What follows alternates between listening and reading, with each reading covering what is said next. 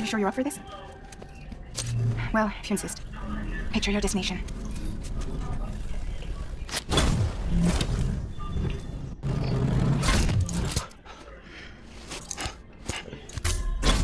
Again, I'm not a machine, you know.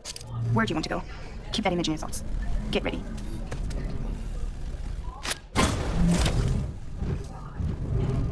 You really need to jump this much? Well, anyway, you know what to do.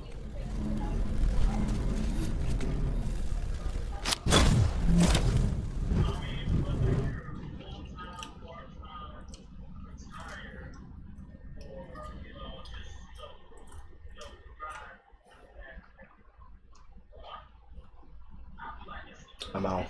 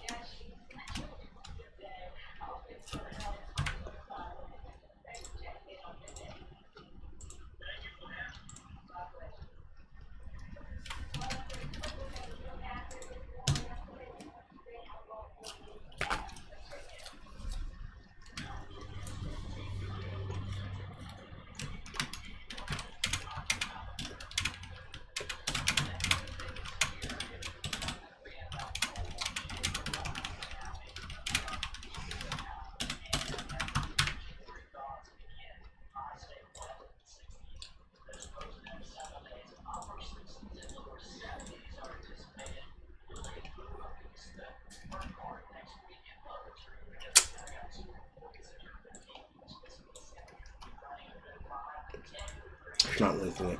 Fuck. That's annoying.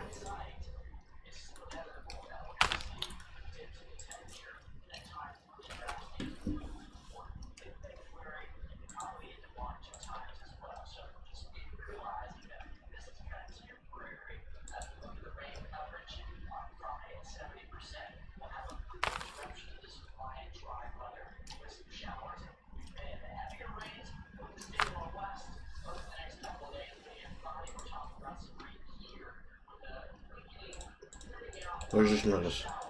Fuck. It's not loading. Now will it load? No.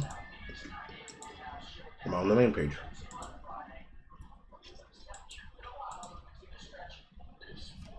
Ah. Somebody gifted me a sub.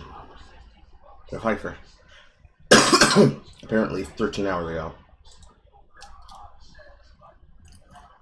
I have to remind myself to say thank you to them later.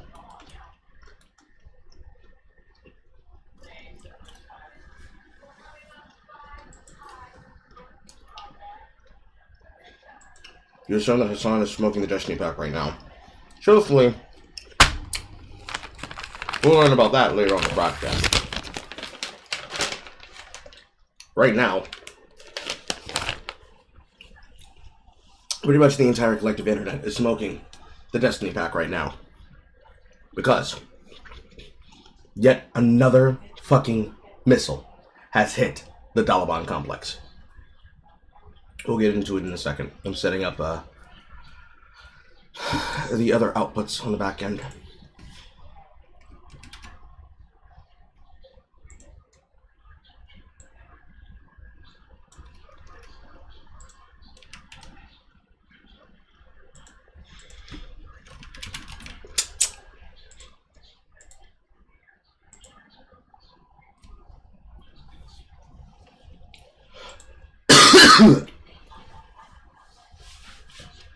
Every content creator sharing the pack in rotation? I don't know. At this general point of the complex, including the response that I went over on air about Lunar yesterday, that I will re-go over today. There are three camps of opinions. There are those that are intimately watching, laughing at all of it collectively.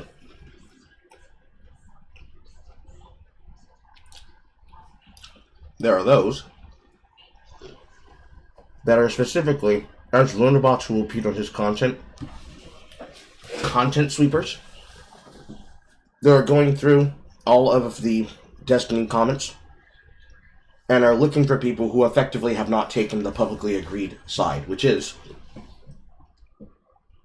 if you support Destiny, you must be okay with his degeneracy. Which to some degrees is true and is valid, because it is not about protecting or understanding the viewpoints or the wishes of Pixie and all those involved that have been wronged by Destiny. It is now witch hunting to attack people who have not turned against Destiny sooner.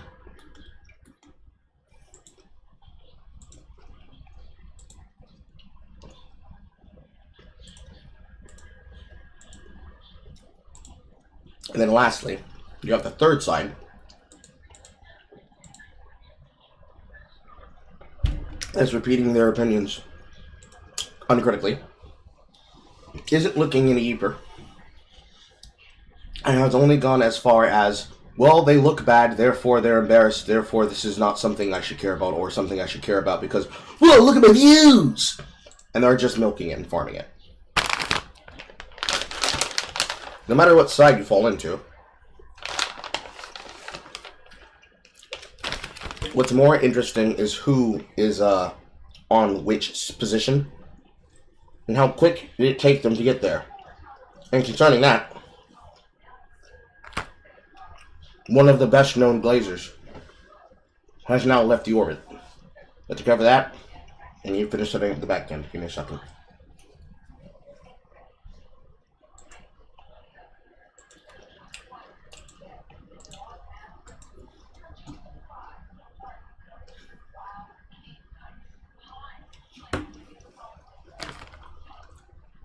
Alright, let's go.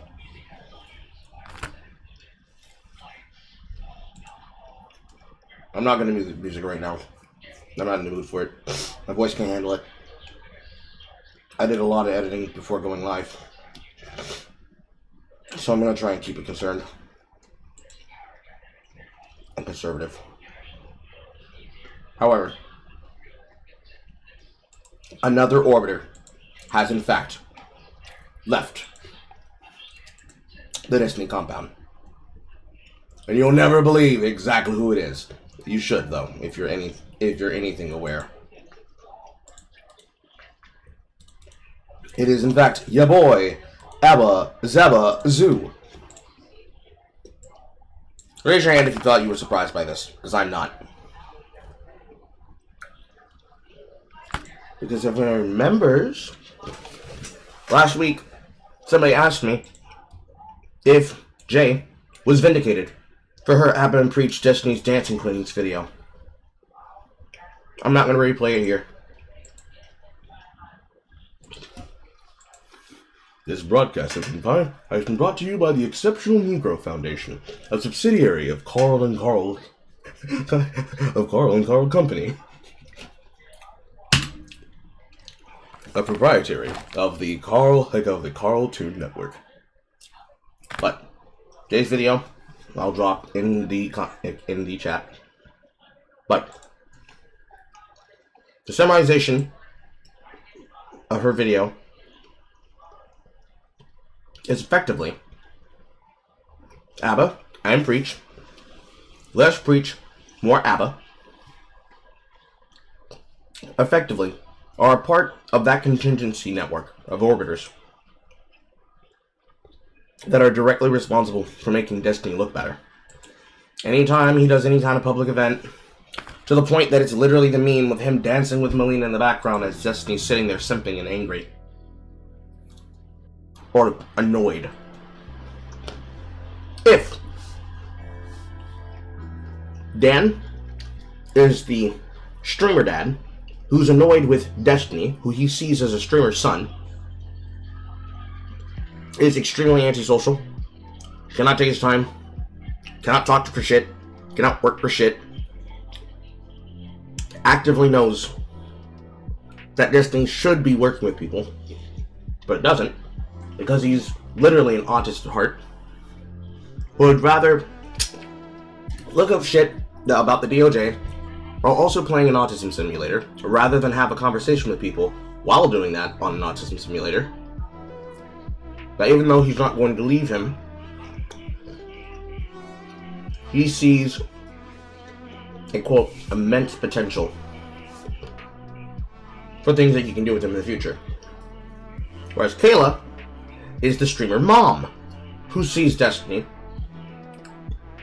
less so in Dan's case, as a son, but more of a friend who's hurting and needs help, because her conciliatory behavior and mindset made her draw a line in the sand, where as long as he doesn't go over this new arbitrary line that she draws in the sand based on his delineated behavior, because it's all about helping him not recidivize into being the sexual predator, she is, at minimum, going to the lengths of legally disconnecting the Bridges podcast from Destiny, so that if she wanted to take it in the future and run, she could, in fact, Anna Kasparian that shit. And more than likely will. Loner Box is the token Muslim. Pixie and all the other women are the female orbiters that, unlike Erudite, are not promoted to bottom bitch status. Because literally Kyla is just bottom bitch. She is right there and spurgs just as hard as he does over shit like the rest of them. Because she is in fact the female Destiny. Amongst people like Darius and the rest, the men, there are so many guys I could not be able to name all of them. Not accounting for the editors, not accounting for August. Karantos is already out of the picture because when they stopped doing Kick or Keep, that's when he crashed out. J Stock is now an anti-fan, platforming Mr. Girl and Laugh, hate watching the rest of the rejoinder of the content, and ABBA was basically the black, let's use the word Renaissance man, the black Renaissance man that would visit unto this world of Destiny shit and would elevate any conversation that he's in by the sheer fact of being a springboard upon which Destiny could then air his thoughts. Not anymore, she's disassociated? You mean, Erudite? She disassociated?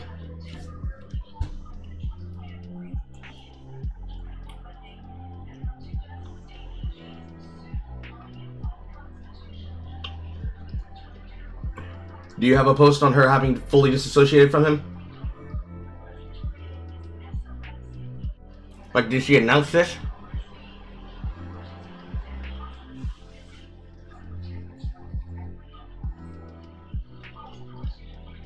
If so, Mr. President, yet another missile has hit the Daliban complex. Learn it here first, only on Carltoon Network. You don't have it first, but it's been confirmed on Reddit.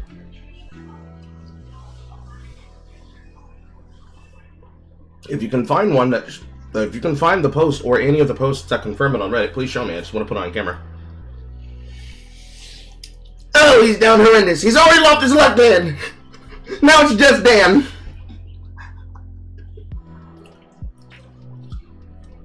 It's been said multiple times on Twitter that she's disassociated. She was always saying in the sense of disassociating. That's at least news to me.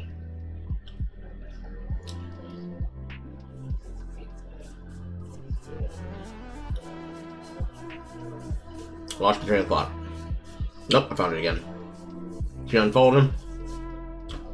That's how it begins. So, You're pretty sure that when Rox mentioned it? I probably didn't catch that segment. That's why I'm going to rewatch it again. The shorter 30... I'm not sure if it's going to be in the shorter 30-minute segment. If it was in the larger segment of his 2-ish hour live stream, the parts that I probably heard, it was probably one of the parts that I had skipped over.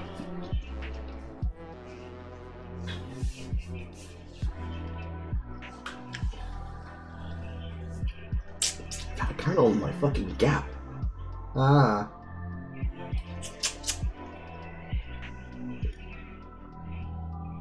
Okay. Good to know. Learn it here first. Learn it here fourth. Only on Carlton. Anyways. ABBA is effectively the cultured Renaissance man that would elevate the conversations that Destiny was in by being one of the few people that Destiny would not anything else to. And ABBA leaving basically means any of the people that would have given him any sense of a future look. What the fuck is my finger doing? A future look are no longer there to help him anymore. Because if there's one person that could have helped rehabilitate his opinions and views, it's definitely one of your content creators that has a multi-figure channel that actively has been with you on content and has probably seen the behind the scenes concerning you and your relationships with other women and other people. But of course, if you've been there behind the scenes, ABBA, you knew this. Why didn't you leave 5 months ago when Jay dropped her Destiny bridge burning video for the shit that had happened then concerning the fucking firefighters? Or excuse me, not the firefighters. Well, yes, the firefighters, but also then the further opinion about the conservatives. Why did you stay another 5 months on? Technically, anybody with sensibility would have probably fucking pissed off from there. Which goes along line with Dan's statement of, if you want to fuck off, then I'll see you when we see you, but don't come back here looking for table scraps thinking shit sweet. Got it from Shamu. Not Sarah Knight unfollowing Destiny on Jack's Twitter. This comes after revenge porn allegations levied at Destiny by multiple women in the past week. So she's unfollowed him. What's happening to the Bridges podcast? I think that's the first thing I probably want to see. We're not going to get that information right now.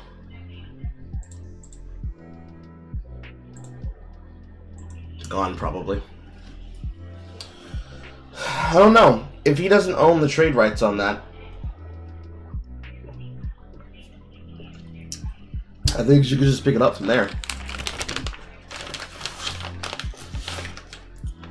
Couldn't have happened to a better content creator.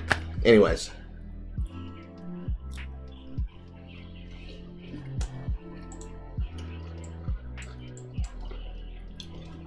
Let's begin. You guys can see the title. I stand behind it. It's not bait. It's not a joke.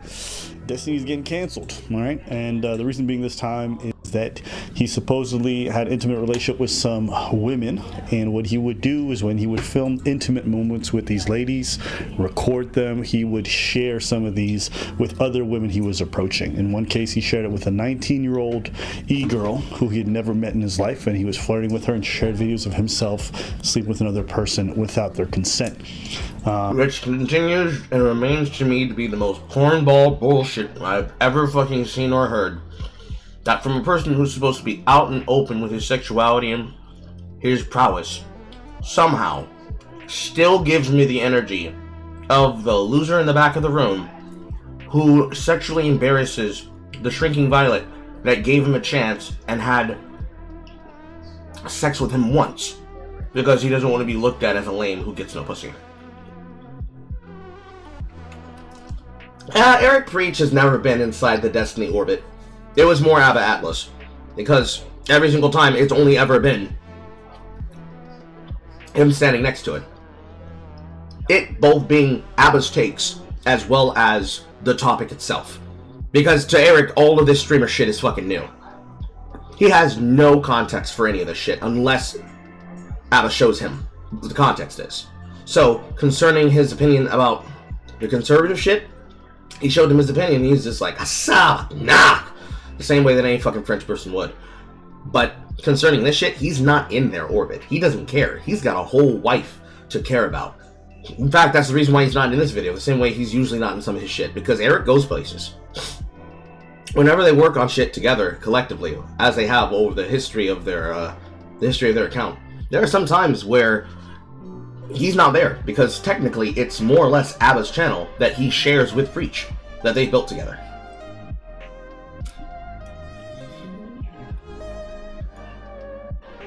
We were wondering he would make a statement. He was one of the more normal over just stand on his own.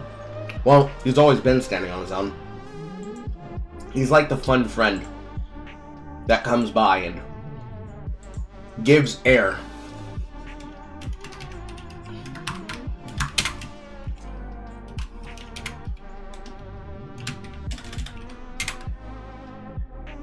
I can't spell. Oh, fuck. Oh my god.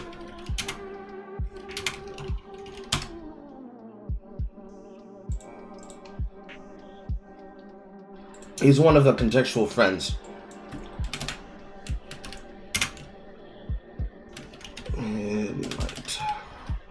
My dyslexia is getting worse. South of, not South by, Carl. He is one of the orbiters that brings the normie attention. Because the majority of people who are normie that watch him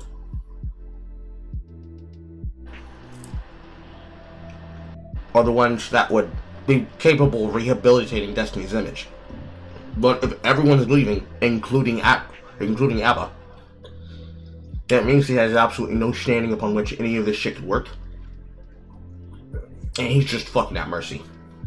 He's now fully to the mercy of whatever happens to him. Which kind of goes in line with those 3 responses that I said would probably happen in terms of content, right? This is directly in line with outcome number 2. Where he has no avenue to be able to rehabilitate his image. Because he has no one who's capable or wanting and willing to work with him except for Dan. And despite the fact that Dan has legitimate reason to work with him over shit which he himself believes, if you discount hatred.tv, Dan is basically a legal and technical attack dog that now will be tied to the worst of the worst of the Daliban.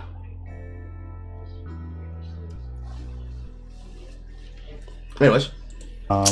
Essentially, the 19-year-old gets hacked, and that stuff goes public. The person who was in the video... I don't think that the 19-year-old gets hacked, honestly. I'm not believing that connection to the story.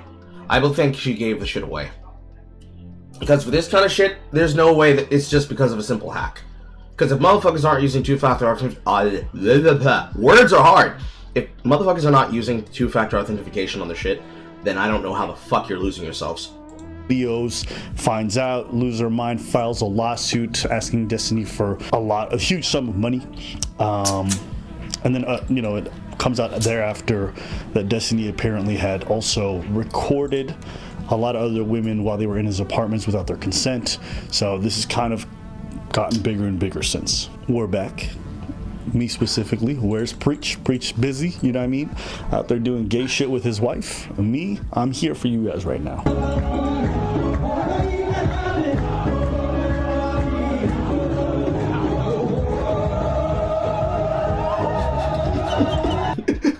Look upon it. Look upon it. This will be me in like 5 years. Says every single time.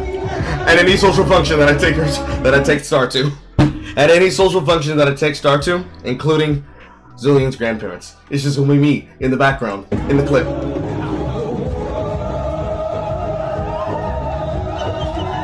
I'm right there. In Africa. Single brain cell. I'm right there with you, my French brother. I'm right there with you, my French brother.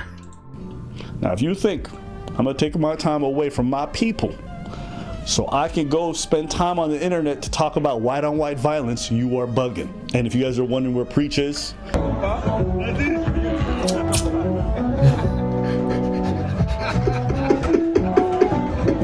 aside from doing gay shit with his wife, we both agreed that there's only one woman that each of us are going to defend in our lives. For him, it's his wife. For me, it's a streamer named Destiny, and I'm out. Gotta do our job. So I'm out.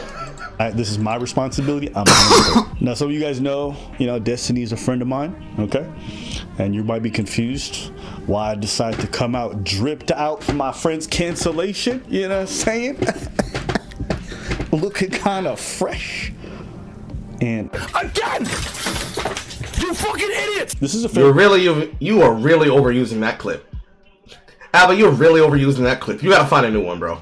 It's a serious matter, and people wanted to hear my opinions. And I'll be honest with you, for all the bad things that are happening to Destiny, I don't feel bad. The reason why I don't feel bad, and this might surprise some of you because some of you don't know this, me and Destiny have spoken about his dating behavior for a very long time. We've talked about it on stream, off stream, and I've always been very vocal about the fact that I think he's very fucking dysfunctional with how he handles his dating life, with how he prioritizes pleasure over everything else. And I think the root of a lot of these issues in this whole situation is that he prioritizes his own selfish desires over other people's well-being, over what's good for his business and his career. And now it's costing him more. It cost him already some things in the past, and he's always been very much in denial about how it affects him negatively. And now it's costing him even more. And I'm, to this day, not entirely sure if he's ready to really acknowledge the impact it has on him. Do you think I'm self-destructive? Yeah. If you engage in hedonism, I would say you're self-destructive. I say the same thing about Destiny. I think he can be self-destructive, and I don't think you would entirely disagree. And I remember this conversation. I forget the woman who's speaking, but I remember this conversation. Every single bit of Destiny, listening to this, is consistent with why Dan hates him being so fucking antisocial, and why he has the attitude of blowing people off. Intellectually as well as enthusiastically, as either commenters, viewers, or as personal friends giving him advice. Because during this conversation, as you can clearly see when the fucking clip starts, he is already fucking out of it and wants to hear nothing else fucking said. Because he doesn't respect whatever's being said about him. He doesn't fuck with it, he doesn't like it. I think this was right after he dyed his hair blue. It's not far, huh? But he hates it. Watch. Impact it has on Watch. Do you think I'm self-destructive? Yeah. If you engage in hedonism, basic Destiny pose. Starts playing with his hair the second he hears Abbas talk. I would say you're self-destructive. I say the same thing about Destiny. I think he can be self-destructive, and I don't think you would entirely disagree. So I completely disagree. I don't think I'm self-destructive at all. Oh, hold up. I was actually curious. You don't think that to some degree your hedonism doesn't bite you in the ass? Nope. I think I have a really good engagement with most of my hobbies. I think I do it pretty well. I think that my mental functioning is very high. I think my career is incredibly successful. There are parts of my life that I can improve, but I think that people look at some of the standard markers for trouble, and they, for some reason, project a ton of stuff onto me. But I think I'm living like one of the healthiest, fullest lives that I possibly could be. And then just open mouth cope. It's like his body coiled up and winded up like a snake before he hurled that shit at the fucking microphone. You know what I'm saying? Just gotta work the bullshit right out the fucking shoulder blades, all the way down the spine, up through the fucking larynx, and blah! Constantly having poor relationships with women over a long period of time, or in other situations, STDs, different things like that. Eventually that hedonism comes back to bite them in the life, and they also recognize they could have been investing that time a lot better. So wait, what do you ask us about this? Like, what was your idea of this? Yeah, it's not like I have like 100 kids and 5 million STDs and like... No, you just constantly... Okay, I'm not gonna talk about it. Well, you might as well, but no, you drop the accusation, go for it. You just constantly Then he tries to give him polite criticism live on air, and he just starts going full spurg. Full spurg. Full stop. Full force. Say it. No, say it. End this, right? No, shut up, Melina. Shut up. Let him talk. What do you mean? Constantly what? So, one example of Destiny actively besmirching, it's Melina, besmirching his partner live on air while getting upset at a personal friend airing his opinion. This your king? Is this your king? Is this... Where is he? Where is the streamer that will help him change? Oh, where is he? Because he's not here. Not in this room. Anything you do in life that's going to increase like your ability to like have... How did anyone like Destiny? I wish I had a handy timeline. I don't have a handy timeline. Obsidian! To me! Okay. How do I draw this for you? So, in the complex of the Daliban, if we're talking historically, there is a timeline. And this timeline extends far back. But there are a couple of points. The start here is StarCraft, basically. I have to do this by picture. So basically,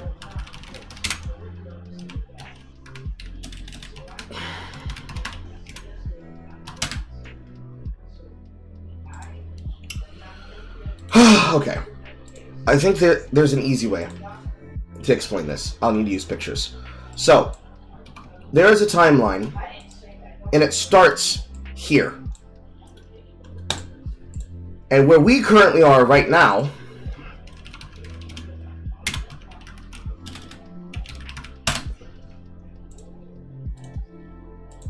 is obviously here. So, how did we get from StarCraft 2 era Destiny to Stephen Bonnell II can't stop fucking putting his dick into women and then recording it online and embarrassing them permanently? Timelines.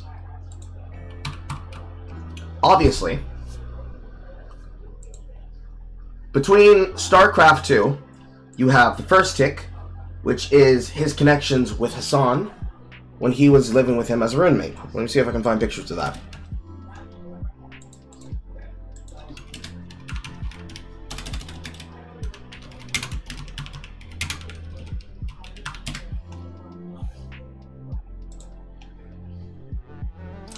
I can't see if I can find it.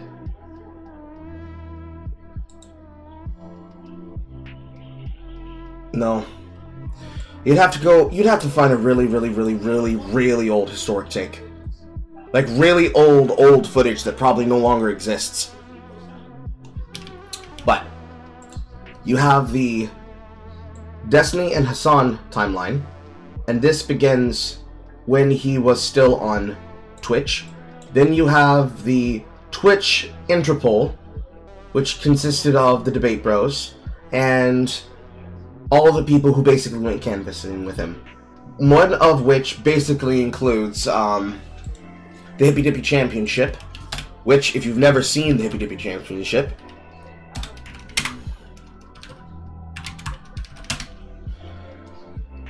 is the timeline where we get old historical takes of him.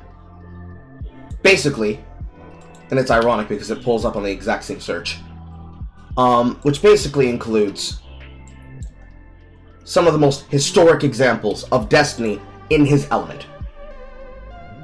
So, at the top here is the Destiny forces moderator to leave in heated personal debate, Hippy Dippy Championship 3 years ago, where Corncob Fuck, real Papa Bird Jake slash Corncob Fuck, an interpersonal commie, who alongside the rest of the people that belong to the Quran and the Bible Reloaded, which is now just turned into full communistic bullshit, because he cannot be able to get views and takes, because he can't get platform, because nobody wants to fuck with him, because he actively cuts microphones in the middle of fucking debates. This would be the era that Horror's talking about having been entertained by.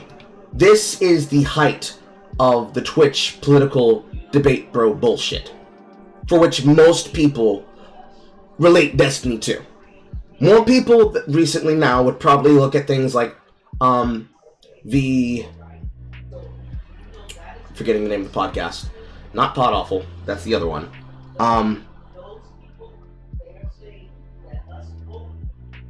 It's the other one that's like a single word statement. The one that often brings on the e-girls. The one that isn't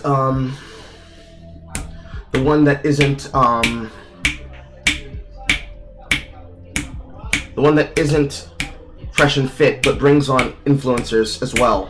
And specifically has that one Andrew guy who's extremely religious. The fucking Nothing podcast, the Something podcast, it's not coming in my head, but I know what I'm talking about. It's so sad. For these podcasts, they always put their fucking name on their insignia, their nomenclature insignia in the background of their shit, and then you can't ever remember them. Thank you, the Whatever podcast. Where they bring on girls, and he, as well as Melina, would go on to these things, and it's less debates and conversations about shit, and more just fucking whatever happens to be happening at the current time, like forcing topics to be interesting. Levels of, nomenclature. But this era of Destiny was what would then lead into his kick or keep era of shit. Of course, then he got banned off of that too. But this era is probably the best known era of Destiny, because this is the era of Destiny that created the meta that is on Twitch. Then you get to the mid era, which is where he gets banned off of the livestream platform because of them using the opinions that he had about trans people as organized by Keffels and others to try and usurp his audience. Then he kicks back up again on YouTube using his website that he's always used, that got forked by the White Forest Collective for all the breadtubers under White Nervosa and Vosh. He already had created his own entire industrial complex, which then became known as the Daliban, because everybody considered them to be certified fucking crash outs that were retardedly autistic. And for that, you'd have to look at what they did to Saint in the Center. So, DGG, Saint, and Center.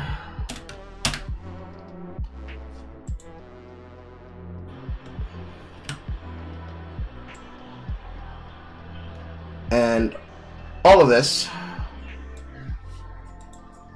effectively, is most of people's relevance and knowledge of that time period.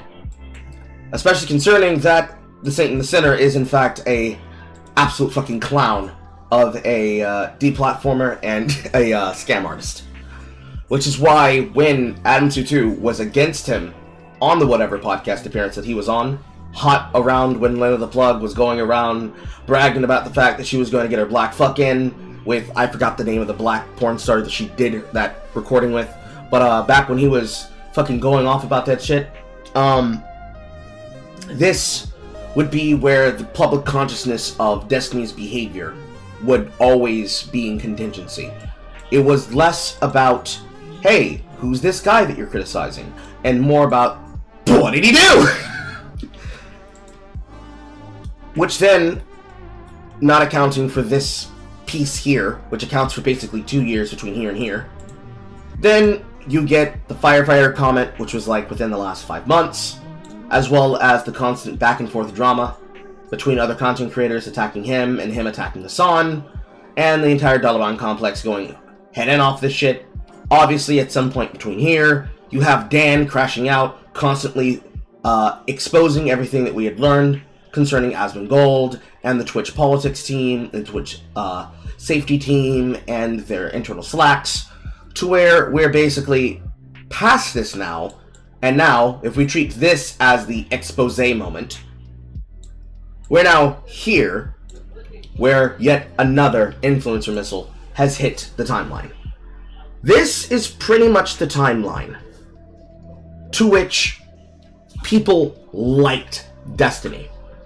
Because it's not so much that they liked Destiny, it's that Destiny probably had the bigger influencer platform for which his opinions and takes could be used to provide context to people.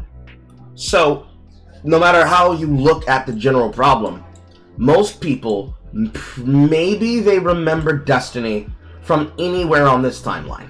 Because obviously for this one now, you need to go fucking use Destiny Blue here, right? Actually, what color is Destiny's hair right now? Would be a better marker. Where's my folder? Here it is. No, he's back to around here. For the juicy stuff, this is. Here he is. Not as big, but tiny Destiny. Because I can drag it. I can drag it. But basically, somewhere on this timeline of events, you have guy that looks like he belongs in the environment to guy who's better known for being an annoying asshole, but he has an audience full of people that love it, to man who has basically nothing left. The only people who could legitimately be on his side is Dan and Nathan, his son, and that's it. Because both ex-wives now hate him, or have always hated him because of how he treats them. His audience, assuming that you're accounting for the ones that are not content creators, just pure watchers, they are not fans of Destiny. They're fans of the content flow. Because just like Hasan's audience, they love the content flow. Because ironically enough, the clip that I'm looking at is actually a blue hair. So put this on the timeline too, which would be right around this era. It is not contractive for all of it, it's just representative of where you found him. These different arcs that Destiny goes on, his audience watches him because they love watching this crash out. They don't like him as a person. They just like what he does. Considering how Horror explained it, she gets a kick out of watching him body political idiots. When we're talking about peak Destiny content, we're talking about pushing N Jake shit live on air, actively stopping Dylan from being able to control and conserve the effect of what is literally pure internet blood sports. I can probably show you a case example of it. It's probably even in the highlight.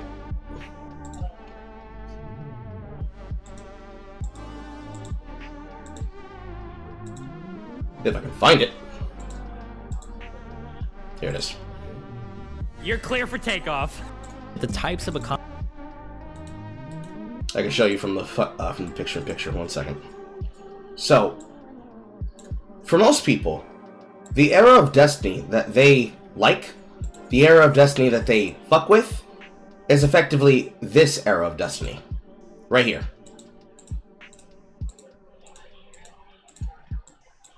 This is the Destiny that they remember. accommodations that people like you and others are making for these people are actually incredibly harmful in these environments. The idea that it's funny because you have any evidence to support that. In fact, I think it goes in the exact opposite direction whenever you bring up studies about accommodating trans people's identities.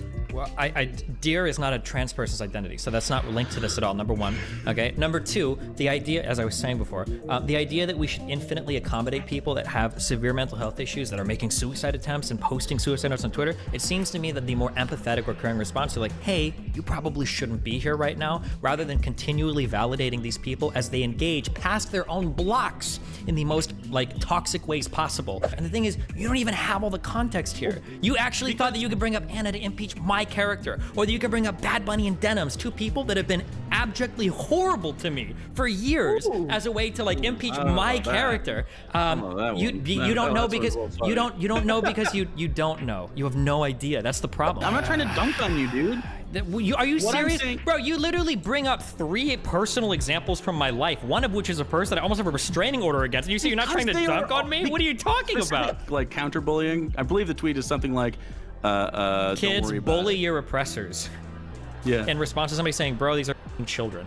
Do you think that I'm curious because you're actually in these tweets now you're directing people towards real life behavior that you can't just block. You're talking about going into real life and harassing people where they can't just block you. I would say that you would agree that there's a situation where political action is necessary, right? In regards to your for kids? No, not really. For kids? I mean, these were just high school students fighting. I think it was the. I would consider high school students kids. Yeah, I don't think that I would encourage them to be harassing each other. Well, yeah, sure, but it's not like a bunch of 6-year-olds and stuff doing that. But that's so since they're 16, it's okay to encourage them to bully other people for their political differences. There's a perfect case example in here somewhere where he makes him have to cage match. Let's see if I can find it. Because back in this era, we had fucking chapters that actually did it.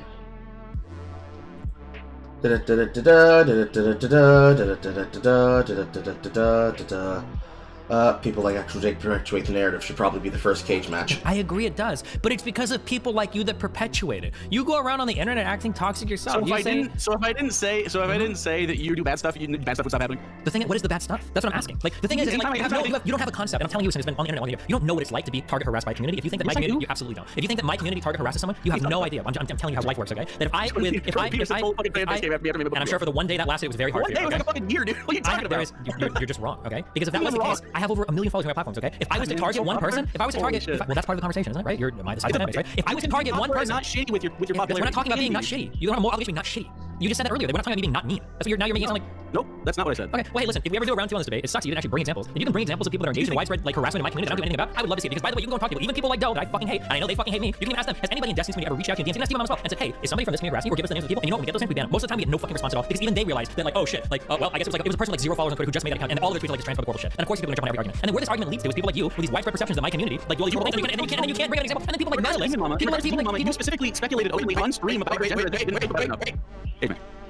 Hey man, okay, people like Madalys are even encouraged to invent threats. She literally fabricated DMs for my community. That's how hard it was to get harassed by my community. I battled Madalys like crazy, and she got so little harassment. She didn't make it up on Twitter. Do you not think it's a bad thing? Do you not think it's a bad thing or toxic at all to spec? This is the era of Destiny that they remember.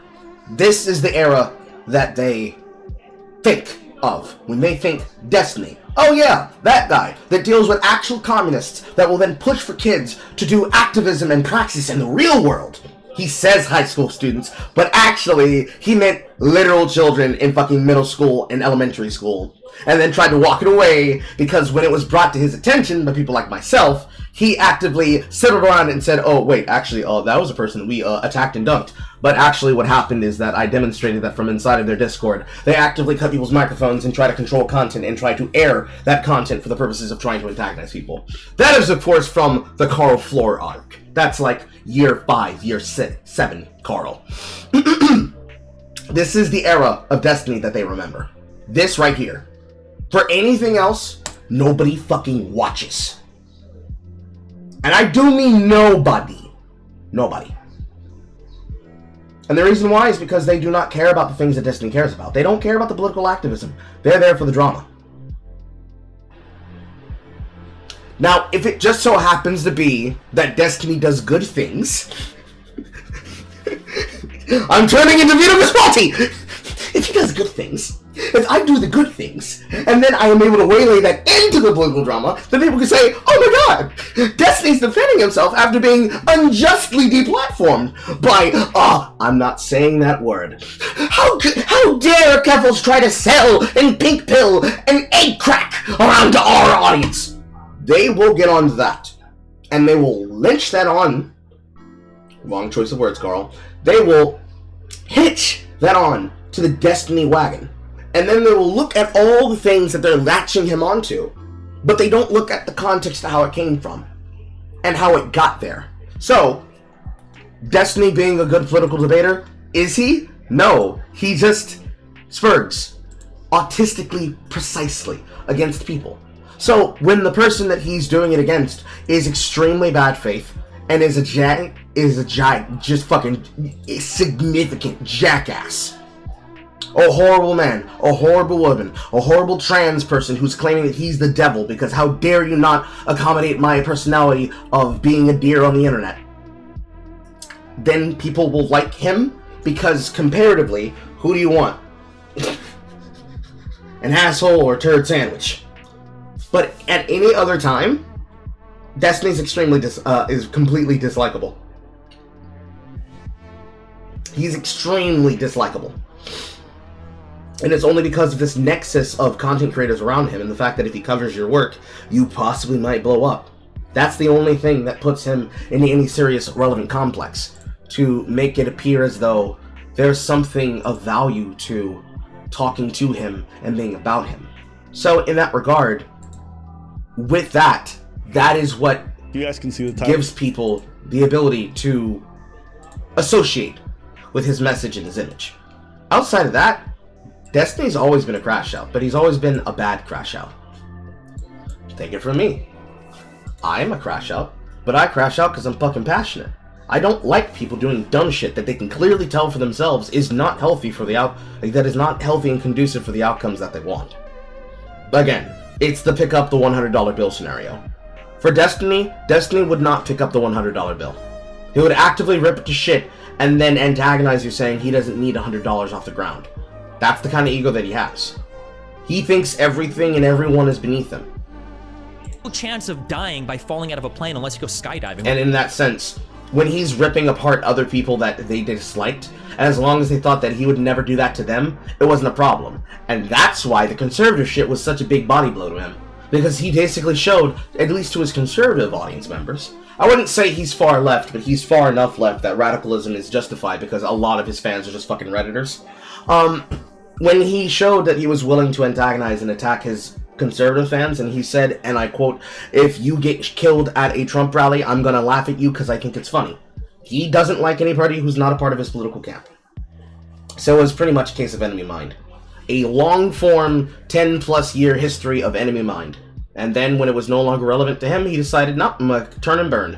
Because that's how he does shit. That's why on all of the coverage, whenever we go over the logs of Destiny giving his opinion, he's just IP banning people from his website. His chat room is not just the YouTube chat room.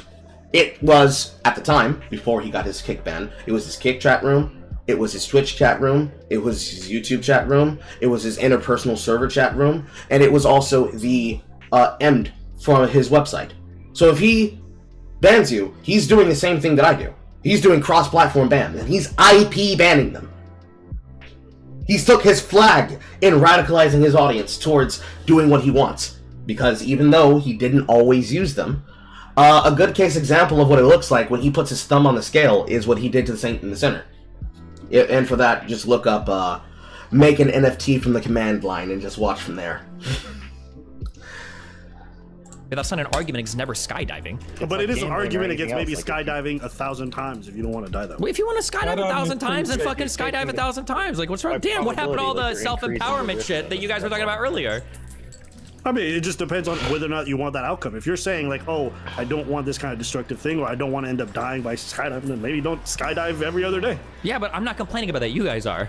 If your lifestyle choices are like, damn, I would never want to deal with like a crazy girl or anything like that, that's totally valid. I think that's totally fine. I accept that that's probably true for most people. But like, I'm okay with the trade-off on that for like all the benefits that I get. I like f***ing a lot of people. I like traveling a lot. I like doing drugs. I like my stream shit. That's like super fun. He likes big bitches. He likes to get fucked. He likes big thug. He likes the big thug.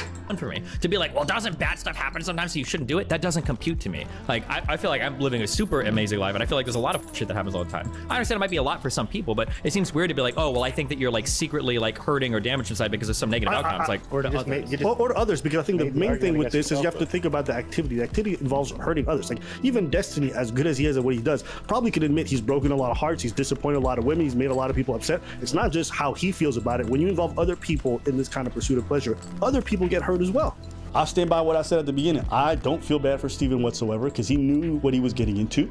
He was brazen about it. When he was warned, when he said, hey, this is a bad idea, this is a bad lifestyle, he said, I don't care, I want to have fun. It's fun for me. That's why I like these mentally ill women. That's why I like doing this stuff. He didn't say mentally ill. He said intellectual because he's one of those people. Sapiosexual? Attraction to intelligence? But really, he looks for like the most subpar sense of intelligence. Like, oh, damn, she's got autistic knowledge about this really stupid shit and her body's hot. Do not clip that sound effect. Do not clip. Do not clip.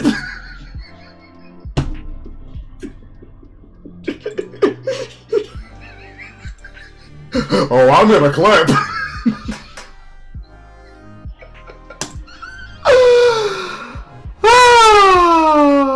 Anyways.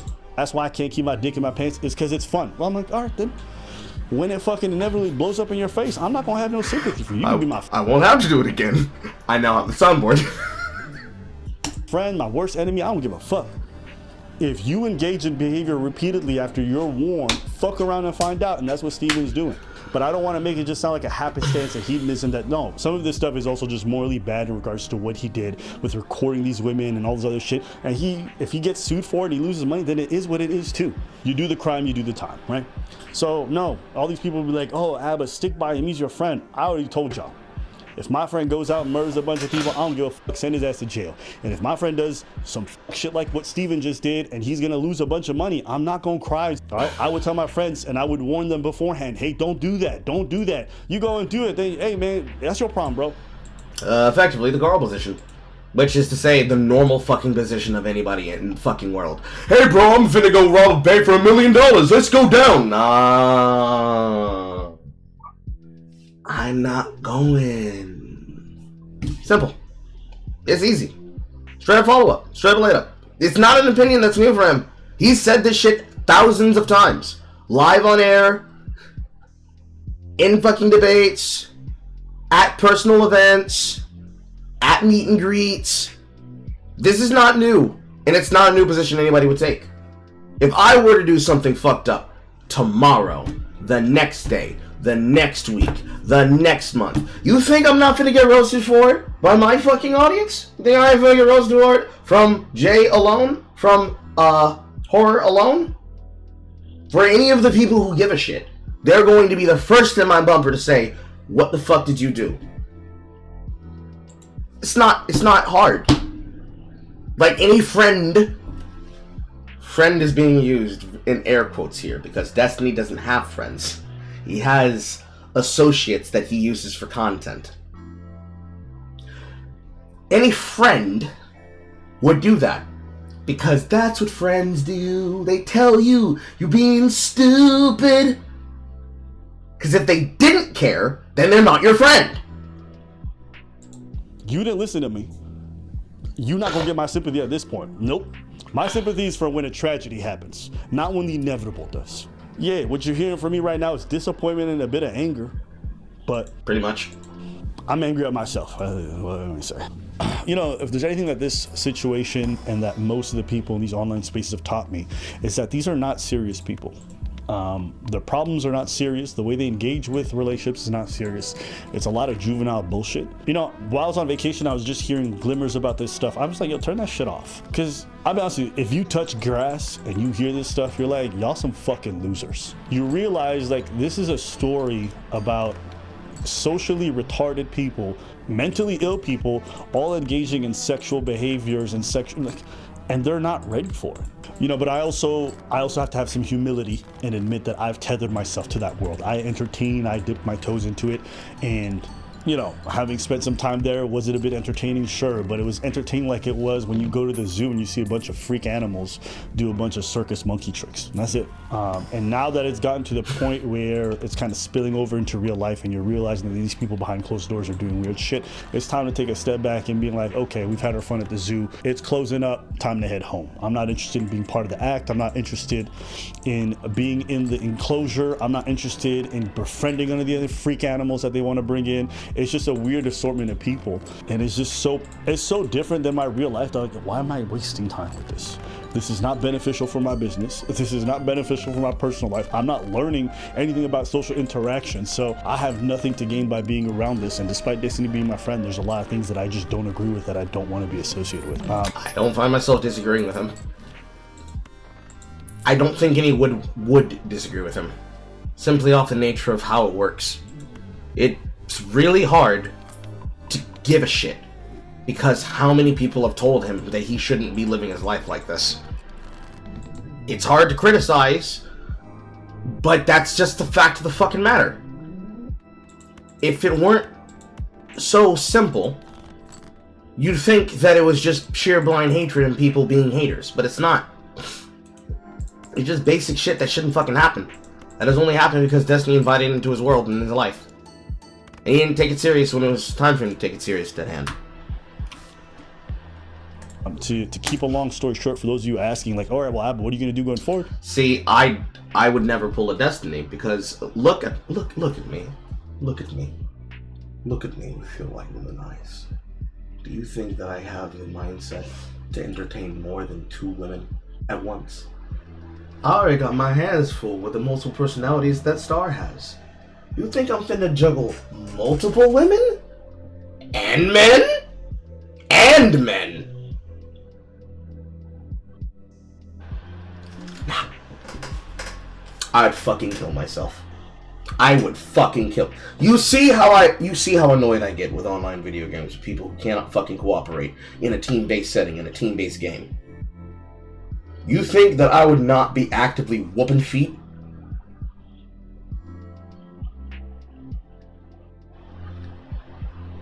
Come on now. I think you know me well enough to know the answer to that. Getting an actual job and deleting Reddit, I'm beyond embarrassed to admit Tumblr did wonders for your maturity. See, the problem with Reddit is the people who use it, not the platform. Because the way that you should use Reddit is the way that any fucking autodox should use Reddit. You should be capable of using live streams, you should be capable of using a library, you should be capable of using Reddit, Twitter, Instagram, TikTok, I'm not going to Red Note, Blue Sky. You should be able to use any platform as a tool, not a replacement for online social engagement. Because what happens every single fucking time is these people use these platforms as a replacement for real life engagement, and then they think that it's real fucking life. They don't socialize enough. They don't talk enough to other people. They don't put themselves in positions where things require them to work with other people to make shit possible. And that's why all these things happen. It's always ego. It's always, I can't understand them, so they must be demons. See, the people that I dislike, if I dislike them for any reason, I understand them. I know what they're coming from. Especially in the things that I choose to engage with myself. I can understand it the same way I can try to rewrite and understand a person's play that they do in an online video game. The problem is that there's no communication. So all of these people who do this, because Destiny's not the only fucking one. We're all guilty of it at certain places in our lives, some more than others. But every single time, they use Twitter, they use Instagram, they use Reddit, and they use whatever microblogging website and whatever, at the time in vogue, VoIP3 program, Skype, TeamSpeak 3 channels, Discord servers with friends, or community Discord servers that belong to a larger space of conversations. They use them as a replacement for real world conversations, where they look for depth, trying to get blood from a stone with a person who only cares about their single autistic interest and nothing else. Every time. Every single time, that's how it happens. There is no world where you can have a better take, and there's no world where you can have a better mindset to think for the future, because every single time when you have that conversation, you can never be able to get anywhere with it, because you've got so many people that want to then try and fucking one guy you, that they can't be able to communicate whatsoever. Hey yo, what up? It's one of the biggest fucking issues whenever it comes to online discourse, because you have people like myself. Let's use myself and Poe as an example. The amount of shit that Poe steals, and the amount of shit that he fucking talks about, and that covers and crosses over with myself and Jay alone. The three of us are three different types of three generations of black individuals and content creators. I obviously come from the gamer world. Jay comes from a timeline and a period of content creators that are inspired by the televisions and movies that they watch. Because she doesn't game much. When she does game, she plays single player things. She doesn't play multiplayer. And she cares a lot about franchises and about the shit that's in her personal interest. Of the three of us, I'm pretty sure she's the one who uses Tumblr the most. Despite the fact that, even though Tumblr has, quote, recovered, she is always on there. I had one, but I didn't use it as much as people did. You could find me in a chat room. You could find her in a cinephile channel. And then Poe's the gore poster. Poe is definitely 100% a Redditor at the end of the goddamn day. Which also goes along with stealing content. The three of us, in a room together, having a conversation, is possible. Because these three mindsets can at least be capable of having a conversation with each other, even if without personal disagreements, because Poe's not necessarily Jay's friend, at least to my knowledge. He's more like an associate of everybody, especially concerning those that were members of Digital Blackface. But amongst the majority of the people who would work together and talk to each other, he is probably the biggest fucking loner, because he doesn't like people. He doesn't like association. He doesn't like society. He is very much the aloof person who believes that he is the most sarcastic man in the room. But the second that he doesn't care about something is the moment he fucking drops in and abandons it. Because that's his personality type. He is a loner that basically sits in the back of the chat, but when it comes to not having to be interpersonal, he can be the biggest fucking yapper in existence. Me, I'm the guy that usually kept most of his thoughts to himself. But I have started talking more because the consequences for not expressing my full thoughts is worse than when I do. Because there are too many people who make snap decisions based off the fact that I will not voice my opinion. And then I will voice my opinion, then they'll get mad that I voiced my opinion. No matter what topic it is. Then there's of course Jay, which when we're not talking about subscriber count and viewer count, we're just talking about general personality trait. Jay is more reserved. She's bombastic, but she's more reserved. She does not do large general expressions, but when she does, and she does them more now than she did maybe the past 3 years, the way that she expresses her concern and shit is a lot more personal in private conversations than it is in public conversations. But the three of us all collectively would roast a nigga on the spot. And each other. Frequently. It's less to do with the area that you grow up in that shapes the personality. It's more to do with the way in which you choose to converse yourself. For Jay, she was definitely a Tumblr user. So she is in that social zeitgeist where she's all out the zingers. The one-liners. If the one time that you see her post something, it's probably going to be something memorable. For me, I am the rapid-fire, close-range, long-range rhetorician. I can yap, but behind the yapping is pages and pages and pages and pages and pages and pages of ways to break down a topic. I can explain a topic and talk it to fucking death, but I won't always say what I'm thinking when I do it. And if I do, then I have to find a way to piece all that shit in my head together so that you understand it. And then for Poe's topical. Something happened, he tells you about it. Or he watched something happen, and without giving you any context, he will throw that shit on the wall and see what sticks. That's evidentiarily how no, not autistic breakdowns. People have overused the word autistic to describe things. Autodoct. Autodoct. A-U-T-O-D-A-C-T.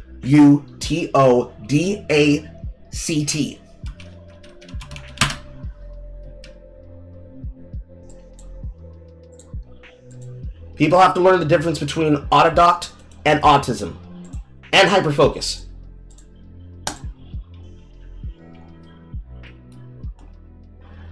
Actually, I spelled it incorrectly. A-U-T-O-D-I-D-A-C-T. I forgot a whole D. But self-teaching, self-taught. You have to understand the difference between a person being intelligent and then a person being autistic. On the shit in which he chooses to talk about, Poe's autistic. Extremely.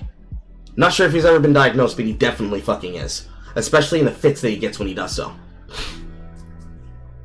Remember the Tumblr era of the 2010s? Crazy how much it changed the world after containment was breached. Destiny being obsessed with weird fanfiction of the show Supernatural, Destiny's Dejan. Thank you, James. I don't see how that's relevant to the conversation. But the three of us collectively are those elements of the internet disseminated into single people that don't necessarily represent all the features of the personality, but represents what happens when you grow up in that environment and you think about things in this particular format and way. Between the three of us, you put that across the entire internet with the different kinds of people and the different kinds of lifestyles, ways of life, walks of lives that they come from, you're going to see what happens when you have people converse in a way where their only worldview is that consumption. You show me a man who scrolls TikTok looking at nothing but fucking thirst traps and getting angry about women having thirst traps, and I'll show you a man who doesn't have intimate personal relationship in his life to the point where he is not able to associate himself as a likable, desirable person because he is in fact one of those things. I wouldn't say that Nick Diorio was a Destiny orbiter. It's more like he has associations with Destiny because he talked friendly with Destiny but immediately cut ties. It's just like anybody else would. Again, I'm not seeing how this is relevant to the particular conversation at this moment. But you show me, and I can actually do that because that's part of the content that I've been editing. You show me women like what I have posted inside of the TISM containment. Things like videos from a guy saying that he'll likely die alone and angry, and he talks about it. A woman talking about how she thinks that she ruined her life. A girl talking about how she thinks she's too ugly for a boyfriend. Content creator Splishby talking about her opening up of issues. A woman by the name of Dead Lines talking about it's been 743 days of trying to find a boyfriend and trying to find love. Women like this, alongside women like Brianna the Womanican, are people that feel isolated because their entire world is a different worldview which to no one can relate because no one put themselves in a box where they feel that they cannot be seen if they're not getting ran through. In Brianna's case, for those that remember that versus chat, Brianna completely destroyed her own life. He was a fan, not an orbiter. Yes, thank you. She destroyed her personal life because she thought, I can't date a man that's younger than me. I don't really want to put in all this effort into being a fucking graphic designer. I think I want to become an influencer on the internet. And then after putting all that effort, she comes across fucking work that makes her feel like she's a femcel, because she is. Much like Kidology is. Not necessarily by happenstance, but by design, by choices. When people make multiple choices that lead them down what we collectively call a rabbit hole, and they come out the other side being blackpilled, this is what leads the internet to being this way. This is what directly affects Destiny, because he's so intelligent as an autodidact. I guess it's pronounced autodidact, but you don't say the DI. The way that he has consumed and has subsumed and then analyzed his own background of work is a person who is too fucking stupid in matters of the heart to recognize the value that friendships should have on his life. And instead of treating his friends like they are valuable, he treats everyone like a process and an organism that is useless to him if they have no further use of him. And he has no further use of them. It's transactional. The same way that a man that's desperate for sex but doesn't know how to acquire it sees everything he does as transactional. If I treat her nicely, if I give her nice things and I treat her right, then she'll treat me well too, right? She'll want to keep that up. It's a lot more than that. Same thing exists with a woman, feeling that she is forever unlovable, forever alone. There's no way that a man would ever find anything about me that's likable. These are the elements of the people that make up the entire broader internet, which keeps shrinking ever so more as we keep being constrained by cancel culture and by performative control of speech that pushes the Overton window in the direction of the left when it needs to be snatched back to the center. Not to the right, back to the center, where both the extreme elements of both the right and the left would have to be expunged in order for that to happen, because it's all been politicized to the point where you're playing fucking sports ball with political opinions online. See no furthermore examples except the culture wars that are currently subsuming the majority of my fucking gaming spaces. I could give a fuck less about goddamn Goonergate. If the character's attractive, she's attractive. If the character's not, she's not. What does the game play like? I could care less about an influencer choosing to make money off the fact that they have created a piece of media that people want to be watched and entertained by. But if the person's supposed to be a fucking developer, where's the game you're supposed to be producing? This shit is all subsuming at this point. Where if you were to tell me that Destiny was developing an app so that he could then sell it and then never have to work again and never have to stream again, I believe you 100% outright.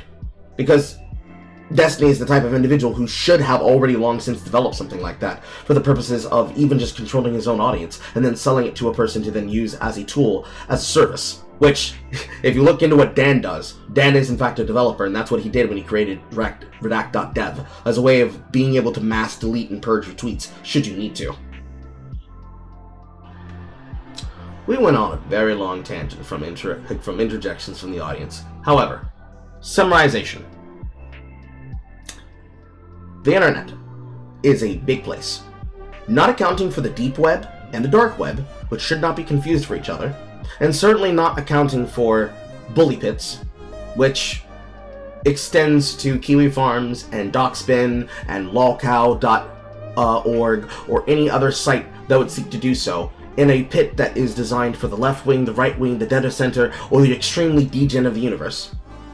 Conversation is broken down at a significant level where people cannot be able to focus on what really matters, as seen here with what Jer Hurley decided to interject with.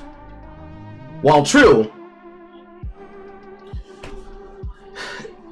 places like Reddit, places like Twitter, places like YouTube comment sections, places like TikTok comment sections, places like YouTube short comment sections, which are a very different animal and beast. Why did the quality of my webcam go down like 20p?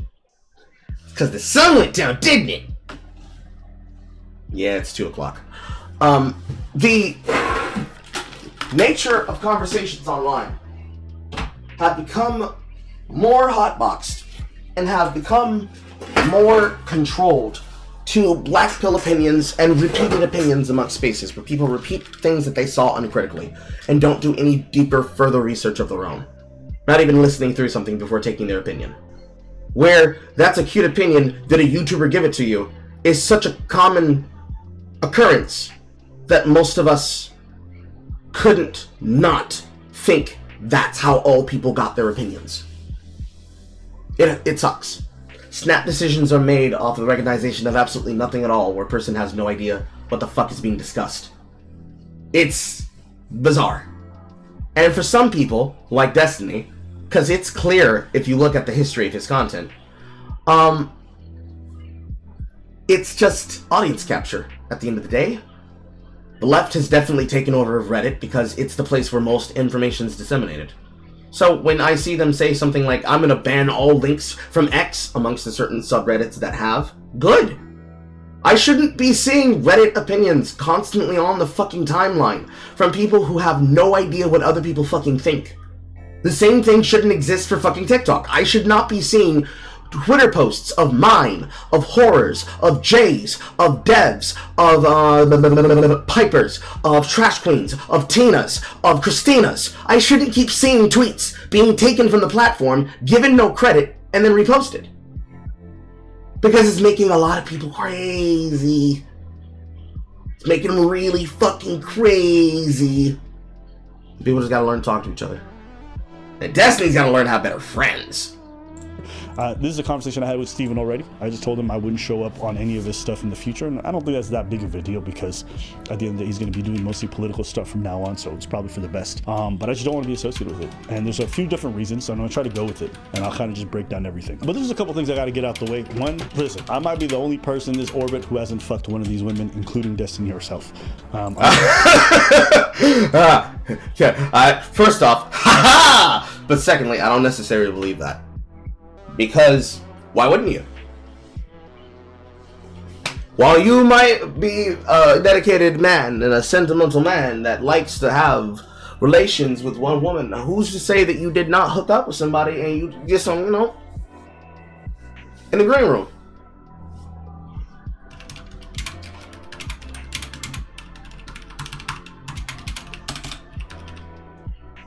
I'm not friends with any of these people. I don't talk to them really offline, so I kind of just keep my distance. And that's generally true for me and most content creators.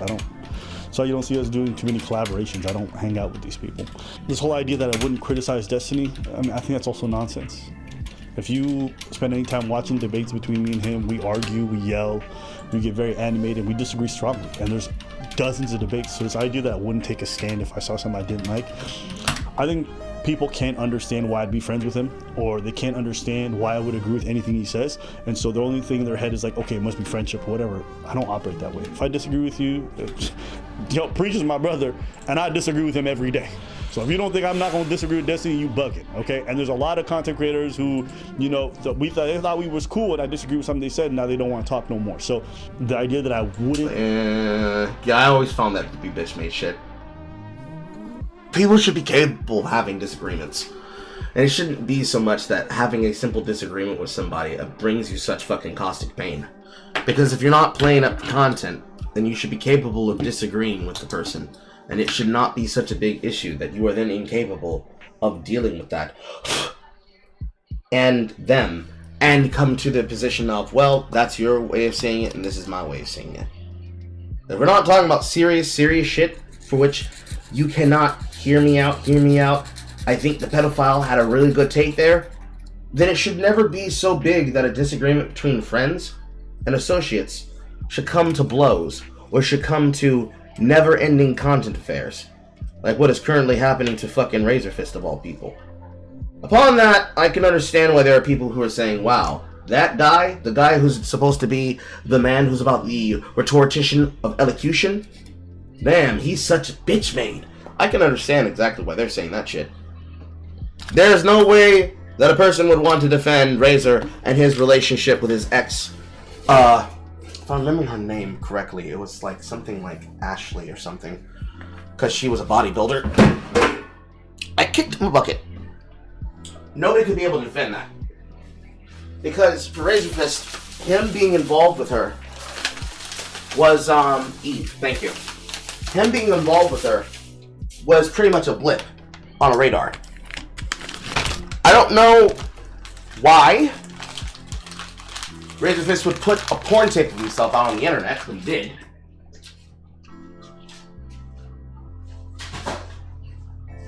Gooner's got a goon, I guess. But the relationship factor between him and how this is being used against him, I'm standing up and moving it away from the microphone just for you, Horror. His relationship factor being put on display alongside him being criticized over quote takes that he had about Goonergate, as well as those terms being taken out of context. I mean, you can't get me to fuck with that, I'm sorry. Especially when we're talking about people like Smash JT using it to sensationalize the news and take it all the way off the fucking topic of the shit that people should be fucking focused on in the first goddamn place. I mean, yeah, he's said before that it's a hack, but here's the question. Why is it being brought directly into the conversation alongside his opinions? Oh man, this guy who had this opinion about this take, hey, look at him, and look at how he used to do these things like that immediately invalidates whoever's trying to criticize him. It's like, well, Carl disagrees with me about what I thought about Monster Hunter. Well, here's a picture that I hacked of him when he was 5 years old getting beaten up on the playground because he called a man a doo-doo head. That's the energy we're talking with. It's juvenile.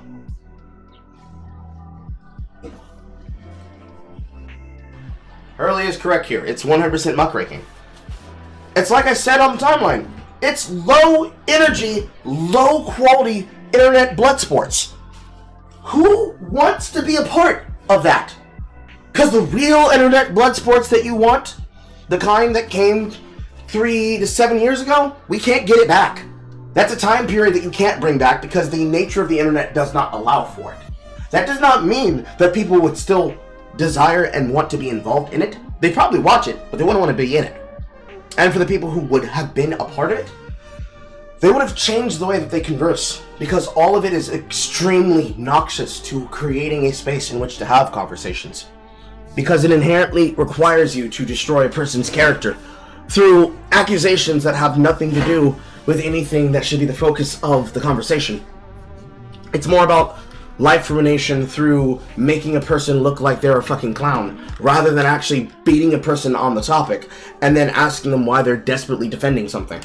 So whenever Horror brings us things like what we're going to be going over for Versus Set on Thursday, when she brings us things like furry pedos just out and out explaining how much they love kids and how they want to control kids and talk to kids, how kids need to be taught by their parents that they need to know sex ed by being given a live demonstration in front of them, showing them all the parts and how they work. When you have a brony who's wheelchair bound, who believes that he's the biggest mare in the stable, that he's breeding all the other women and giving birth to the foals and siring them, that he's being held back because mom is responsible for fucking cucking his ability to have his play dates. When a furry is going out and about and explaining how he gets into an audience of pedophile content and explains how they came to this desire of theirs and nobody asked them to explain, but they felt like they had to give air to it. The content of yesteryear, male horses are steeds, females are mare. I'm not an equestrian. Thank you for the correction. Content creators like myself or Horror would be the ones that come in and ask them, well, why do you feel like this? Like, why do you feel that this is something that you need to do and that you need to be able to talk about? Why is this stuff that you needed to tell us? And why are you so worried about explaining this? Why can't you repeat it live on a conversation? The Amos Yee conversations and shit like this, that's the era of the work that most people would want to see and watch, because they would love to see a person having themselves get broken down and destroyed, the way that we watched that from the Optlock. And, of course, masters of their art. Like the witnessing from the event from Versus Chat last week concerning ya boy Milo digging into the ass cheeks, pause, of one fat Italian man. It is that content that people want to see. They want to see the worst of the worst get torn apart by people who basically are seen as a vanguard. They're also bad themselves, but they are the worst of the worst. And being able to converse with it is a part of it. And having all that is prevented by the current way that freedom of speech is limited on the platforms. Because all of it would basically fall under the heaviest restrictions. Words are hard. And there's a cough drop in my cheek. The heaviest restrictions on free speech, because it would fall under policies of harassment. You can't do it because of the harassment policies. If you wanted to have those conversations, you would need to have a moderator. You can't have a Nikki the Knife moment. It can't happen. Now, of course, this is what creates the spice that creates the life of the conversation. But loud, bombastic nature, conversations between people like myself, actively pushing in somebody's shit like David Gaff's on air, that's not going to be allowed, because now you won't go on. Not into a place where they don't control the conversation. And the third party wants to be able to have one of those members back again, should they feel that the conversation would allow for that person to return. So how Dev wants to talk to Alyssa Mercante on a third-party resource. Or, more interestingly, how Alyssa Mercante has now left Twitter in the wake of her dumbass taking opinion, which I'm pretty sure is a tactic from her legal team to claim that she's been forced off of Twitter because of harassment. Which, bold strategy, Cotton. We're going to see how that works out for you. You can't have these conversations anymore in this way. And you can't be able to hang out in these places like this anymore, because of the nature of the people who exist in them and occupy the spaces. Pure off. Simple as. It's, disagree with someone to avoid burning a bridge? No, I'll deal with anybody. Because at the end of the day, I think what I actually believe is more important to me than maintaining these kinds of cordial relationships. I don't care about having access to these people. That includes Destiny and anybody else. Actually, one of the craziest parts about this whole story is the fact that Destiny trusted a 19-year-old Discord lady, named Rose is Coming, with sex tapes of other people in his life. Nigga. If that's not compromised judgment, I don't know what the fuck is, okay? I wouldn't trust a Discord member with my first name, and that's just public information. He was giving other people sex tape. But if there's one thing that nobody would ever say about Destiny, is that he makes good personal life dating decisions, okay? There's a couple of things that bother me. That's like, and I've said this to Destiny too, like, this dude really has a penchant for going after mentally ill women, okay? Women with like severe depression, or just like these kind of like dainty, smart ass, fucking feeble looking, small white women. Like, that's his type. And a lot of them got like self-diagnosed BPD or some bullshit. Like, he just likes that. I don't know. To me, the fact that there's a pattern with a lot of these girls is a bit weird. And when he's asked why he likes bringing on these self-destructive women in his streams and in his life, he says it's because it's fun. It's fun for him to bring on women who are probably gonna, you know, at some point negatively impact his life in a huge way. He knows it's gonna be short-lived. He doesn't care because it's fun. It's less that it's fun, and it's more that it's material. If you look at the influencers that he involves himself with, that he's ever allowed into his orbit, it's like a reused piece of gum. That's the best way that I can compare it to. Unlike this candy bar that I'm currently eating. I had 2 of them. This is my second one. And this is gone. I can't regurgitate and then chew that candy bar again. It's airy. It's affable. It's here today, gone tomorrow. It's stable. It's a blip. But it's like the content that most content creators create. It could be one-off. In Destiny's orbit, all of his influencers that he involved himself with are different brands of gum. They're different packages of gum, rather. Whenever he gets into it, he can open them up. You can't pull a SpongeBob. I'm not. He opens them up. He takes out a piece of the gum. He chews out all the flavor.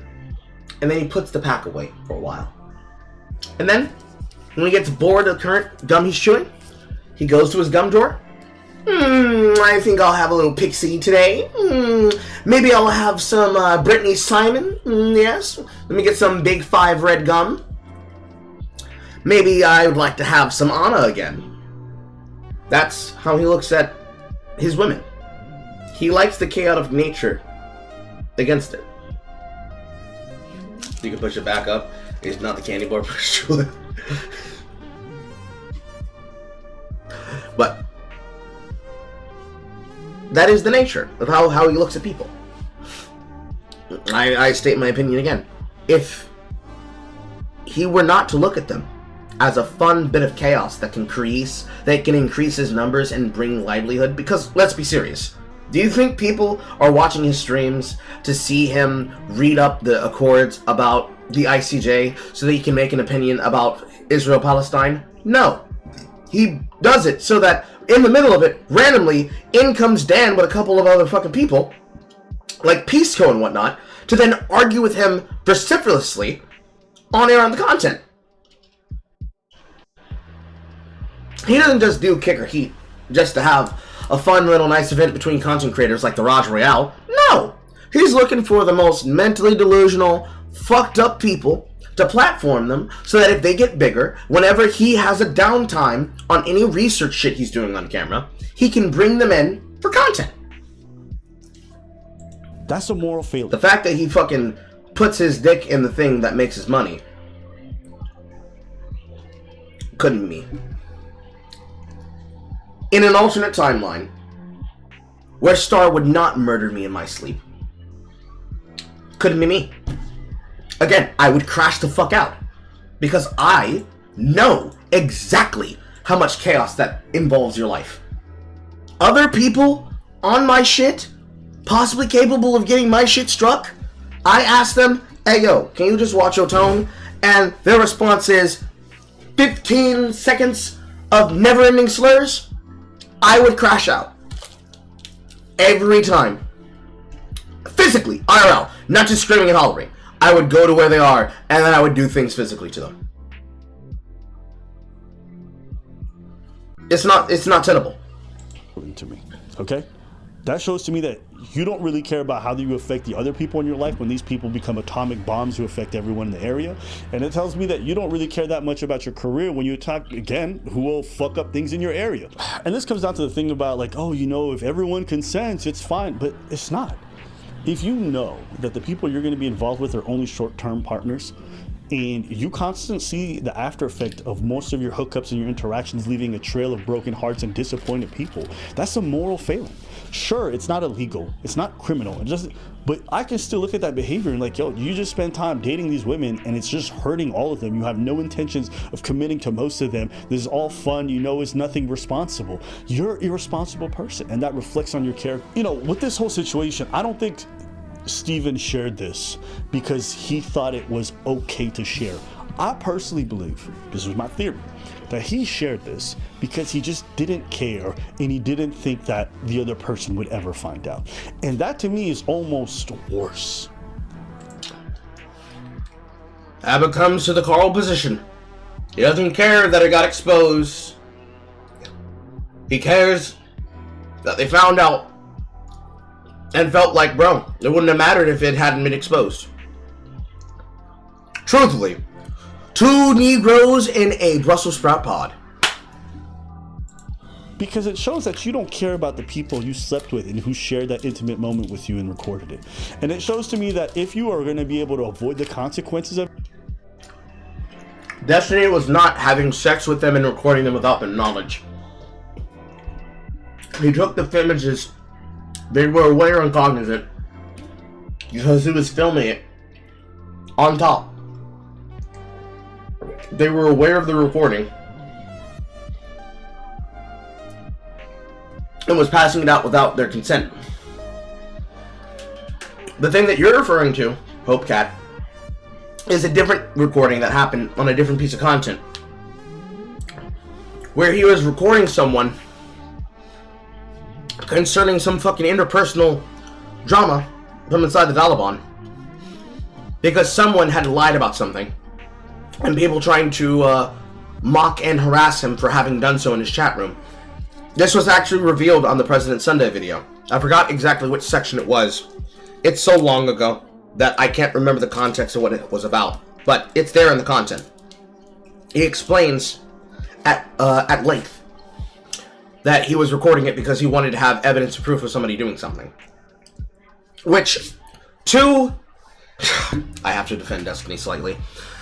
Which, to Destiny's defense, and to every content creator's defense, there are plenty of situations where when you're talking about someone is creating a scenario, and you now need to have evidence to beat the he said, she said. So, let's take into example the friends group that tried to socially police me from being friends with Bass FCZ. If I had kept my recording, there's no need for no he said, she said. I can just show, oh, so you're trying to gaslight people that you weren't gaslighting me? Boom. Here's a 5-hour VOD of exactly what was said and how you spoke and what we were saying in the channels and the slurs that you called me. Oh, single player calls recording people privately. No. For 2 days straight, you motherfuckers tried to gaslight me because I knew that you were lying to my face and you were trying to socially police me. And then when I called you on it, you kept lying to my face and then tried to use a friend that knew me longer than they knew you against me as a weapon because none of you wanted to open your mouth and say anything. You switch up your energy and your behavior within 2 days and decide to construct this entire frequency of behavior where you don't even have the power to get rid of me. You have to convince the streamer friend who's still friends with me and the person who actually owns the server to convince them to kick me out. To the degree in which you're cutting microphones in the middle of the conversation, because anytime I lay into you with a good point and a good explanation for why your behavior doesn't make sense, if you see yourself as an officiate, or you see yourself as a person who's in leadership, why that behavior would inherently rub me the wrong way and lead me to want to record you, because when given the ability to talk straight to me, you would not open your mouth and talk. So, since you won't talk, I don't have to worry about the question of it. I can just show people what you said. The individuals from, I forgot what it's called, the Beast whatever channel, of the League, coal posters, actively trying to antagonize the streamer because you got beaten and or lost or did not like how I performed or were upset that you underperformed versus me. You couldn't be able to speak to me directly to send your hate messages because I had followers on protected to prevent exactly that while playing League. So you set up a 2-week escapade to put together an event where you can try to antagonize me for fun. I go to you and ask you directly to your faces, did you do this with ulterior motives? everybody can see what you did in the event. And then everybody can hear you then admit, oh yes, we did. We had ulterior motives. We ban you for it. Then when we have you, or rather when they try to have me go to them to hear them explain it, and you're begging, please unban me. Why'd you ban me? What, you believe that you're gonna judge us for everyone's kill? Yes! Absolutely! I don't have to worry about it. It's not even a concern. Why would I have to lie? What do I have to hide? There's multiple situations where people will have to do that. No matter fucking what. Because people set this up like it's an honor amongst thieves situation. But it's not. The people in question have no honor. They're willing to do anything and everything possible to remove the benefit of the doubt and then directly lead to life ruination. It is, in fact, the kind of behavior you expect from Fresh and Fit. It's actually the kind of behavior you see from the majority of the Red Pill and the Manosphere, because it's inherently built up on culture of pickup artistry, which is inherently disingenuous.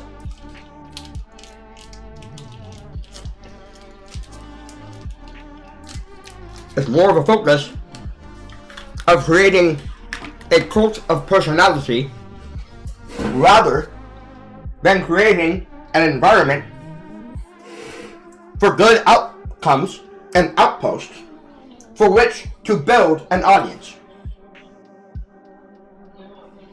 Because why would I, for example, want to include and platform a group of people whose first interaction with me is to treat me poorly and then believe that I should stay in your environment when you were unwilling to hear what I had to say or respect the involvement of such, but then you want to beg for the social connection to have access to me or anyone in my audience.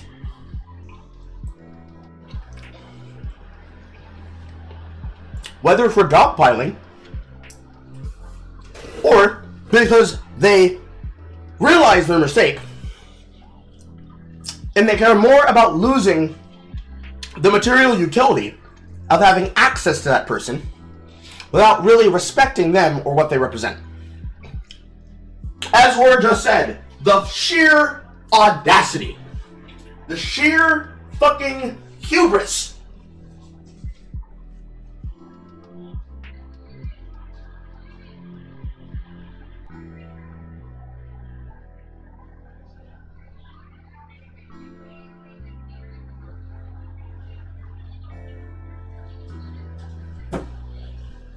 the reason why we have such a culture that is so focused on having receipts to defend yourselves from accusations is because people will frequently lie. Persecution culture, cancel culture, struggle sessions themselves are intended to be public spectacles. Even though it is mocked, we all understand the reason why something like the Notes app apology is so common. The reason it's common is because that is how people have learned that content is to be disseminated. When somebody does something wrong, they do a Notes app apology. They do a Twitter longer. They put together a Google document of everything that has been said and done, with all the details written for whomever, who cares most, to see. It's all the same shit. It's all the same shit. Making recordings of that. They bring out the ukulele. They make recordings. We make recordings. You can make a recording of something that's happening so that in a situation that's high stress, you can be able to capture evidence of shit happening live on camera. And when people have these opinions that may or may not be true, and they come to you and say, single player Carl, I heard that you were crashing out in Once Human because you couldn't take that people didn't like you as a content creator. I'm like, oh really, Once Human? You mean the place where this guy said this dumbass shit about me? And then I put up the example of them saying that I'm lying about my family, that I'm just making it up as an autistic spurg, when it's actually a hit piece connection of 25 different people that do not like the fact that me and 15 other players in that server do not like people that on the day that a new game releases, they can't even take 55 seconds to read the fucking tutorials that they give us, that they're skipping the tutorials and they're lost in the video game? Comparably to the same degree of a League player getting mad that they are losing a match and then they want to throw a shit fit against me. And then when they get confronted with the evidence, they start spurging massively, thinking that they could start saying slurs, but it's not being heard because I've already muted the desktop audio on the live stream, and then I play back the event in question that they're actively trying to gaslight and lie to me about. The reason we have that nature of this kind of bombastic, energetic clapback is because we have a culture full of people that have been taught that being disingenuous is beneficial and lucrative. The grifting, the word that people overuse too goddamn much. The same way they overuse the word autistic. A person breaking something down passionately is not a spurg out, and it's not autism. Saying that they must be spurging out and that they're autistic about something which they're passionate about, oh man, hearing the lawyer have to give a passionate argumentative discussion about why this murderer should go behind bars. Oh man, listen to this lawyer spurging at this guy. All he did was murder 66 people, of which was majority 66% kids. The economy of the attention culture has destroyed the processing centers of most people's minds. Because, again, if it's all drama, then it's just something to watch. They're disconnected from the events, and this is actually a serious problem with making space. They are disinterested, and they are distanced, and thus are disconnected from the emotional weight of what it affects, but want the virality and the access and reach to push out an opinion that is based in probably the most disingenuous conversation, to the point of derailing conversations to put it about something else. To not use examples of my own, Pirate Software. I haven't covered the OnlyFans drama past the Pirate Software crash out because I'm watching it develop and I want to wait for the end of it to happen. Because I'm currently watching it. Right now, Yamato's getting a punishment that comes from the responsibility of his inability to fucking cooperate inside their guild. And it might lead to their guild absolutely fucking dying. But, in the Pirateware crash out, Pirate's being blamed for a call made by Yamato's death. Yamato's death approaches him insincerely and rudely. Pirate nopes the fuck out of it, does not give energy to it, quits.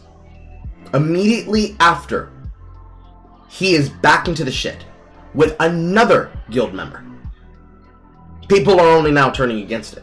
Because since all the content's being produced live and people are watching it happen live on air, the reason why they're only interested in the drama is because the drama gives them the ability to then monetize off of it, to make endless pieces about it. Because people have already done it about Pirate, because he's the bigger content creator. Meanwhile, Yamato's Neff is absolutely imploding their fucking guild. And it's happening live in front of a camera.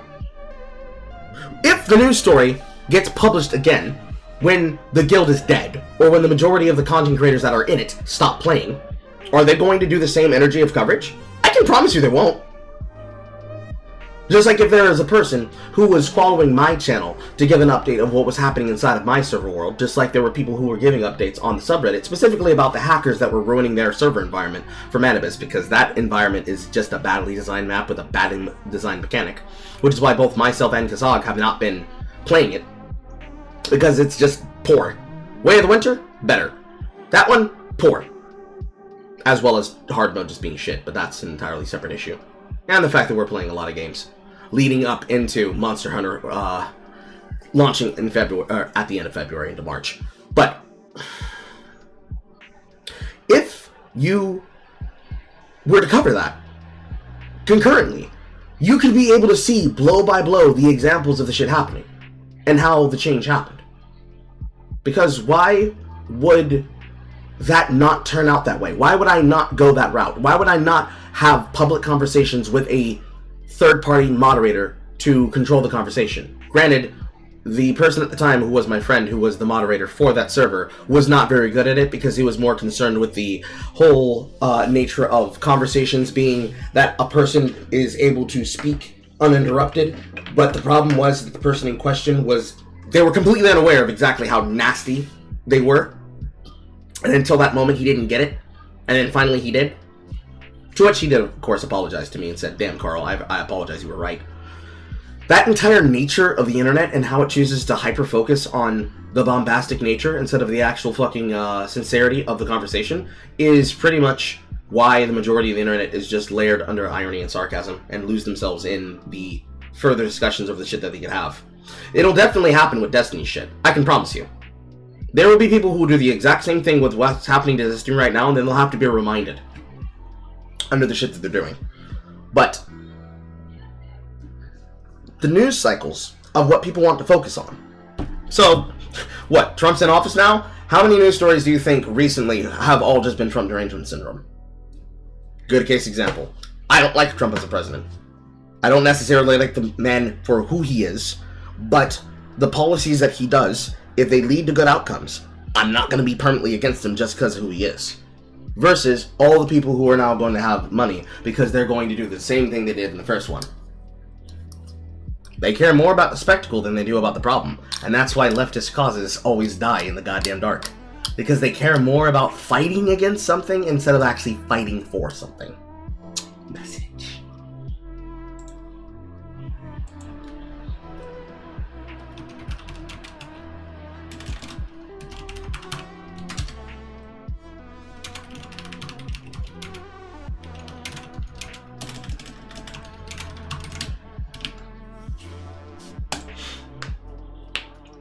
My fingers. My precious little fingies.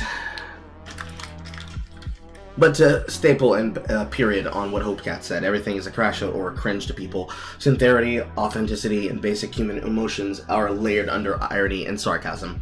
Irony, sarcasm, maudlin nature, and idiosyncraticism, to the degree and direct focus of being irony poisoned. Yes, 100%. Let's finish up here. Of it, you'll say and do things behind closed door that are just unbecoming. And if I'm your friend and I see you do that to your other people that you slept with and you call friends, then I can only imagine that even for me, I might not be safe and I can't trust you. You know, and it's a shame that this came from a hack, but regardless, what it reveals to me personally is like, I could never afford to trust this person with personal stuff that's really close to me or dear to me, because if they think they can get away with it, no one else is gonna find out. They might just share that shit. And Steven might watch this and disagree strongly, but the evidence is not in your favor. And I can't rely on what you're gonna say. I'm gonna rely on your past and your history. And what I see is another more failing where it's like, when no one's watching, you're not doing the right thing. And this is pretty much why everybody wanted to break bread with all the people that were staying or had not yet disassociated, especially Kayla. Erudite's hypothetical line didn't make sense because Abba's position here is exactly the position that other people were saying. You're saying you're going to draw that line there, but he's already done this before to this exact degree and standard, so why stay? Yeah. You can massage it however you want. It's a shitty thing to share a sex tape, but it's not the worst thing. I'm sorry. That's fucking garbage behavior, okay? It just is. Call it a spade. It's garbage behavior. Don't mush it over because you like your favorite streamer. Don't mush it over because you think he's important politically. It's garbage behavior. And like the reason why he's doing it too, it's so he can pillow talk a fucking 19-year-old. I was like, it's not that hard to bag a teenager. Pause. That sounds crazy.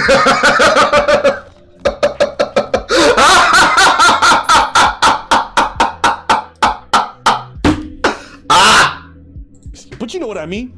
It's not. And you shared like it is such a weird form of like, I don't know what the fuck that shit is. And one thing he said, I think he said something like, that was me a couple years back. I'm on Vyvanse now, which Vyvanse I think is like some kind of drug, ADHD, I don't know. He's like, I'm on Vyvanse now. I'm really just focused on political stuff. I want to stay away from the drama. It's like, I didn't realize they made a, finding God moment for druggies. You know what I'm saying? Like, how some people do a bunch of fuck shit for their whole life, and all of a sudden they go to church once and they're like, I found God. Like it absolves all the bullshit that they've just done. I don't know. It was such a weird way. Like when you're being said that you're doing a bunch of foul shit and you've hurt a bunch of people, and like mentioning the fact that you're on Vyvanse and you're a changed person. It's just like, I don't know. Something about it just seemed off to me.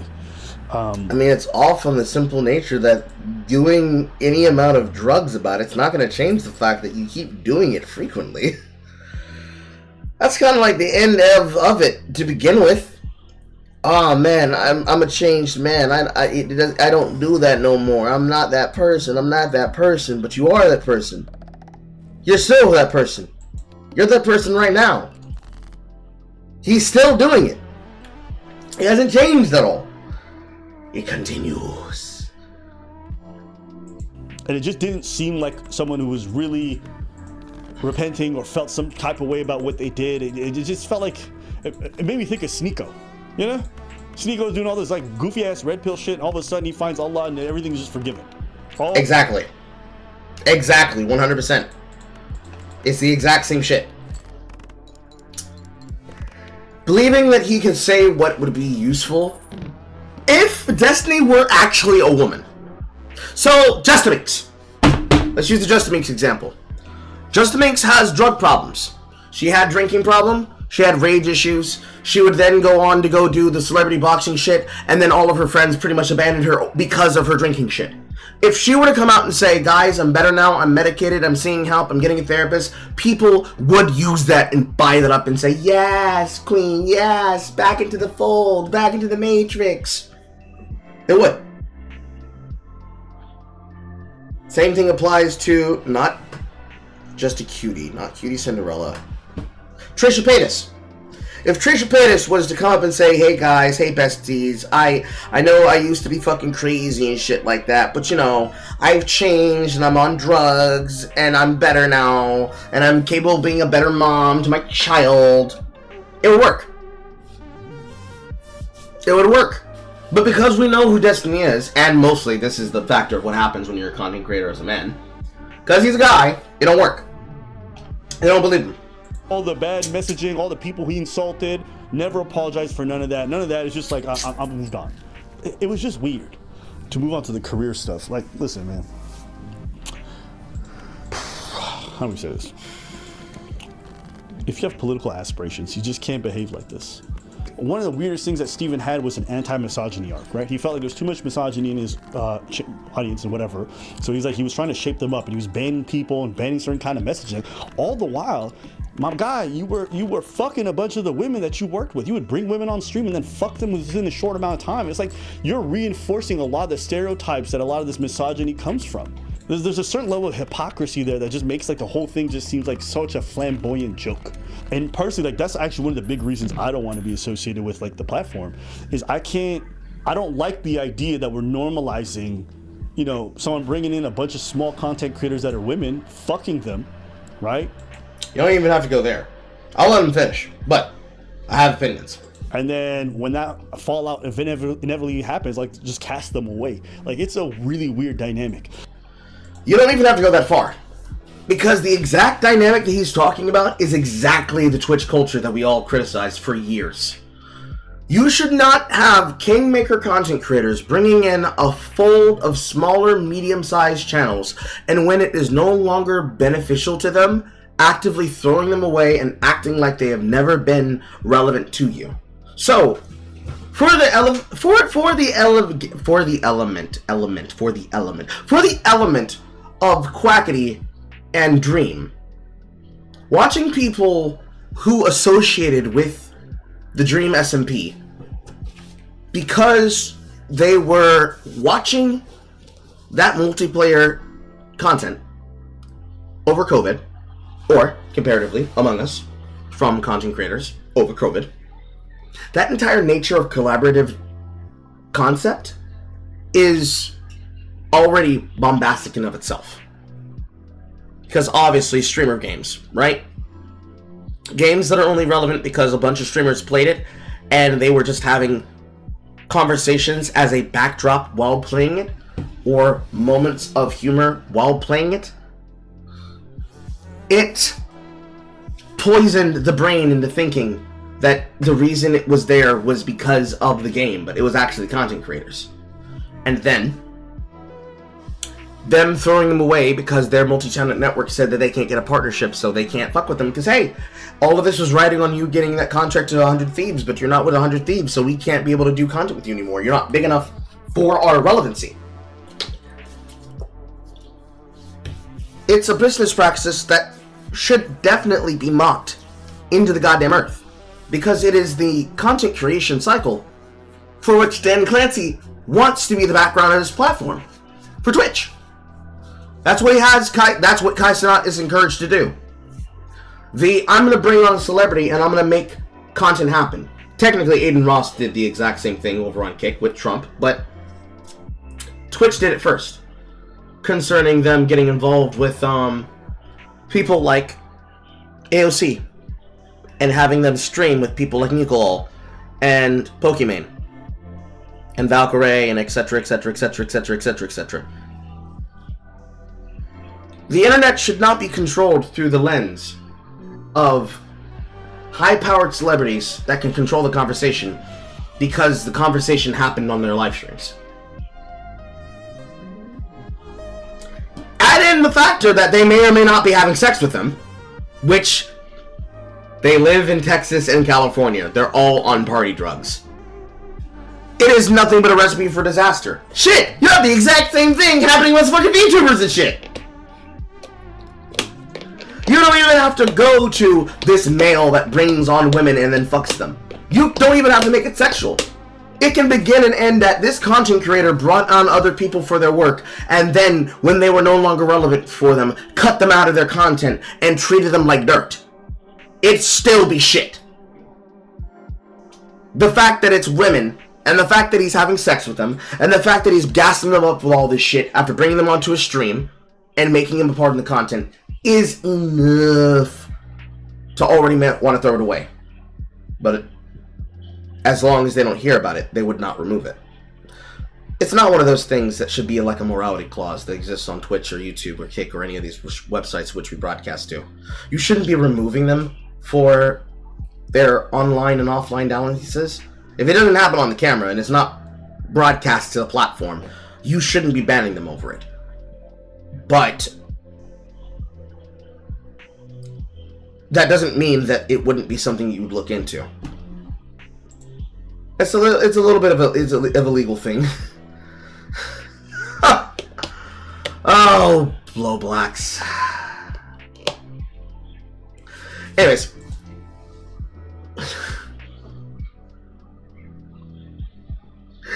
Why did you redact your messages, so? There was nothing wrong with what you said. But, if it was just there, if it just ended there for the take, Destiny's lucky that we don't have a morality clause. Because over something like this, he could just be outright permanently banned from YouTube. And then the prophecy would come true. And I started getting comments from people like, oh, you f***ed this girl in Orbit. And you... Meanwhile, I ain't done shit. But because Steven is just so flagrant with how much he's just gooning it up and he can't keep his dick in his pants and he just wants to be a hedonist, even me being close to that by proximity, I start to, have that reputation. And it's just... I don't want to be associated with that. I'm happy with the fact that I work with women, and I'm happy with the fact that it's professional, and that needs to be a standard that we set for more people, because I hate the idea that I just show up on screen with a woman and it's automatically sex. But can I really be... Well, that's more to do with culture. We'll talk about that at the end. Mad at an audience for thinking that when I hang out with Steven, who literally f***s pretty much everybody he works with. Like, how can I be that mad, right? So... I don't know, there's a lot about the way that he kind of goes about his work and his personal life that makes it very difficult to want to be close to it. And if you notice, most of the people who are gonna choose to stand by him are people who have a lot to lose if they're not with him. I have nothing to gain from being friends with Steven. I've literally had nothing to gain from the moment that we've known each other. Like, don't get me wrong, Steven's done a lot of good things for me personally on the low in terms of behind closed doors and helped me out with certain things. And I'm always going to be appreciative of that. And, you know, in that regards, he's been very stand up for me, and I'm grateful. But professionally, like outside of that, it's been pretty bad. Like, a lot of people want to stop working with me. A lot of people want to complain about the fact, and I never cared about any of it. Why? Because I just like Steven. I saw him as a friend, so I was cool with it. I didn't care if people wanted to stop talking to me. I didn't care if fans got mad. I didn't care if people questioned. It didn't bother me at all. But when he engages in like actual behavior that I think is reprehensible, and I'm like, bro, what are you doing? This is fucking stupid. And his response is, I like to have fun. I don't care. Then it's just got to be a come point where I'm like, all right, then I just got to cut you off because your definition of fun is fucking toxic. You know, and unfortunately, we live in a world where optics matter. How you carry yourself matters. The things you say, the choice of words, the way you carry in your personal life, the way the drama spills out, it matters. And I don't understand how Steven can really say that he wants to be a serious political advocate if he doesn't want to manage his personal life in any way that's serious. Like, why should the DNC involve you in anything that they want when your personal life looks like a fucking train wreck that's going to be bad PR for all of them? Why should anyone want to spend time debating you on these bigger platforms if all you're going to do is bring fucking tarnishing their reputation, right? It's like, if you're serious about this, you should make this sacrifice. And if you can't, then I don't think you really care about the political positions that you claim to care about. Not that deeply. Can't, because you can't put your dick in your pants.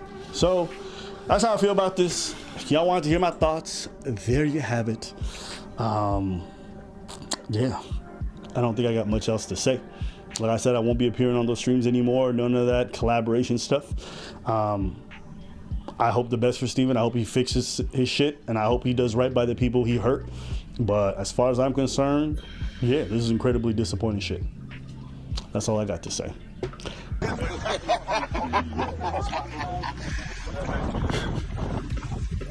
Fucking goes to preach laughing in another country as he's having fun, while Abba has to deal with the fucking fallout of this, like, of the fourth fucking Daliban missile. It's like a ghost! Yeah, this water's crazy clear.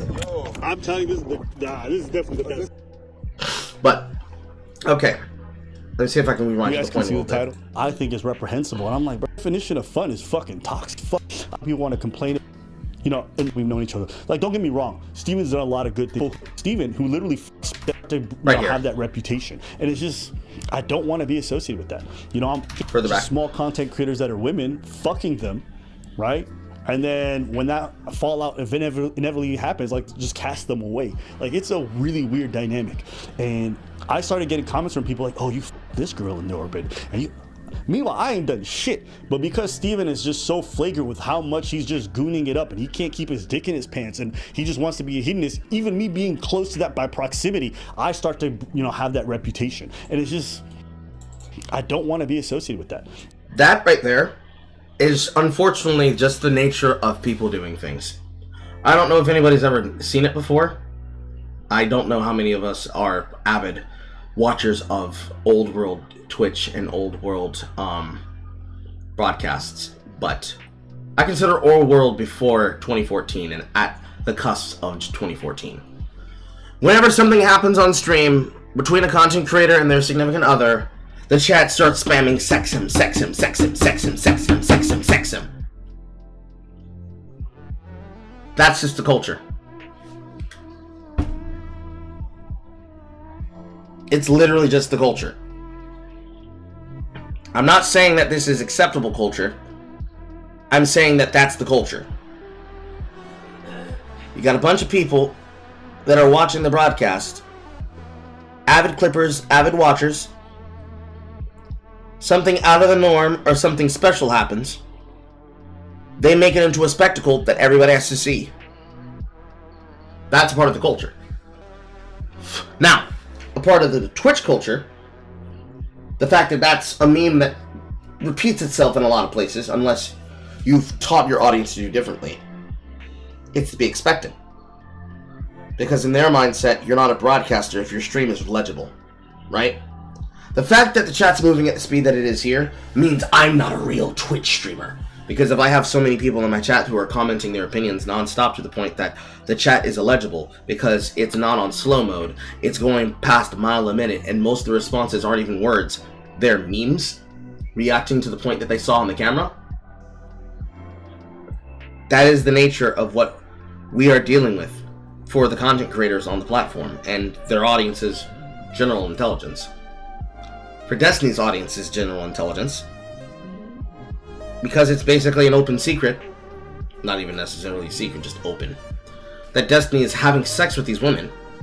It's why before, in mentioning people like Farha, I mentioned them because they come, they go, and they were as infrequent as Brad Jones after he divorced his ex-wife. Deep cut for people who used to watch that guy with the glasses and Stone Gremlin. When he got divorced from his very big busty wife, and for years had just been basically dating, anytime Doug would bring a woman on that he then watched a movie with into his reviews for his channel, or collaborators that he worked with, especially his ex-friend Jake, which I guess they're cool now, if I remember correctly, if I have that the right way around. The one that cucked him by taking his girl. Up until when he finally remarried and got with his new wife, to which they would then bury the hatchet. Every single time he did a car review, he was there with another woman. And it was assumed, oh, Brandon must be fucking them. Because he was. But it's that nature of expectative shit, where people are gonna notice things, right? Like, since I don't hide Star to the point that she, as we made our relationship more concrete, rekindled our old relationship, established the boundaries that work for our protection, for things that don't need to be out there, and things that can't be hidden just simply because the nature of her being around me is going to make it obvious to anybody who's there. If you look at any other old content that does not have her in it, and can compare it to when she is in it, you're going to be able to tell the difference between these two things, right? You're going to tell the difference between these two eras of content. And from when I hinted at it in published videos, every time I invent a new style of presentation for my edited shit, people are going to be able to track the development of me, her, us, and Zulian. Us and Zulian and how my family feels about it. Etc., etc., etc., if they keep watching enough. Not even necessarily from me mentioning things. One half of it is because of shit that will be said in the background. That's ultimately my fault. And I will definitely need to invest into a mute button when that happens. But they will watch and they will just simply take in information and they will retain the information because it happened in front of them. For some people, it's a wholesome moment where they get to see something like that happen. Because it's not always about relationships. That's with anything.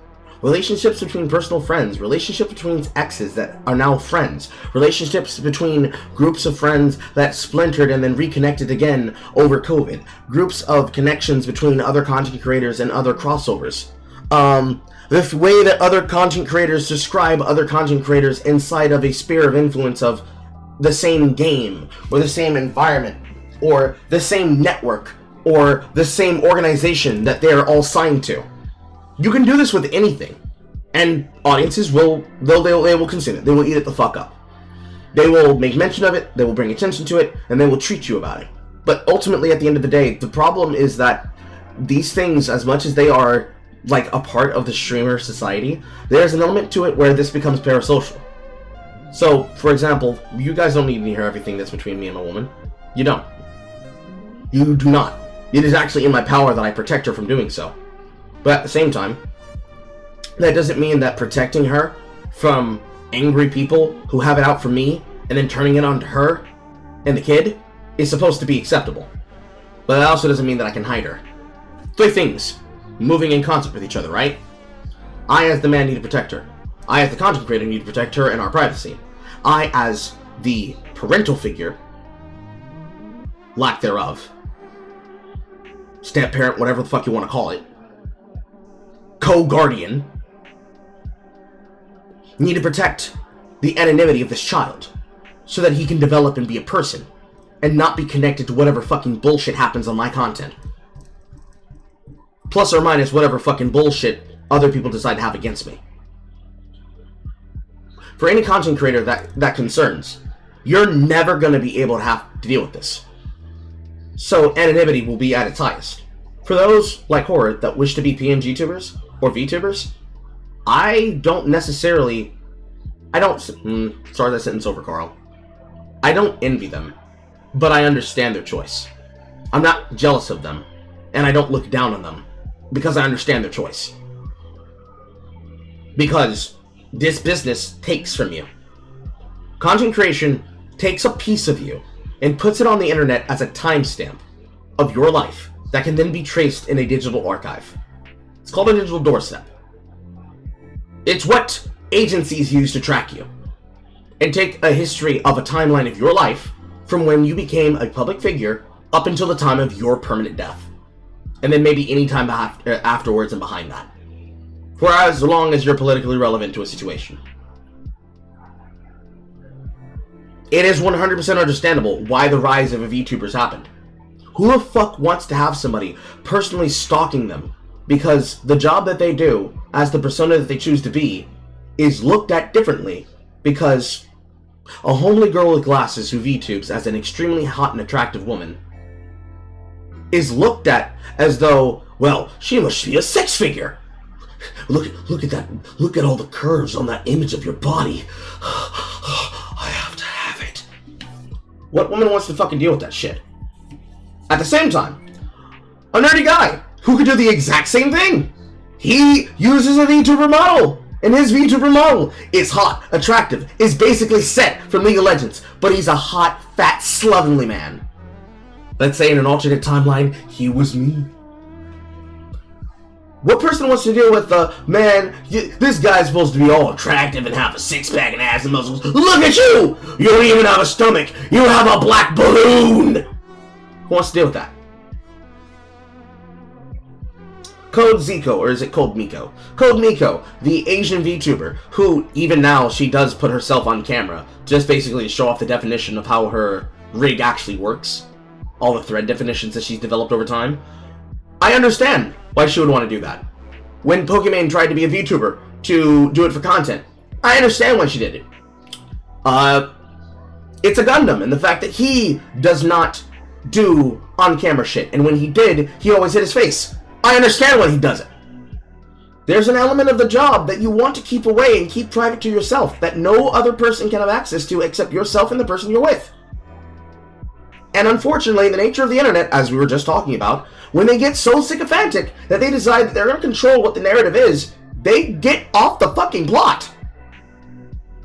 They don't care. Because you're just one of many. They should be able to make connection to the work that you do, and if they like your personality, they can buy a plushie. Ironically, like Mullers and Rags. If they like your content, if they like your personality, if they like what you do, they can be able to support you for it. But that doesn't mean becoming parasocial, and to the point where you're trying to celebrate happy birthday when we did not announce something that was a personal milestone for them with their face covered.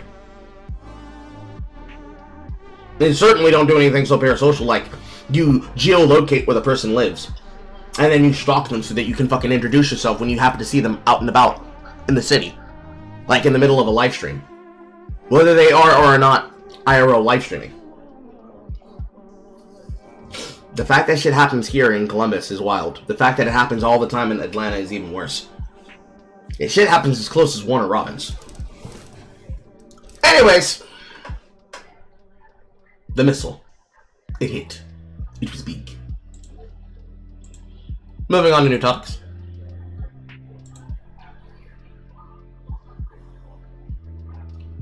Where is this? Where's the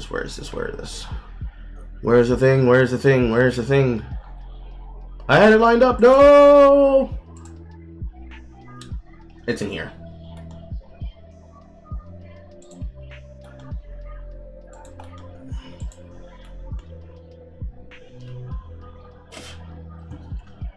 Okay. I'm not sure if anybody's seen the news, But it appears that Captain America Brave New World's gonna be dog shit because Anthony Mackie is saying retarded stuff that I dislike, and I don't like it.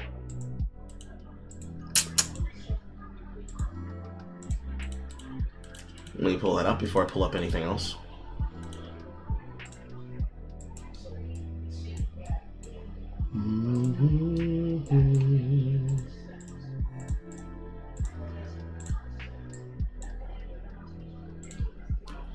Right here.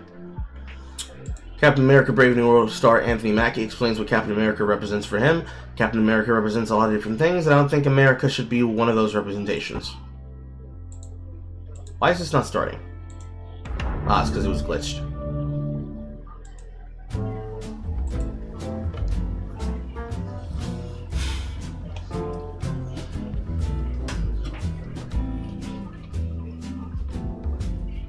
Certainly you're going to play the clip now. For me, Captain America represents a lot of different things, and I don't think the term, America should be one of those representations. Like, it's about a man who keeps his word, who has honor, dignity, and integrity. Someone who is trustworthy and dependable. It's kind of, this is kind of like an aspect of a dream coming true. When I was a kid, all of us as actors, I believe, want to get back to that day before someone told you no. When you look out your door and you see a 5-year-old kid with a stick and he's slaying dragons to save the princess in the tower, that kid really believes there are dragons out there. That stick is really a sword and he's really trying to save that princess. And then one day, somebody told him, no, there are no dragons, that's not a sword, and that princess is not there. And all of his little dreams were dashed. So, as an actor, I feel like our job is to get back to the day where we see that dragon and we slay that dragon to save that princess. And that's kind of what this movie was for me. For me, Captain America represents a lot of different things, and I don't think the term, America should be one of those representations. No offense, but it sounds like some fucking commie gobbledygook. Hello, Dev. I remember Anthony Mackie at Con Bravo, was it 2017? Where he was actively talking about how he would want to watch these fucking films zished up with his own goddamn honey retainer system and alcohol. And I remember when Anthony Mackie understood and had enough of a finger on the pulse of what other people were thinking, that he could be capable of communicating effectively on the topic that he was talking about. Because what the fuck does a kid, having an imagination, have to do with Captain America? Because please tell me that the other side of that clip, if the question on that interview, was not somehow connected to migrants. Because I will fucking laugh my ass off. But, concerning Captain America, why the fuck would you think that it would not involve Captain America when the character's name is Captain America? It's in the fucking name. Sure, he's not Superman, he doesn't stand for truth, justice, and the American way, but the quite literal character of Captain America, or at least the mantle of Captain America, as was held by the character of Steve Rogers, is supposed to be a person with integrity, who's unbreakable. Now, there's some irony that you could probably say exists by the fact that you chose to transfer the mantle not to his friend, the Winter Soldier, but instead to his friend Falcon, thus erasing Falcon, at least in terms of a hero in the timeline, because you're making him hold the mantle of Captain America, because you didn't want to give it to the USA agent, who you then spin off to go into Thunderbolts alongside the rest of the characters that are supposed to be on that superhero team in this new interpretation of the MCU. But that is such a retarded thing to say that I can't believe that it wasn't said by fucking Brie Larson.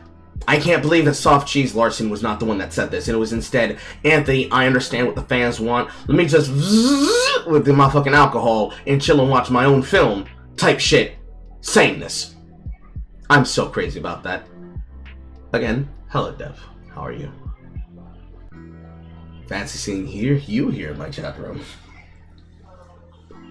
I joke, I kid. No, heck, no Tails kid. no one tells kids to stop pretending until they reach like 13. I think that it's a lot more than just a child being told no up until such age when they're told that they're supposed to have a bit of a hold on the real world. I think the problem is, in that sense, if what you're talking about is childhood and adolescence growing up, Anthony, is that these kids are having kids. Anthony, these 10-year-olds are gangbangers. These 10-year-olds are gangbanging. In both senses of the word. They're out here fucking. They're out here yucking frequently. Because they can't be told no by their parents. Because they think that they're adults. Because they want to be adults. They adultize themselves. It's a lot more to do with that. They don't give a fuck about these fucking cape shit films. They are too busy out here making money on the internet, and then making so much money that they sign with FaZe Clan. And then being around so many women that want them for their money that they end up making mistakes. Signing themselves up in a way for a life that they don't get to live because their life is controlled by the money that they make and the outcomes they can have. I don't think this is it. But let's not just stop at the take from Neology 101. Let's go to what Critical Drinker thinks.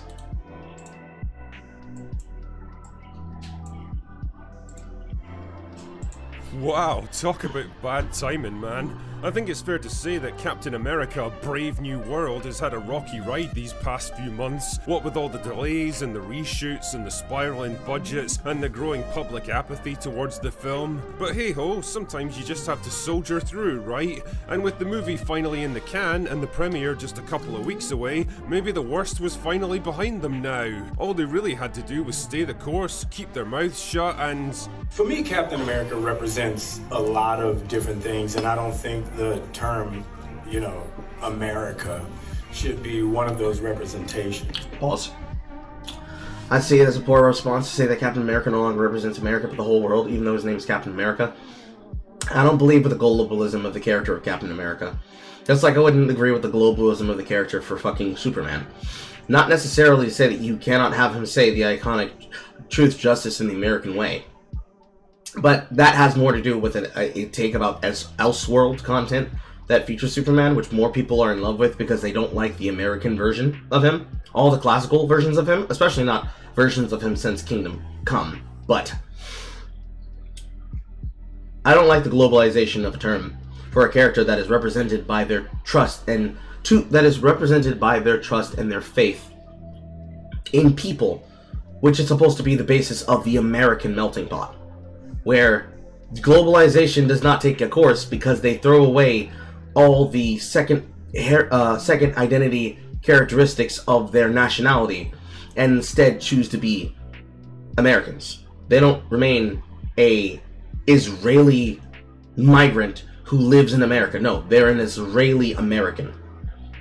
I'm not an African American French mutt that lives in the country and has a healthy distrust of the government because he worked for it, and then also still live in the South, but I claim France. I'm still, at least inherently, a Cajun French American, if not a black American, if you wanted to crush it down to one race.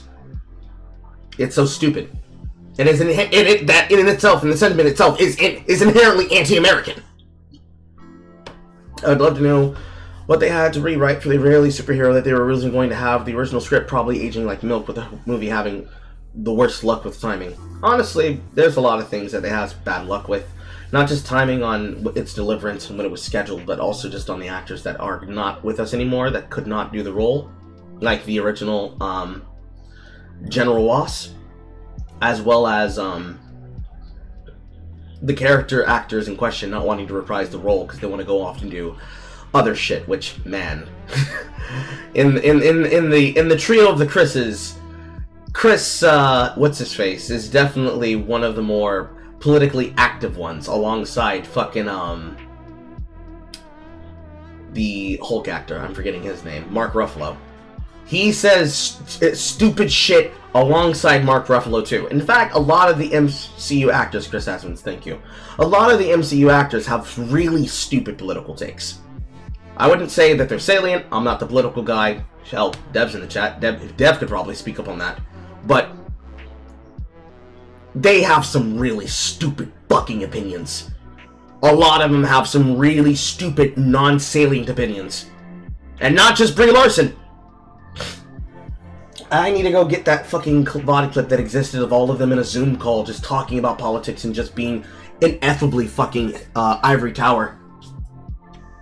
Batinky ways. Oh.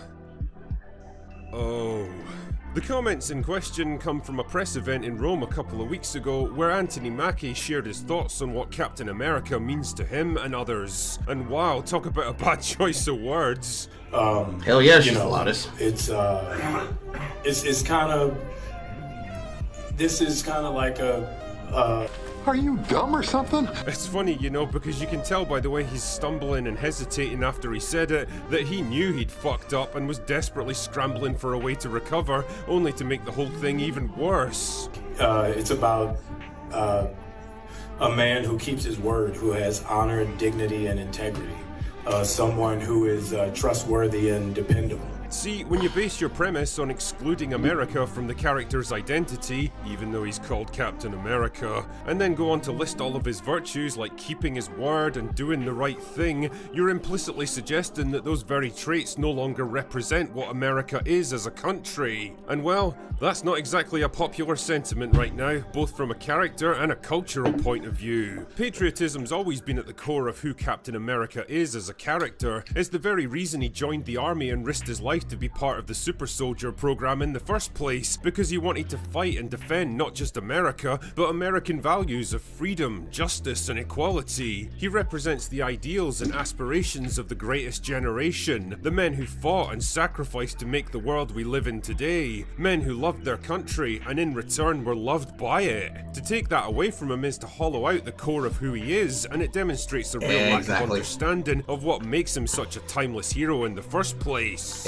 Exactly. The superhero standard, where it's not just about having powers, but having ideals that transcend societal timing to the point that you make them immortal.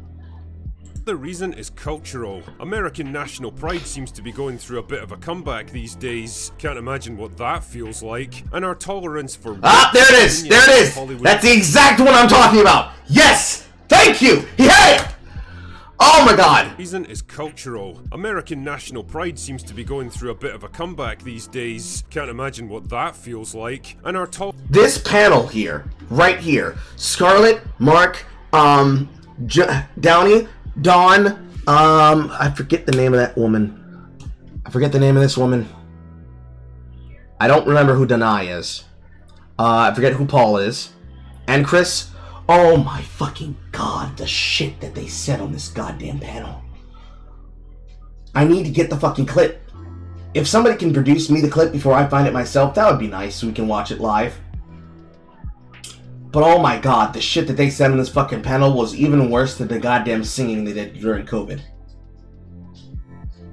Pain. Exorbitant pain.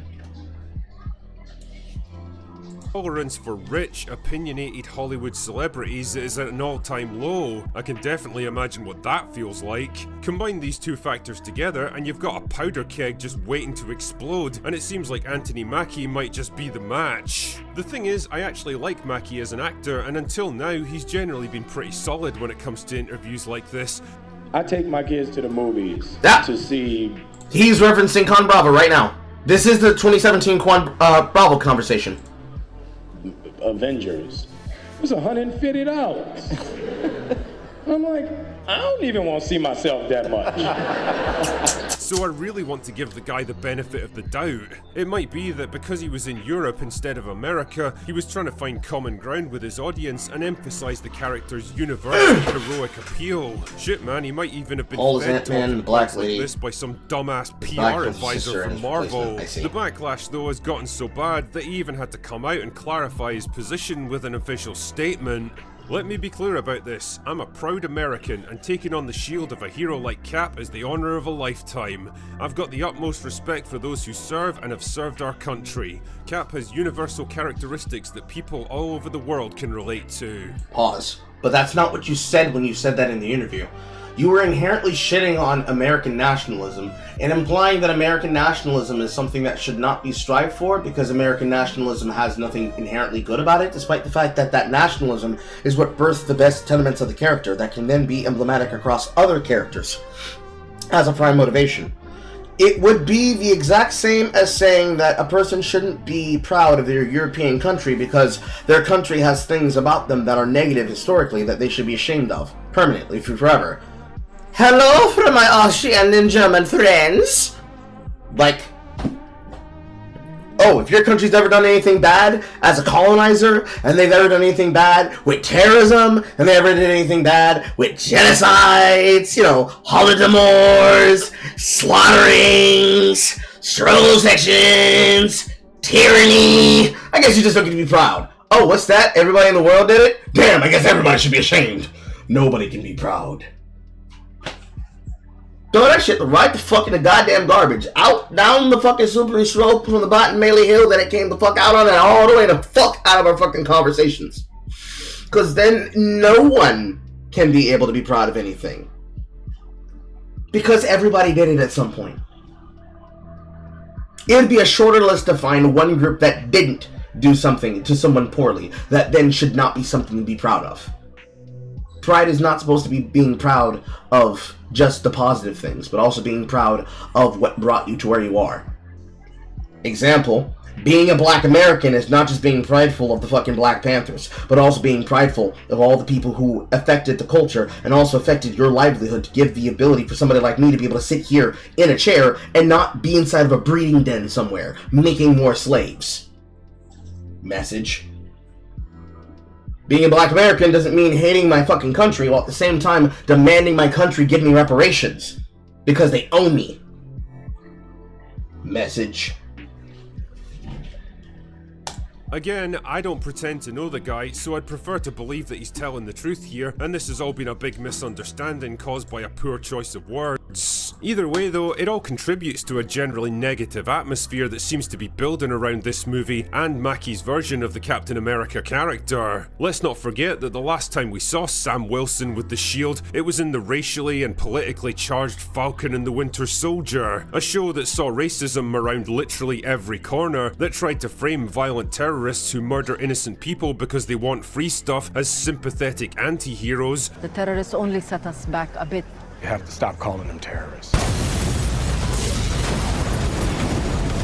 I mean, this girl died trying to stop you. And no one has stopped for 1 second to ask why. And whose genius solution to complex social and political problems requiring years of diplomacy and compromise was... You've gotta do better, Senator. And the thing is, that show didn't even resonate particularly well at the time, when all of this ridiculous stuff was arguably at its peak. But holy shit. It didn't even resound when it was fucking airing, specifically. When it was going through the fucking zeitgeist. Everybody saw that? God. Oh, no. Flashbacks. Oh, no. Jay, why did you make us watch it? Oh my god. Oh, the writing was so horrible! Even when it was going through the zeitgeist. As we were watching it concurrently on all of its releases. Just like we did for She-Hulk, just like we did for WandaVision, just like we probably will again and have done with fucking Interview with the Vampire, as I will put out for my own takes on Agatha all along. Every single time that they make these projects and they just don't resound, they tie them into weird political diatribes that the writers really care a lot about, and ultimately it just makes the project worse. For Falcon and the Winter Soldier, the idea of bringing in Isaiah Bradley as your connection to the Tuskegee Institute, and the obvious use of getting black men to accept tuberculosis as a part of a scientific study to see what would happen to them. Then having him be basically a agent, a plant, one of the many people that has been spoiled with the background of the plot of this film, maybe that wasn't, maybe we shouldn't have done that. Maybe we shouldn't have made the old black guy who got tortured on as an experiment one of the sleeper agents. Perhaps there's a political thing that's happening there. Something that some people who are eagle-eyed know I'm hinting at. Maybe we shouldn't do that. Maybe we shouldn't write that. Maybe we shouldn't make the curly-haired, affably brown girl seem as though she's a relatable person that people should want to sleep with, and not a disavowed, crazy, manipulative terrorist / super soldier. Far beyond the fucking story implications of having super soldier serum agent out there in the wild again because people don't know how to write the story. It's all bad. It's all bad. It all goes to a bad place. It makes me feel bad. My soul hurts. Shit, man, have things changed since then? Americans have gotten a bit tired of being told that their country sucks by elitist pricks who only exist because of the very privilege it provides, and for a lot of MCU fans, Sam Wilson kind of represents that cynical, anti-patriotic, anti-American era of Marvel filmmaking. Someone who was literally handed the achievements of a guy who fought and sacrificed more than he ever did, and then had the brass neck to complain about it afterwards. He is friend-shaped. I'm something shaped. First time that Audio's played. I also too miss 2010 cinema. I miss films that are fucking outright boo movies directed by people like Michael Jai White. That's just him and his karate friends in the MMA world just getting together and just recording something because they're bored as shit and he wants to make a product. Did Sam Wilson ever take the serum, or is he just still normal to do with mechanical wings? No, he's a normal to do with mechanical wings. So when you see some of the shit that he's going to be doing with Red Hulk in that film, remember, he's not a super soldier. He's taking Red Hulk fists, and he is blocking with a shield, and not immediately buckling and breaking his knees from the kinetic impact surging through his body. It's really dumb! That's why I was agonizing as I was remembering the plot points of that series.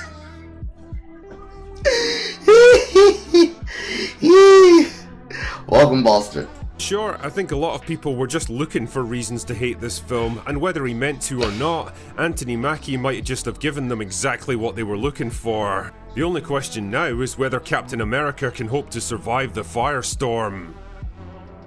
Anyway, that's all I've got for today. Go away now. They're ruining films. Still. They're still bad. It still sucks. It hurts. It still hurts. It hurts me to think. It hurts me to know. Agony. Agony. Agony and agony.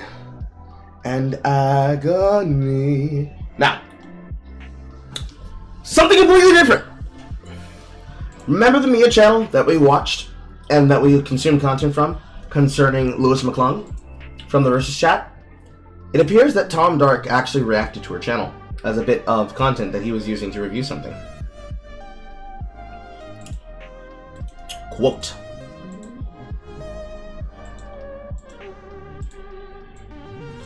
Tom Dark reacted to my channel, dear lord, positive. Although his fans are pretty mean, I am happy to at least that he agreed with what I said, but as just a reminder, it is a terrible video not because I was unprepared without a script, but because I was extremely nervous and had zero equipment. I know these people who commented won't see this, but yeah, please don't be mean. It was my first time speaking on camera. Anyways, video's coming out Friday. And then the video in question, which was on Dream and Tommy Internet. The chills I got when... The way that this girl speaks still aggravates some of you, but unfortunately, we're going to consume this content.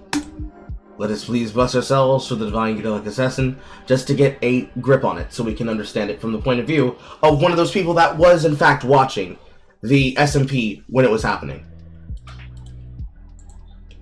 The chills I got when watching this era of Dream SMP was truly something different. waking up every day to a new stream, either from Dream, Tommy, Quackity, Tubbo, literally anyone who streamed on the server. If you were a Dream SMP fan, you knew how happy and well-fed we were during. I know, Horror. I know. It's on 1.5. It's okay. I know. You're gonna be a boring stiff here with your overdone opinion, but the whole Marvel shit should have ended with Endgame. No. Many people agree with you, Buster. Many people agree with you, actually. Phase 1, Phase 3 is the MCU. Anything that happened after Phase 3 is a further continuance of something that should have long since been contained to a single continuity. Because it's the consequence of what happens when you have intellectual property permanently spinning and bouncing back and forth between the hands of different proprietaries because they want to add in more and more characters. Because when you think about it, actors that usually only are seen in bit parts on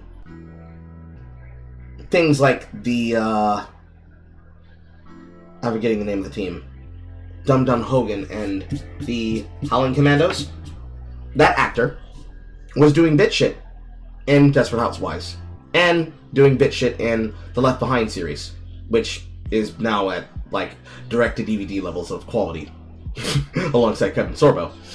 And then of course he was the general character that represented Gunn for Sonic 1. But at the same time, actors like Mark Cole show up as Power Man / Luke Cage for the MCU, at least in terms of the Netflix era. Spinning off different proprietary things into different corners to focus on different level events. Streaming service content focusing on street level heroes. Digital streaming service only content working on heroes that are inside the universe of the MCU, but may or may not have an outing in the MCU until they then come to the screen, from where their home series establishes them as a soft boot, rather than putting all their faith, the way that they did originally with Inhumans, in premiering it as a movie, and then it bombs, so they then make it into a live stream / live television event alongside Agents of S.H.I.E.L.D., their television content that gives you the background of what's happening on the superhero agency side of things. That level of content, and then keeping the cosmic level world-ending threat events to the team-up films, there's a world where you can make that work. But the moment you went past Phase 3, with all the characters having a send-off, and not just continuing to show things happening in the world without having multiple spin-offs and multiple extra characters and multiple characters that are meant to hold the mantle, giving basically an update about the timeline, there's no story. Because Thanos is what held everything together and gave them an actual, quote, endgame to work towards. Then the constant incapability of sticking on schedule. You fucked up your release with Kang because you wanted to believe a white woman that spoke wrong against Jonathan Majors. So now you have to restructure everything because you wanted to fire Majors on the spot. Then you bring back in one of your actors that was supposed to be retiring to play a variant of a character. And now one of your other actors who just did a different variant of that character as the background of Loki to become Loki, God of Stories, who now is the nexus that holds together the timeline of your sacred timeline, or the multiple multiverses he literally holds in his hand as a representation of the Tree of Yggdrasil. You have too many fucking things happening that are inconsistent. You start off from doomed footing because you're not confident in what you're writing. And then, with what you're choosing to put on the screen in the middle periods, oh, the Marvel television shows. The only good one was maybe the ones that had nothing to do with any hero that currently exists. Werewolf by Night, perfect. Fight me. IRL, literally. But no, things that had nothing to do with with any hero that's currently on the marketplace that was featured under fucking television? The Werewolf by Night series, from which Moon Knight is supposed to originate as a character, but instead they decided to go with the bullshit version that they did. That character? That franchise? That's possible, because at least whatever's happening in it, I have no emotional connection to, so I can enjoy it as a piece of medium, instead of having to look at it and overanalyze it because of all these other connections that you already had to all these other characters, which is where the rot's coming from. The timeline of events that went from Iron Man 1 to Endgame all follows a connectivity of all of these tie-ins, and then maybe Daredevil Born Again. We'll have to see what happens there. I want to see them do it right, because I've been hearing and I've been seeing too much bullshit about that. That'll be at a later date, as well as the Fantastic Four shit. Later date. But all of that bullshit that came from the Netflix series of Street Level Heroes, the Marvel TV, what's happening inside the world of the MCU era shows, of which She-Hulk is probably one of the worst, because yes, her character basically being female Deadpool, where she's smuggling to the comic book panel, is supposed to be a bit, but when you have this woman jumping into the medium of Disney Plus so that she and her writers can bitch about the structure of their show, instead of just making the show that they claim that they wanted to make, I want to break my teeth on a stone. It's worse than pulling teeth. I would rather someone kick my teeth. I'd rather somebody make me bite the curb. It's anti-television. It's anti-watching. At least with Interview with the Vampire, and with the Mayfair witches, dragging in getting her goddamn name, Alexander Daddario, and also dragging in horrible interpretations of these characters that have been race swapped so that you can have Louis be a black man. I would rather watch Interview with the Vampire with Jay, because at least then it's dog shit that is a guilty pleasure to watch, just simply because when they actually can gag the two of us, then we can be entertained. But these are popular characters that people care about. Ain't nobody! Well, no, I shouldn't say that. There are very few people that are gonna fight you and also put stake into what you're, they're gonna put stake into those interpretations of those characters. I don't have to care about Jake the Dog's actor being crashed out on by a black vampire having an exceptional Negro N-word moment, but watching a character like She-Hulk just basically embarrass herself and also embarrass Deadpool for the sake of a fucking sex joke, to have him do a reverse slut walk, ruining the representation of the Asgardian Wrecking Crew, making a bullshit writing stance about intelligentsia basically being an offshoot of subreddit. Not even to mention the shit the y'all motherfuckers did to the Marvels. Oh my god.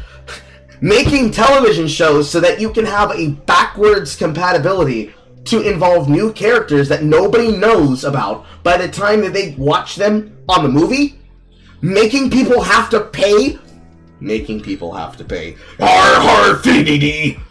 Making people have to pay in order to keep up with what's happening in your movies? Cash grab doesn't quite describe it.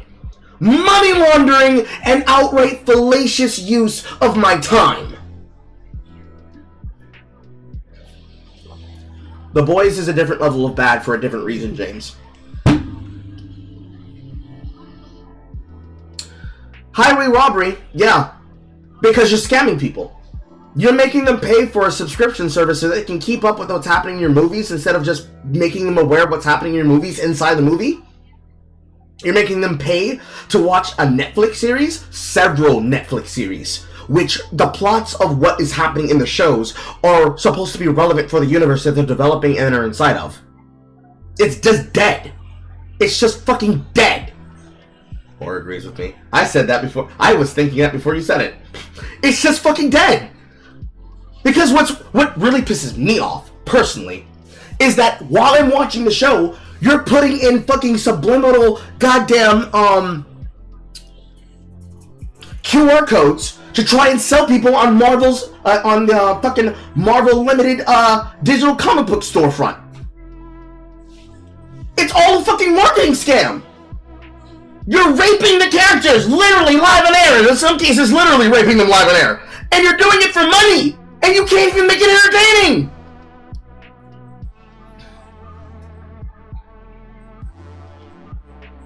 Again, Hurley, a bit off topic, but I guess in the same vein.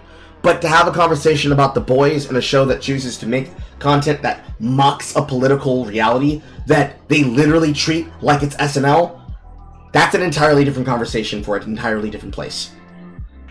If you want to try and tie it into the conversation, it has relevance in the sense that they are doing something comparable. But the way that Disney is raping their own material, and other people's thereof that they're buying up with their money, especially since Foxman is now on the table, then it's comparable. But we're talking about levels of bad that you cannot be able to truly get to. When we need to talk about Amazon Video, we'll talk about Amazon Video. This is not the time. Point is, Marvel's killing themselves dead, and are killing their heroes dead. They only need to make the movies, and make them good. It's okay, Foster. They only need to make the movies and make the characters good. And then find a way to tie the movie versions of these characters in their own contained stories, while also reinvigorating people to buy comic books. If not physically, digitally. And they can't do it, because people don't care about the comics. That's why they keep dying. A comic book store that's going to become full of Funko Pops will be coming to a storefront or an already dying mall near you. Back to the video. During COVID, as well as Manhunt, because assuming if you were watching Dream SMP, you are also tuning into the live premieres of Manhunt. So imagine my surprise opening up Twitter, and the first thing I see is Dream SMP trending. Volume is now at 250. Change your headphones accordingly. I haven't seen this since Gumball and Dream got into that weird fight. Before I start this video, I just want to say thank you for almost 6,000 subscribers. That is genuinely insane. I literally started this because I quit my job because I was so sick and tired of it. And this year is my last year of college, so I was like, you know what, to fill in my time, let me just do YouTube as like a fun hobby. And then that happened. I was like, whoa, thank you so much for almost 6,000 followers. Let's see if we can get to 10,000 in 1 hour. But thank you. Continue enjoying the video. Bye. I just want to show you this picture that Miss Kiff posted. I truly think it's really funny. Let me take you back to a time where no one was interacting with anyone other than through that little screen called a phone or a PC or a TV. Literally any electronic we used to communicate with other people, because this was one of the most isolating times ever. During this time, streamers and YouTubers alike benefited from this because everyone's at home. No one has anything to do. So what are we gonna do? We're gonna watch people do stuff. And Minecraft was also popping off at the time. So Dream, he was like, let me take advantage of this.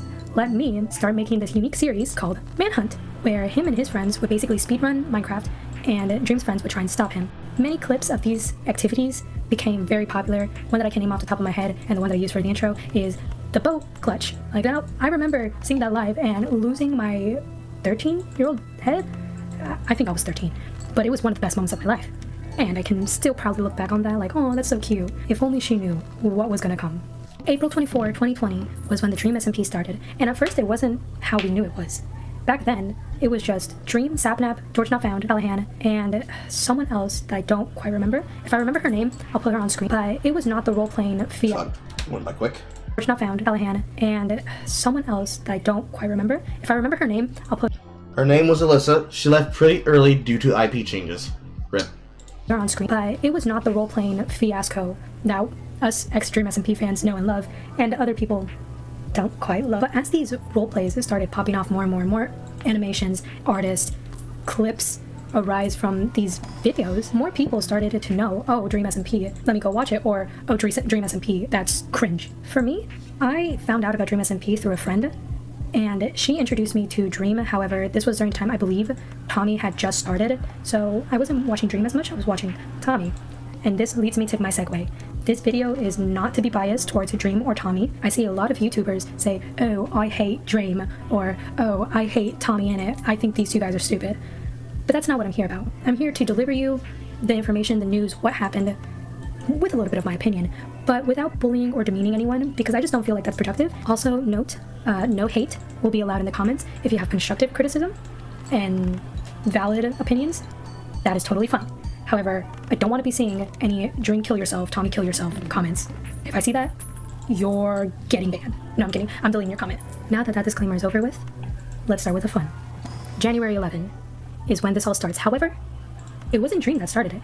It was actually Tommy. Through a clip of his podcast, Jack Manifold, a person that used to play on the Dream SMP and now a good friend of Tommy in it, has asked him a question. A very dumb one in my opinion. I feel like maybe we shouldn't be doing that. Right, the worst person I met award. Oh, for me, it's so easy. Go on, Ms. Giff. Piss me off the twat. Just the way you just barely even met him. You just, he just wouldn't hear him for a bit. Oh, have you ever just hated someone based off nothing? Oh, yeah. Yeah. Oh, yeah. But you know, for the content, I guess. So when Jack Manifold asks, worst person award, and Tommy says Miss Giff, Miss Giff tweets, "You're British." That's not British, but he tweets that. And then Miss Giff goes on live to say this. Because what a coincidence. When I was talking to Tommy in it, he was probably one of the most insufferable people that I've ever talked to in my fucking life. And here's that example of that fucking high school level bullshit I was talking about. I'm happy that when I was this age, I was not like this.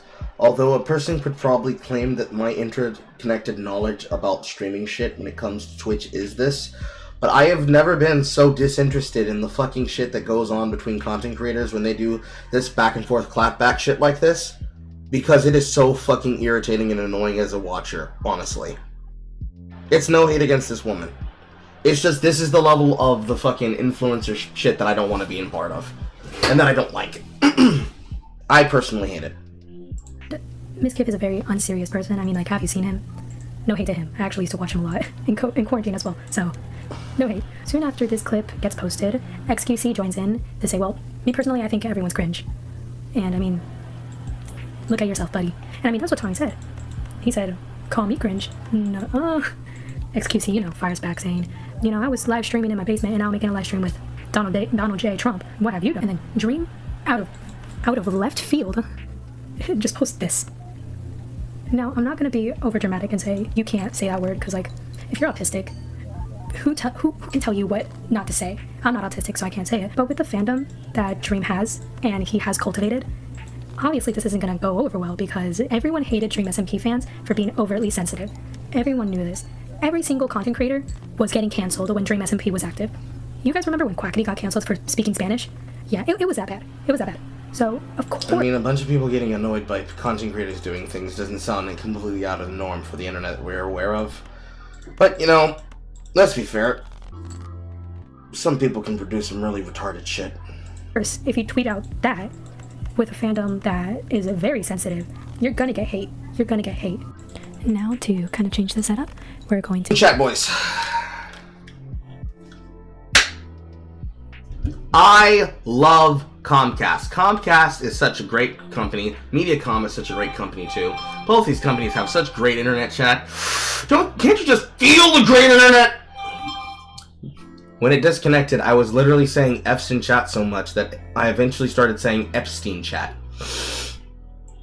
I love my internet provider. I love him so much. Alright, from the last message that I saw before. Can one call this a weird extension of internet blood sports? You are actually correct, Bolster. This level of internet blood sports is a level of internet blood sports that is fake and gay. So, Horror can agree or disagree with me on this. There are levels to this shit.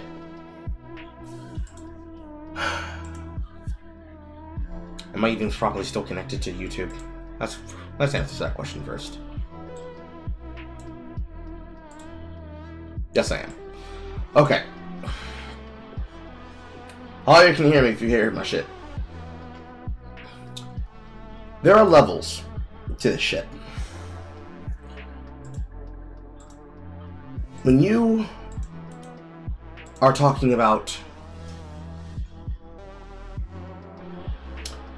the work that a content creator could do as like a panelist, Destiny style panelist, the way that you can choose to cover that work and talk about that shit will usually come across having mean words with another person, right? Throwing insults back and forth. Treating the person like dog shit. My knees. Treating the person like dog shit. Throwing insults back and forth. Calling them out of their name. Bringing up personal shit between them and other people that you're associated with. Any of the spice that comes from the hot bants that are had in the middle of that discussion, that's internet blood sports. Large content creators and influencers across the internet that are making fun of each other, but by making fun of each other, they're also making money off the interaction.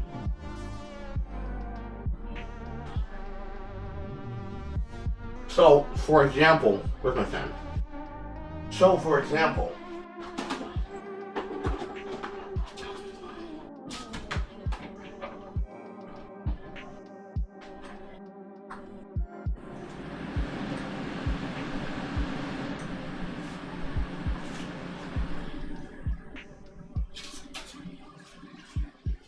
turning the fan on.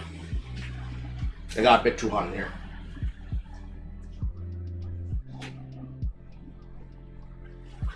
For example,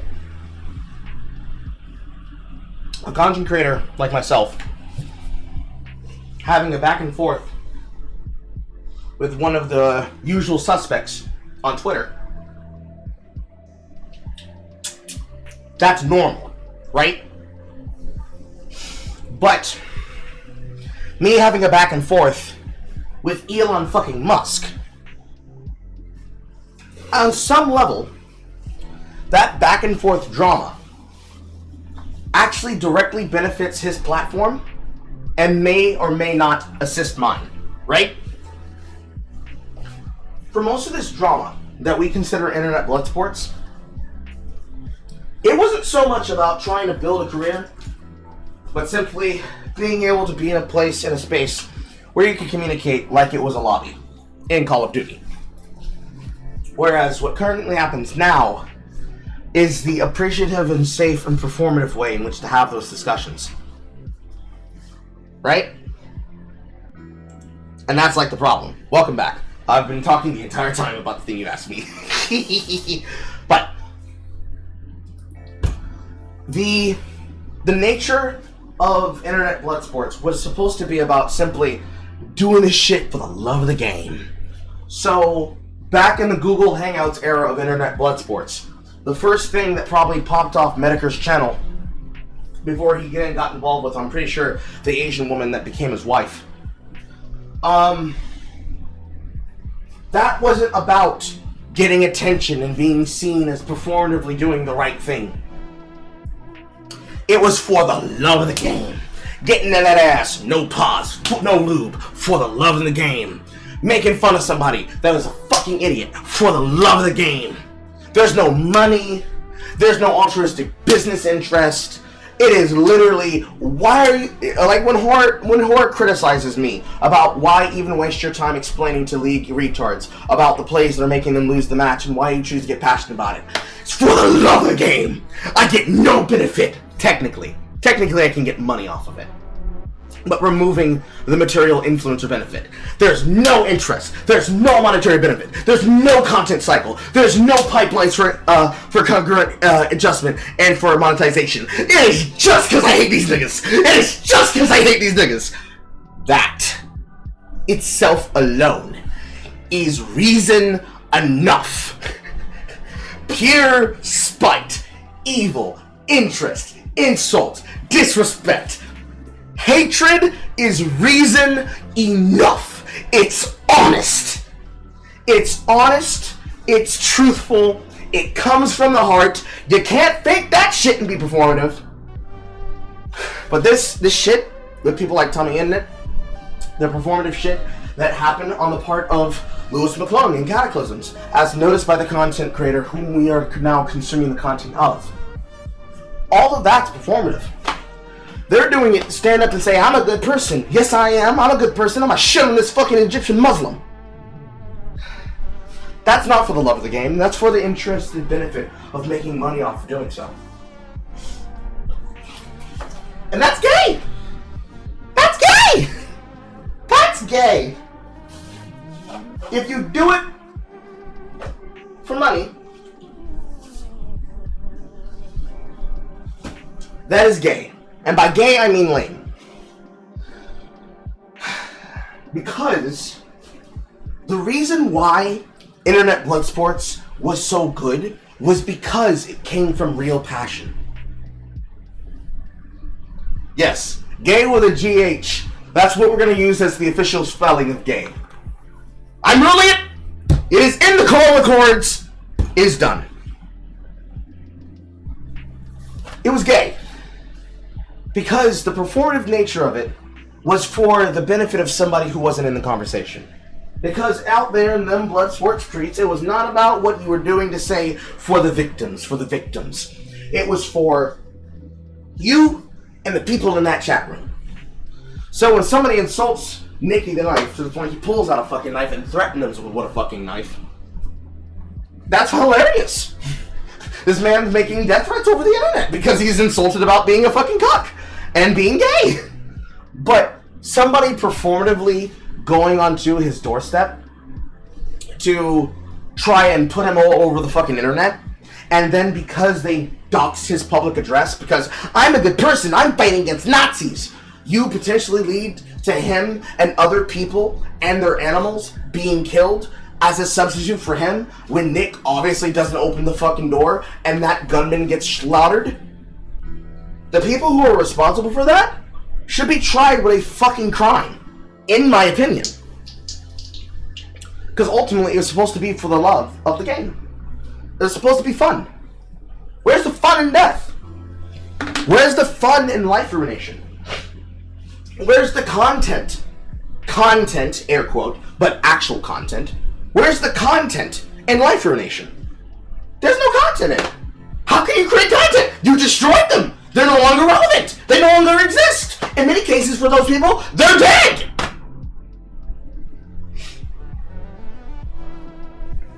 We're always living in the timeline of TV off. All these motherfuckers ever wanted was to get that content, and that the cycle would continue. And unfortunately, they cannot get that. Because the people in question that say that they want it, they want a version that isn't that. They want a version of blood sports that isn't blood sports. Mostly because of the harassment claims, like I explained the last time I talked about it. It's so fucking, it's so fucking performative now. All of it is performative. Anyways, back to it. Hopefully the internet doesn't die again. Tweets, mostly all of that. This was what he posted on Reddit Dream. He says, generally still confused on what the rules are, honestly not trying to be obtuse, multiple people go viral for calling me the R word, and everyone explains that it's okay because they're neurodivergent. So then when I see a meme that uses it and post it and get absolutely dropped for it, obviously it's the internet being disingenuous, but that doesn't completely invalidate anyone that might be upset by it. Most people calling me ableist for using it are the same people that lit off fireworks when Nicholas Cantu, Gumball's voice actor, was a slur/slinger. To add some context to this, during November 2023, Nicholas Cantu responded to a fake Dream account saying that, bro, when you're an actual pedophile, you can't joke about being a pedophile. This was obviously in response to a fake Dream account, but then the real Dream responded saying, you're replying to a fake account, I'm not a pedophile no matter how much you joke, but you are a terrible human. You physically assaulted me, said the N-word and other slurs, verbally berated a Uber driver saying that's why I'm a famous movie star and you're an Uber driver, and they were just trying to help you not get arrested, calling them the R slur and saying your IQ is among geniuses and making racist remarks towards them. Then you apologized in Twitter DM to me because you were drunk and high. You should never treat anyone like that regardless of circumstances. Crazy how the voice actor from Dora the Explorer, Gumball, Teenage Mutant Ninja Turtles is being a racist and replying to fake Dream accounts in his free time, photo in case he deletes. And then Dream posts this. And it's basically just 2 minute and 13 second video of Nicholas Cantu being very disgusting towards this Uber driver.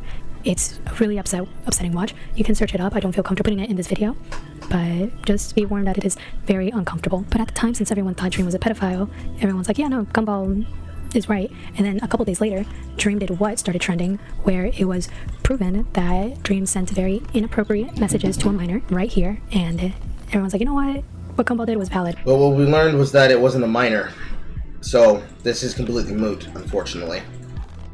Like, I'm glad Gumball beat him up. And then all of this was proven false when Dream released his The Truth video. So that's what he means by this. It's either okay or it's not okay. The double standards are infuriating. I have my own reasons for not having a problem with Tommy going around and being the internet police, and was expecting to get a lot of stuff for going after poor Tommy that lies about me constantly. But obviously I had no intentions in attacking every Dream SMP fan or being an ableist. It was a dig at Tommy fans because somehow the worst of the ex-Dream SMP stands have congregated all to make up lies and stuff about other creators. And Tommy feeds right into it to promote his Patreon, shows, books, or whatever else he's currently promoting because he has absolutely no backbone. Either way, my lesson from this is that Twitter is somehow even less reasonable than I thought in the first place. Oh, and don't use the R word under any circumstances, even if you see a funny meme and you're autistic. Check. Lesson learned. Hopefully I can be forgiven. Back to coding, which I think is a little funny because there's not even one I'm sorry here, but I digress. Once Dream deleted that Reddit, he went on live for a Detective Dream stream. Now, me and Dream, we both live in the same state. We both live in Florida, and I very much remember it was like 2 a.m. I just got off of playing Elden Ring, and before I went to bed, I went to go check my notifications, and I saw this, and I was like, oh my god, let me tune in, and I regret it, and I think Dream shouldn't have done this because I'm pretty sure he was sleep deprived, because he only made one good point, which is that please stop calling Dream a pedophile, because he's not. I agree on that. Pause. We know from having done Lewis coverage that in this live stream, on the things in which he was talking about, many of them were jokes. So his rant about having them under NDA was a joke. About how he's malicious and evil and actually a Machiavellian villain that couldn't be stopped and was a terrorist of the internet. That was all jokes. Lewis, fuck the pooch on that. She is fucking the pooch on this as well. She's allowed to be entitled to her opinion that Dream should not have made his Truth Exposed video, but ultimately he should also have the right to be able to defend himself. Saying that he can't, or claiming that he shouldn't have done so for his image, would then mean that he would be damned if he does, if he damned if he doesn't.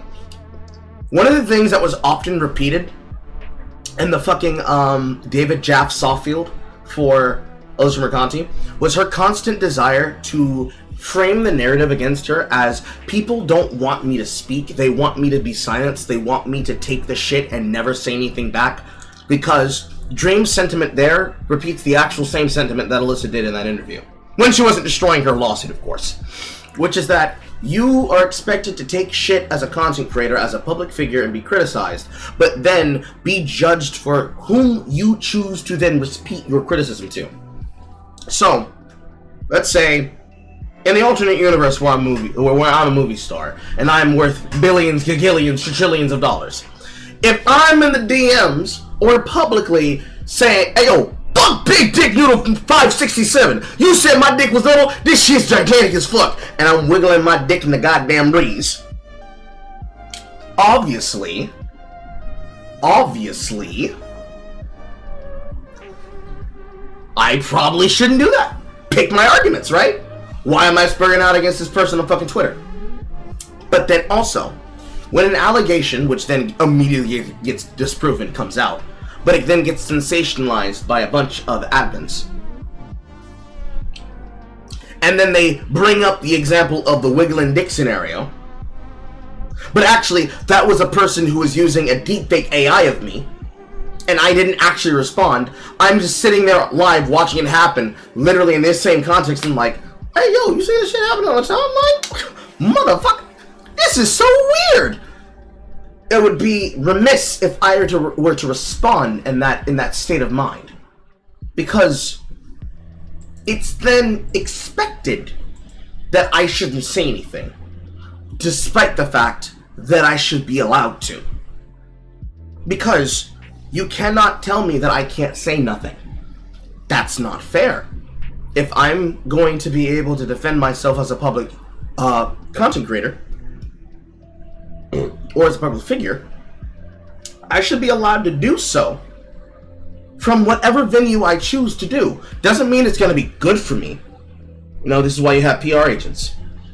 But that doesn't mean that any motherfucking body gets to say something and then they use the basic fucking Twitter defense of, oh my god, I've been reacted to by the celebrity. He's trying to cancel me. And all I say is, hey yo, you a fucking goofball, bro. If I say, bro, I disagree with your opinion of me. I think you have a bad read of me. I think the way that you guys are reacting about the situation is dumb. I think the things people are saying about the situation is dumb. That does not then implore somebody to come out to work to say, you're using your platform. God, imagine that fucking Lewis McClung video. Single player Carl, you are guilty. It's not the same if I don't have the fan blowing in the breeze, but just imagine I have a blown out ludicrous afro. Single player Carl, you are guilty of crimes. Being cringe on the internet. Using your audience to deplatform your fans. Antagonizing people and being rude to people who just ask questions. We have to get to the bottom of your shit. I will fucking call them slurs at the top of my goddamn lungs. Then I will repeat them in every language in which I am fluent until I am out of breath. Oh my god! It is so fucking stupid. It is such a stupid fucking take. Because the reason we have no apologies is because people do that. They will insist. They will insist that they have the right to tell you how to respond. And also, tone police how you should be able to respond. Unfortunate, the goal ended before reaching the goal. They believe, people in the public, that choose to use struggle sessions and cancel culture to elicit responses from people by using truth to power, when really it's just social mobs trying to antagonize other people into silence, so they can then control you through choice paralysis, because by having so many different avenues of response coming to you, if you don't respond to all of them, it's like a bread tuber saying, why should I respond to criticism? There's no criticism, it's just people demanding that I give attention to their bullshit narratives. You do that by assessing the actual criticisms that are important, showing it on the screen and saying, motherfucker, this is not relevant. You motherfuckers talking about the sky being red, I'm talking about the sky being blue. We're obviously not on the same page. And going from there. It's a skill that most content creators don't have. Simple as. They don't have it. They never learned it either. But they ain't got it. And that's okay. That's fine. But you can't tell people that they have to not say anything and they shouldn't say something. Because if people were more bombastic with their responses, and they gave more energy to it, or gave less energy to it, we would actually be in a better place. Rather than as a no apps apology, you got, I have been accused of raping a woman. Not only did I not rape her, here's footage of me not doing it. It'd be so easy. It'd be so easy, it'd be so clear. We wouldn't see these problems happen anymore. You wouldn't see people making these accusations anymore, because it would lose its power. Hopefully, this starts in the next 4 years. That the struggle session stops and it loses power. But from what I've seen with the people in the right wing, people in the right wing choosing to use the social struggle session tactics, I don't think it will go away, because it's just inherent to human nature and trolls. However, everything else was so repetitive. He didn't have like a clear vision on what he wanted, and this just made people not like him, because he showed DMs between him and Tommy. He showed DMs of Dream and Tommy's mom. They're crashing out clips that were very shocking, to say the least. Yes, guys. You know what? You know what I came to do this stream? You know what I've came to do this stream, guys? I've came to admit, finally, to all of my evil plan! She's indeed playing the fucking clip, oh my god. Ooh-coo-coo-coo-coo-choo. Thank you, Just a Girl. Stale in the cookie, but fresh cream.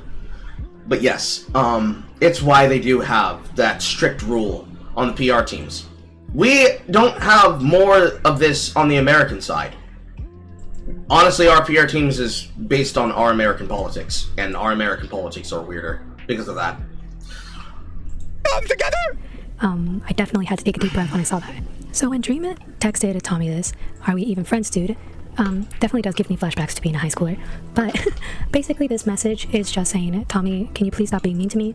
I don't appreciate it. I've been holding my tongue, to not seem very rude towards you, but I just don't appreciate that you've been making fun of me and making jokes on my expense. One of the examples are making a joke that because basically there's a React channel called React. I'm sure a lot of you know about them. They made a React video to Dream Manhunt, and there was a bunch of reactors in it that did reactions, and I had DM'd pretty much every reactor that was in the video saying, hey, thanks for reacting to my video. That's awesome. You know, thank you. I appreciate it. Whatever, right? And Tommy, in reaction to that, a secondary video that they did where someone said that and they happened to be a girl, he made, I don't remember what the exact comment was. I'm sure that people after this will find the clip, but he made a comment saying essentially, oh, of course, what a nonsense. Like, of course Stream's gonna do that. Like, oh, wait, was she a kid? Like, of course. And that type of thing was something that I had talked to Tommy about before, and that Tommy had actually done again and again and again and again. This is all prior to, obviously, the allegations came out later. And I expressed to Tommy in private that, hey, you're perpetuating this image that I am a creep, that I'm somehow creepy for, DMing a reactor saying, hey, thanks for the reaction, and I don't like that. Another point Dream made was a skit that Tommy made called If YouTubers Were Honest, and it had a couple YouTubers and, I guess, influencers like Andrew Tate and then Logan Paul KSI, and another person, which was Quackity and Dream. To give a little bit of context, Quackity and Dream, once Dream SMP was over, they both started working on a multi-language Minecraft server. Quackity had the QSMP while Dream was working on the United SMP.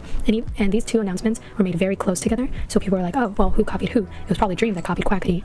Mostly Dream copying Quackity. Not a lot of people were saying Quackity copied Dream. So during this time, Tommy decided to make this kid basically making fun of Dream, because when people were harassing Dream for copying Quackity, he came out, I believe, with like a 15-page essay talking about how he didn't copy Quackity, none of this was in bad faith, it was just coincidence. Please stop saying that he copied Quackity. So that's basically what... This is also stuff that we had covered when we were going over the Lewis McClung situation. However, this is the first that I'm hearing that it was a multi-page document. We heard from the content that it was just simply him being hush-hush and Dream saying that what people assumed it was not the case. What happened and why Tommy made this skit. This is an amazing idea. Hey, I don't like that idea. It's actually my idea, not yours. Okay, that's fine. We can both do it, I guess. Stop ignoring me. What? Stop ignoring me. You haven't replied to my DMs in a whole week. Yeah, okay, I just didn't, that's fine, I just didn't really want to. You're not nice. Oh, okay. You're actually really bad. I don't like it. I don't like it. You're a bully. You're a bully. Okay. I don't like it very much. I don't like it. So, just leave me be. So obviously, he starts it by having it be, oh, I don't like that idea, whatever, obviously, which is just disingenuous. But from my perspective, I see this video and I go, wow, Tommy is on his knees for Quackity because he wants Quackity so badly to add him to his server. This is my look. Okay, this is Dream's interjecting, not Detective. To pause for a little bit, I do think that statement is weird. So basically, Dream just says he disagrees with this video, and it led to Dream DMing Tommy's mom. Because Tommy's mom was replying to all the Dream stands saying, well, my son's not making fun of Dream's stutter. That's not ableist. And we can assume... Pause. That is cringe. I'm sorry. Having your parent interact with your fans to try and effectively sweep for you, I'm sorry. That's a level beyond cringe. I'm making fun of that no matter who you fucking are. I'm so sorry. I'm so sorry. I'm so sorry. I'm so sorry. I'm doing that. And if she would never do so. But if my parent were to do the exact same thing, I would be the first in line to make fun of me. Lord, believe. Understand, trust, believe. By at this point, Tommy had already blocked the Dream on everything. Like Tobo would say, why would you go out and message your friend's mom, especially if you're not friends with that person anymore? So he DMs her saying, although I agree that this skit wasn't an ableist betrayal, it's dishonest and just, it's not true. But he just says, just my personal thoughts.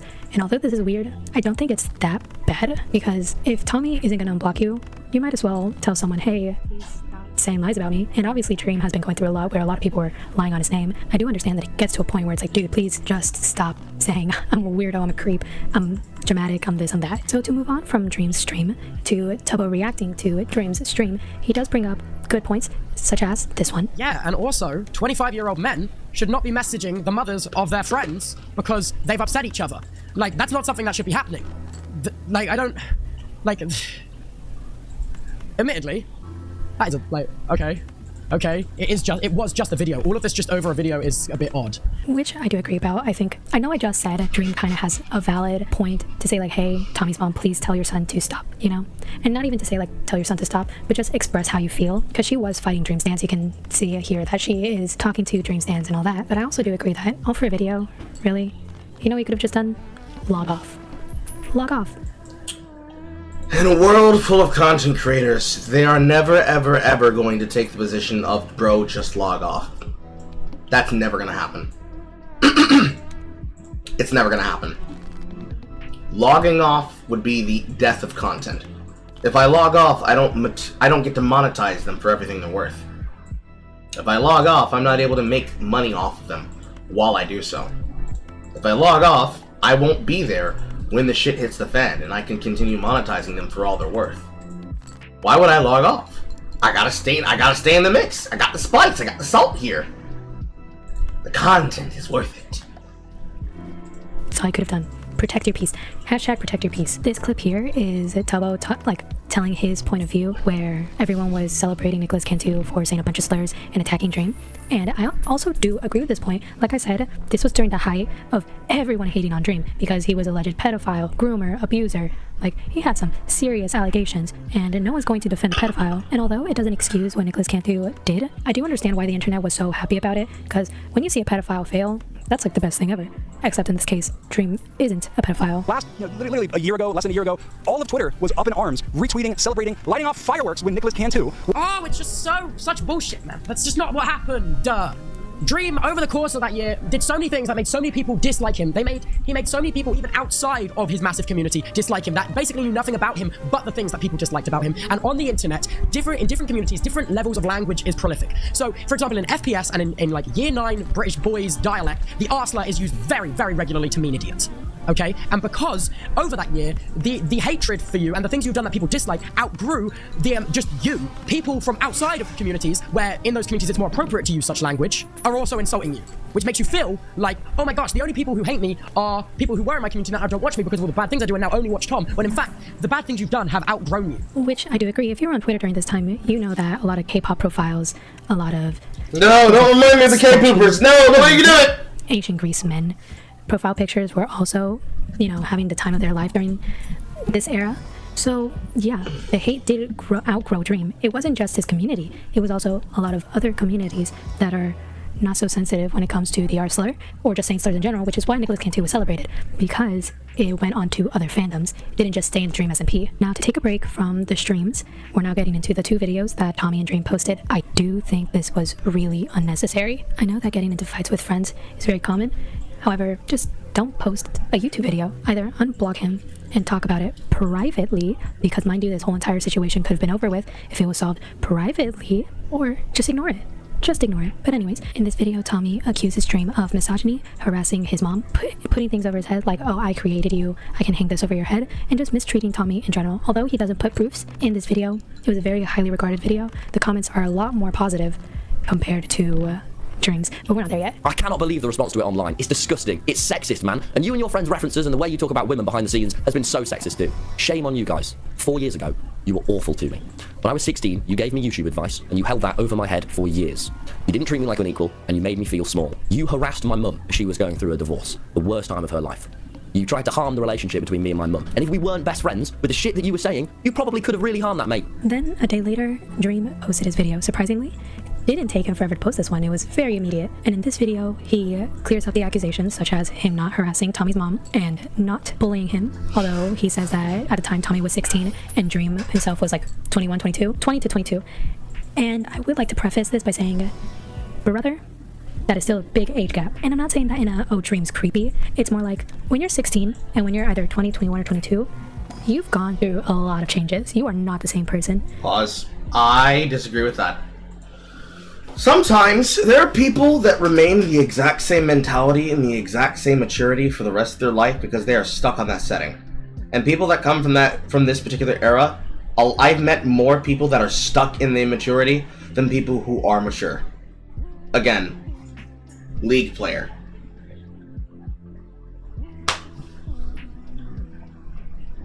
There's something that happened in my generation of World Star consumers. Best Gore, Live Leagues, World Star, StreetFights.com level of content. Something happened.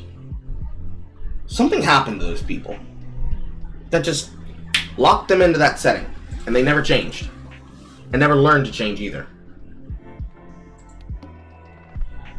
So, yes, you might have treated him like a friend, but Tommy is still a child. He's not, I guess you can say, like, mature enough. And a lot of the clips that Dream uses, Tommy was young. Dream does show clips. However, all of these are pretty old clips. None of them are recent. So that does rub me the wrong way. In this video, he also accuses Tommy of child labor, having an editor sweatshop, and working with a scamming company that uses child labor. So accusation 1 and 3 are connected. You and your friends' references and the way you talk about women behind the scenes has been so sexist too. Shame on you guys. I don't even know what this is about. You don't provide any context or evidence to what you're saying. 4 years ago, you were awful to me. When I was 16, you gave me YouTube advice, and you held that over my head for years. I gave you YouTube advice because I thought that you were extremely talented, hardworking, and you had a big dream to be a YouTuber. And that's why with no expectations, we called for hours a day talking about YouTube, strategies, and ideas. And I never held this over your head. Most people hearing that I helped you at all are probably hearing this for the first time. Dream's awesome. I'm probably for the past 8 months, once a week, me and Dream will have a 2-hour call, and he just helps me. Tommy, there's no way that you actually believe this. Saying I was so terrible to you with no examples or anything. If you don't think that my intention was to help you, then what was my intention? Why did I do all of that? I'm not just selling USB baby photos or lazily designed merchandise, all right? I'm doing the best with what I have. Tommy, you say that like it's a slight on me when my entire merch brand was built by my family in my hometown. The reason there was ever a USB flash drive sold that had pictures of me on it was because it was my mom's idea, and Tommy knows that. The package too. A dream hoodie, but with me on. All the designers are local people working with my local family business, and this also let me make sure that all of my fans had a good merch experience. That's pretty impressive, honestly. I have never heard of a streamer having an entire network of homegrown content merch being delivered because people are working with them actively. That's really wholesome. Cool. I didn't make the most money that way, but I'm happy that I did it. Tommy went with a merch company that actually had some really cool designs, with some very hardworking child laborers to make it possible. Unfortunately, that company also scammed a bunch of his viewers, and multiple of his creator friends got scammed and literally never got paid, and the company went bankrupt. The biggest creators in the world are at the center of a scam, and I don't know if I should talk about it. Some have been defrauded, others are associated, and most are plain embarrassed. This is actually true and was investigated by CoffeeZilla. I edit my own videos. I'm sure Tommy can knock out videos pretty quick because at one point he had a literal editor sweatshop where his editors made less than minimum wage, and we're also getting fans to edit the videos for free for them. But to each their own. Everyone has a different style of YouTube. But then Tommy says something I don't even know what. Just listen to this. You harassed my mum. She was going through a divorce. The worst time of her life. You are like a proper movie villain. Okay guys, I'm gonna reveal to you this harassment. The proper movie villain harassing of Tommy's mom that I did. Before I show you, just picture in your mind the harassment. Here it comes. This one message is the only contact that I have ever had with Tommy's mom. You harassed my mum. Goddamn, that's a really big message. Fuck. Proper movie villain. And the harassment. Here it comes. He doesn't have Windows activated. Bully him! Bully him! Bully him! Bully! Anyways, let's read this. Just thought I'd let you know that I don't agree with lots of people replying to you, and I don't want you to be attacked at all. I will express that I do agree with some of the people replying because Tommy knew what would happen, and I knew what would happen if my family as well. He's critiqued me strongly for my tweets that caused a doxing and harassment, saying you know this is going to cause doxing, so I do it. Even though I always reply that it's not my silly reply, that's the problem, it's the person doxing, whatever. Like you've said about his video, that's never what his opinion has been. His video is outwardly dishonest, and as he knows far more about the situation, as he takes sides with the skits, which he knew would cause tons of issues. I also don't agree with that was ableist portrayal, and I don't agree that he wants my family to be harassed or doxed. I will reiterate that through this already caused more problems and harassment to my family or friends, and obviously that it has already, and I will cause more problems and harassment for my friends and family, comma, and obviously myself, comma, and that I have had people reach out already from my friends and my family expressing how dishonest this video was and how many issues it's going to cause with no pluses. You don't have to use that many commas to say that in a sentence, my nigga. God damn! Gotta use some sentence breaks. Get some semicolons in that bitch. I know that it's comedy. I know he can hide behind it being a skit, but the intentions feel very cruel and dishonest from my personal perspective, and the perspective of those that know the details, including everything Tommy said of the Q situation back when it happened, as Tommy was one of the people who actually told about my idea and about involved within my SMP ideas, etc., which includes my mom and my family and friends, and it is very hurtful to see it get to this point. Just my personal thoughts, that's all. August 5th, 2023. 6:58 a.m. This one message is the only contact that I have ever had with Tommy's mom. You harassed my mum. Proper movie villain. This message starts with, just thought I'd let you know that I don't agree with lots of people replying to you, and I don't want you to be attacked at all. You harassed my mum. And the context of this is that Tommy's mom was arguing with Dream fans on Twitter about Tommy making fun of my stutter in a video. Some of my fans were upset, and she was replying to them. I sent her this singular message on Twitter, letting her know that I didn't agree with my fans that Tommy's portrayal of my stutter was ableist, but also letting her know that I didn't like the rest of the video, because it was causing additional harassment for me that I was already getting because this was at the peak of the allegations. And Tommy, of course, didn't show any evidence for any of this stuff because it makes it look ridiculous if he did. Like, he literally says that I'm a cartoon villain for this DM. You are like a proper movie villain. Like, this is the Dream SMP Chapter 2, and I've escaped the prison. Like, the way he words that, you would think I spammed his mom's phone for weeks with slurs and threats. And Tommy keeps bringing up the fact that he was 16 and 17. I mean, I was 20 and 21. I didn't treat you like 16, 17, going on repeats, cause they wanna get it all slime. Everyone's always just a child when they feel they have no power at all. Kid, I treated you like you were my friend and a colleague. We had occasional disagreements, but that's because I did treat you like an equal. Now, as much as I would like to defend Dream and say, you know, he made a video, he gave out proofs, there were a lot of things that he either lied about, forgot about. Like what? Or intentionally changed. Like what? The context. The first one we're going to start with is editor sweatshops. So when this video came out, a bunch of editors came out in support of Tommy, basically saying that's just not true. And here's one of them. This is Connie, the one who said that I don't think I've been paid more than £50 for a video yet. She was indeed not talking about Tommy, and she never edited for Tommy. This is about Jack Manifold. She tweets right here. Also, yes, Jack paid me £50 because I was just starting out and I had no idea about rates. I am the one who suggested it first. Jack was so lovely and easy to work with, and it's not his fault at all. This was literally one of the first YouTube videos he had hired an editor for. And right there you can see the messages. So one of the points is proven, because you can see right here, I don't think I've been paid more than £50 for a video yet. Clearly, we're not talking about Tommy here. Another one involved with the clips is Larry. He tweeted out, I like the part of Dreams in response where he assorted messages from different people to make it look worse, and also removed the part where I immediately say, we didn't do that, and then for some reason stated that we'd get them to do it for free, even though that was never implied. Here you can see it, the messages Dream used, and here is the actual conversation. You can pause to read it. Okay. I can understand. Two minds. One, Dream is making a persuasive argument, but two, people having opinions about how he used the information. Is this malicious? Yeah, maybe. Who started the maliciousness? Tommy, isn't it? It's a shit show all around. Everybody should be ashamed. Boom. Done. Mind you, this was never an idea that was close to being implemented, let alone being done for free. All of us, especially Tommy, were serious about making sure no one was working for free. Even when we were going through the rounds of finding new editors in the later stages of editing rounds, we'd get potential applicants to edit full-length videos, and they were still very much compensated for their work, even if they didn't get the job. This is just an example. And then someone else who used to edit for Tommy tweeted, just want to come out here and bat for Tommy as someone who has edited for him a couple of years, and he was absolutely awesome to work for. Calling his editors sweatshop workers is preposterous. And then there is the conversation. You can also pause to read. Now for our final editor tweet, you can see right here, I like how Dream is using one of my messages of proof that Tommy isn't paying editors, when in reality I wasn't even talking about Tommy at all. I was talking about how I'd get help from the corpse community to timestamp good parts in the old Among Us VODs for a video. There you can see, my PC is dying. I literally got some corpse stands to help me look around the VOD. It saves me time and they all know all the good parts. I feel like it'd be a good idea, but most fans aren't insane at editing. Oh, I tell them to go through the VODs and timecode all the good parts, funny, etc. So I just outsourced some fans to help me out, and they were happy enough to help without any questions. So, alas, not true. And here you can see he says, just to clarify, the corpse community back in the day were insanely helpful to me and offered to help timestamp really good parts because I wasn't able to watch the stream myself, helping me get out the videos faster overall. They offered to help me for free just because they enjoyed the content. I definitely find it pretty lame of Dream to take these messages completely out of context to make Tommy look bad, when in reality I've heard tons of editors have zero issues working with him. Never have I heard of people not being paid while working for him, and I know a lot of his editors. That's the last thing. I just hate seeing stuff being taken completely out of context to make someone else look bad. Do better, Dream, for real. I feel like anytime I hear about him nowadays, he's trying to explain himself or something, like take a break from the internet, bro, which I agree. Dream. Honestly, most people could take a break from the internet, but at the same time, this is reaching Nika levels of permanently online, if I'm being honest.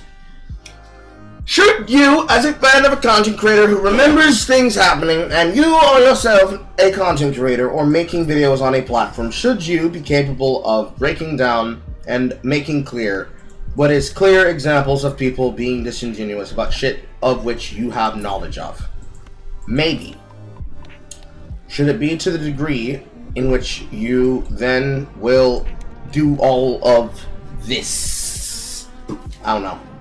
Dream really should have stepped back, Twitter. Step back, step back. Yes, that is a Got the Beat reference. If you get it, you get it. If you know, you know. The second thing, which is pretty minute, is during a Dream's video, you can see that he edits Tommy into CoffeeZilla's video. I will now show you the real thing. Tommy in it is not at all here. Tommy in it is not here at all. It is Anthony Padilla, Carl Jacobs, Mr. Beast, Corpse Husband, and Valkyrie. No Tommy in it, so kind of weird to edit him in it, but I digress. Another thing was misogyny. However, we have a clip of Ludwig explain that part. This whore thing is true, right? This lovely mobile mail. The less that I see of Ludwig and Cutie Cinderella, the better. These two people are probably some of the worst nepotistic examples of content creators in broadcasting, let alone on Twitch, because they are literally the definition of exactly what I talked about with kingmaker streamer houses and content platforms. They're just an information source, but If you learn anything about them, you'll know that they're fucking horde. They're really bad people. even as bad, if not worse than Destiny, actually. Happened. Someone came up to me and they told me this, and I kept this to myself. I've never brought this up publicly. I feel fine bringing it up publicly now because Dream brought it up. Dream, after I said this, sent me back like 5 pages worth of information about the situation, defending himself, you know, messages from the person he called a whore, and explaining the situation. All of those messages were about a different girl. I never answered him. I never replied because I was like, brother, that's not even who I was talking about. There is one more thing I want to bring up. However, it's not going to be me. It's going to be Tubbo, because he's here to respond about the child labor accusations. Because, get this, Dream doesn't even use actual proof. The Adobe Shutterstock's images of child labor with no receipts or evidence that that's the case is defamation. Unfortunately, that company also scammed a bunch of his viewers. I can talk about this, actually. Actually, I can talk about this. You see this invoice here that Dream's showing, And multiple you'll of see his another friends one. got scammed and And this invoice here. Both of these invoices were paid by me. This car rental is the invoice I paid for the car I rented in LA. You can see in my Instagram post. This is an invoice that I paid. This is not an accurate example of a merch company scamming creators. Also, you'll see that company also scammed a bunch of his viewers. This invoice here for a rental property in Blue Jay Way, Los Angeles, California, for 7 nights, coming to $25,000. I also paid for that. And you can see this property on Rightmove, and if you go back to 2021 and look at my VODs on my VODs channel, you can see me streaming from this property. I paid for that. This is so much information. Guys, this has been a roller coaster, and the more I talk about it, the more I think, Tommy, couldn't you have just unblocked Dream for like a day and say, hey man, didn't appreciate what you did. Can we talk? Or, hey man, don't do that again. And then continue on your day. Did you really have to? And it's... Yes. For the same reason we just talked about.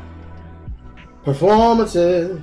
It's all performative. It's for attention on the net so you can get some talking bits. It's all performative.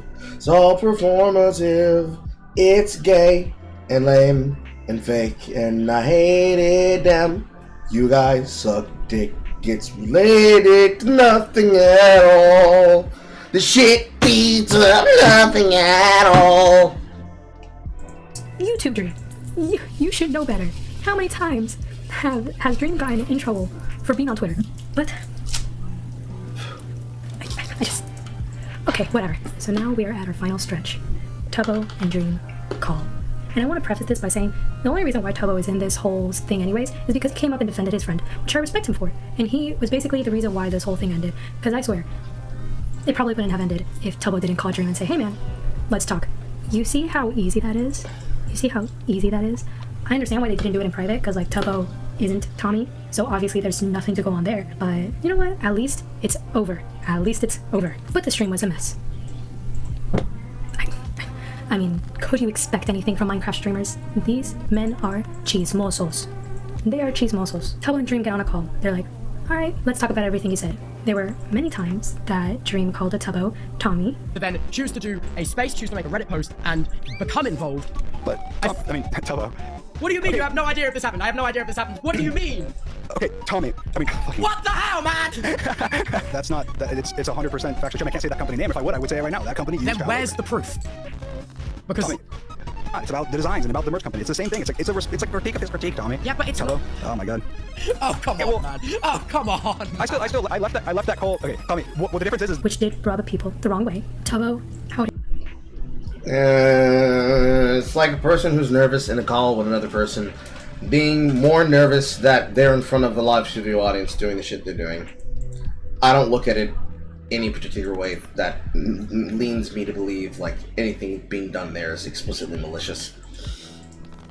Does it look embarrassing? Yeah, I guess. Does it look cringy? Yeah, I guess, but you could do a lot worse, man. A lot worse could have been done.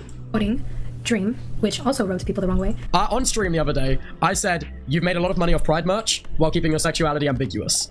What I meant by that is that I believe that for you 2 days ago to go on your stream and say, I'm not gay, while having this very on-screen fictitious gay relationship with George and then releasing Pride merch and using the shopping domain dnf.gay, I think is weird, and I wanted to ask you about it. So what I think a lot. This is the same thing that I've said literally since the beginning of time, or since every time I've ever been asked about it, that I'm not gay. I've been in relationships with women. I'm not gay, right? Outside of that, I have refused to talk further about my sexuality. I feel like there's more nuance than just, hey, oh, you're not gay, therefore clearly you're straight. And the reason why I do this is because I feel like Dream has already said he's unlabeled. But I feel like sexuality is a spectrum. So obviously there's straight, there's gay, there's everything in between, and there's much more. And I'm somewhere, and I feel like I don't necessarily owe anybody an explanation of where. And he's right. He doesn't owe anyone an explanation. So although I did this, I still feel bad that he had to talk about it. I do think Tubbo just shouldn't have mentioned sexuality, since that was never a part of the conversation. And sure, Dream had gay merch with George, but like, do we have to talk about people's private life, especially when someone has a very parasocial relationship with his fans? And I'm not as long as people allow themselves to be attached to those fans about that personal life that they have and do or do not partake with other people, yes, because that's how they view it. It'll always be this way. Think that he has one with his fans. I'm saying his fans has it with him. So take it as a lesson to not kid corner everyone and force people to out themselves. And I'm not saying Tubbo forced Dream to out himself, because Dream has spoken about this before, but I still feel like it was unnecessary. But in my opinion, this whole stream felt extremely condescending on Dream's side. I think I said that sentence right.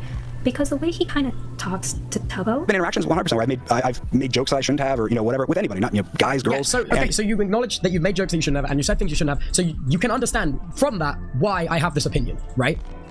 Well, I'm talking about private interactions where I'm like, oh, I have a conversation with somebody and we have a discussion about it, or whatever. Even with that's happened. Yeah, but even in private, word can travel as well, can't it? Like, but I'm not talking about sexist things. I'm just giving examples. Then why are we talking about it instead of what I said?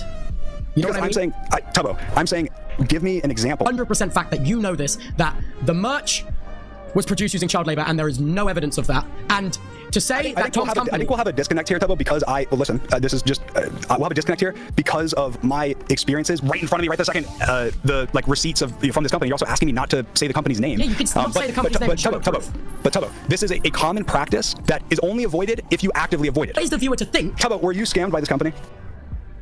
You know I can't tell you that. Okay, guys, but I'll say it then. Tubbo was not paid fairly by this company. He is owed a lot of money. This company did not pay out. You don't know that to be fact. How do I not know that to be fact? You don't know that to be fact, and you don't know the situation you're referencing right now. And you've already said incorrect things, but I can't say. Okay. It's weird, like Tubbo, or no, Tubbo, that's not how it went. Like, why do you sound like a disappointed parent? Like, Tubbo's 21. He's very capable of himself.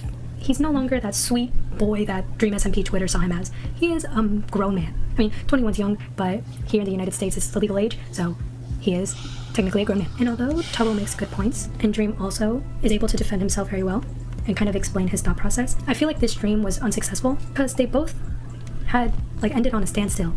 They were both kind of just sick and tired of each other. Like, at the end of Tubbo's stream, he looked like he was dead. And I get it. I get it. Talking to a wall can do that. And, I mean, Dream didn't show his face, nor did he state his opinions much when... I don't know what relevance there needs to be had in showing his face when clearly this is about things that they need to discuss that are serious contexts and matters that need to be handled, or at least things that, while probably would be better left to being dead in a different venue, I'm not seeing why he specifically needs to, quote, show his face. I don't know.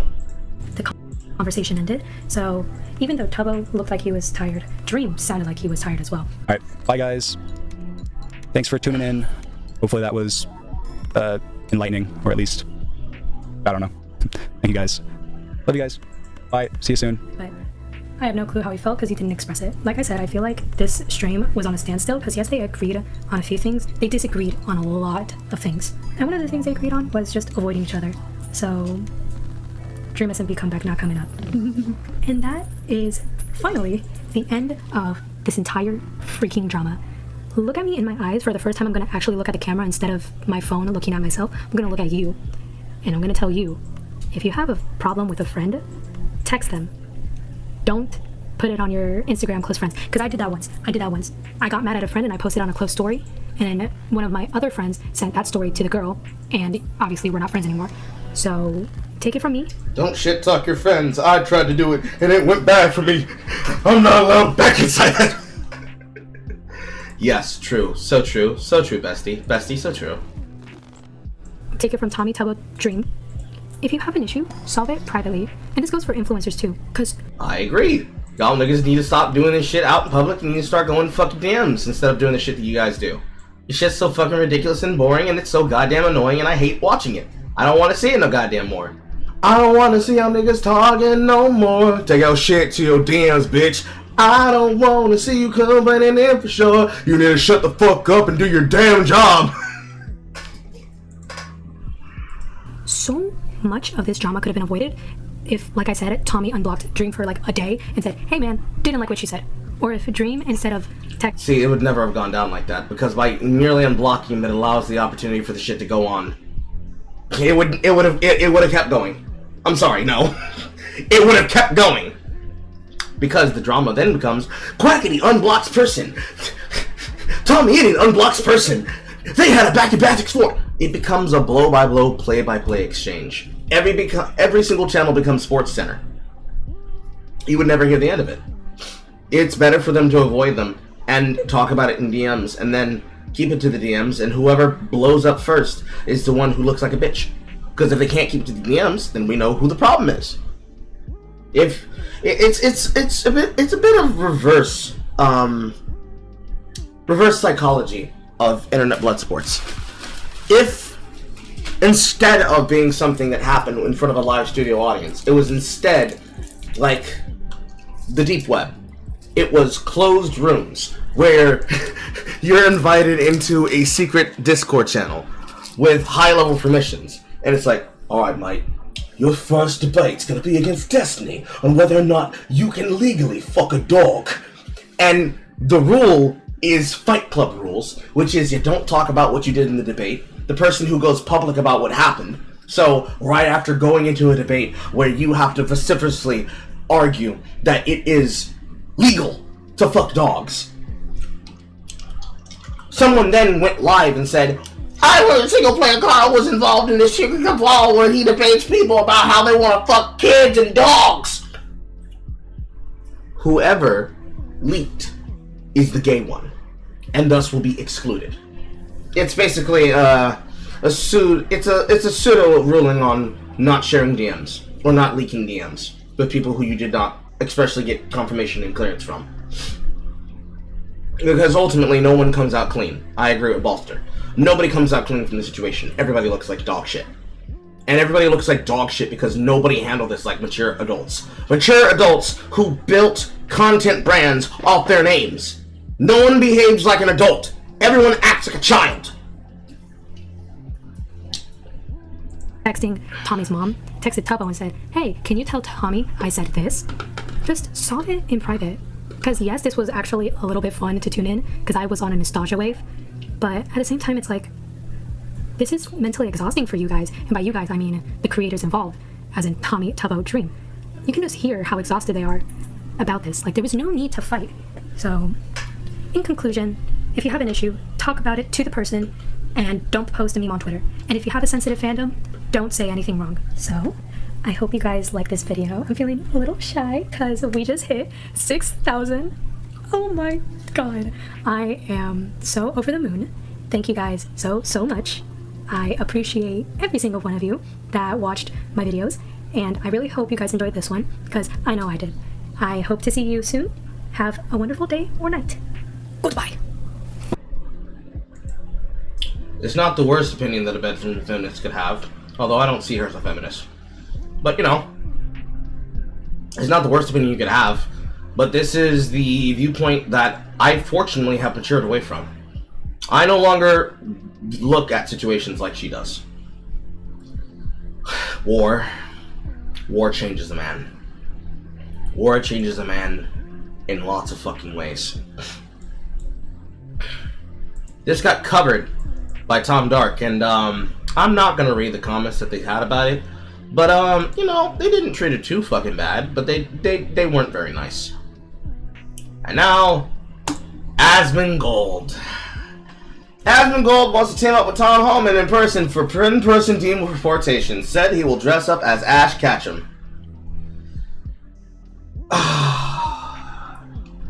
Why do you do this to me, horror? Why do you make me have to cover him? Why? Why?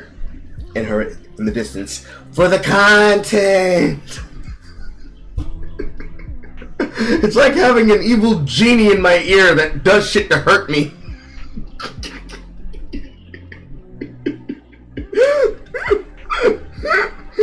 Okay.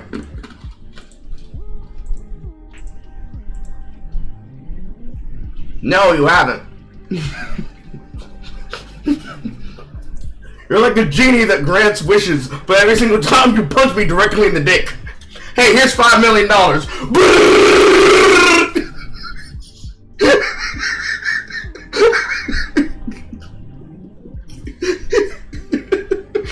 And then just one comical fucking haymaker with the most cartoonish wind-up in history. Anyways, let's go to the take. So like, they're doing this thing with like, they're doing this thing with like these deportations.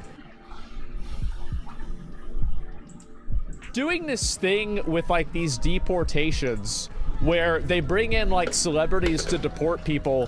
I also know that you're not disagreeing with me about what is the probability speed biting that my balls. Tom Homan would let me go with him dressed up as Ash Ketchum with watching them do deportations? Like, I feel like it's probably at least 5% chance, right? Like, I think I think we're at a 5 to 10% chance that this could happen. Yeah, exactly. That'd be really good content. It would be. And, yeah, probably not gonna happen, though, but, it would be fucking funny. For the love of God, you must try. Yeah, it'd be fucking hilarious. So, like... Okay. So, content creator slash streamer wants to dress up as Ash Ketchum from Pokemon and go along with Ice Patrol raids for the sheer man on the street, Lorder Squad slash $1 million extreme content of just trolling people. Now, what did that say that made them people really that mad?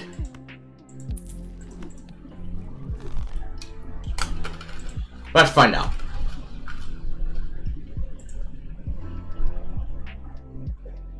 Equivalent exchange, as they say. For Call, you must react to this pedophile outing himself on stream. Okay. Let's go to the contract. Why is OTK losing sponsors? Must be because of LSF. I'm gonna be dead ass for real. Hiding the name of the users who are posting is bitch made, because if you're going out to attack them, you're already bitch made to begin with. You shouldn't be trying to cover people's names, especially if the reason why their name is there is because they're the one that broke the story.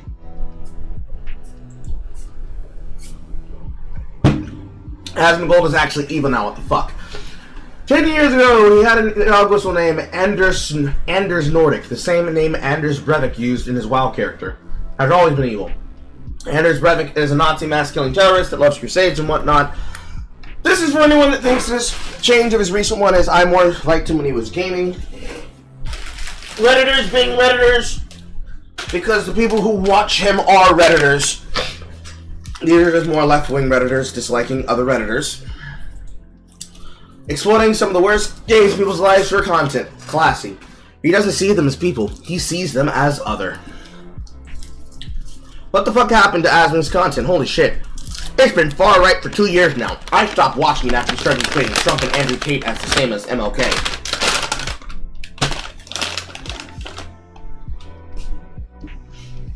Asmon shares his thoughts on the raids. I think the approach to this is pretty reasonable.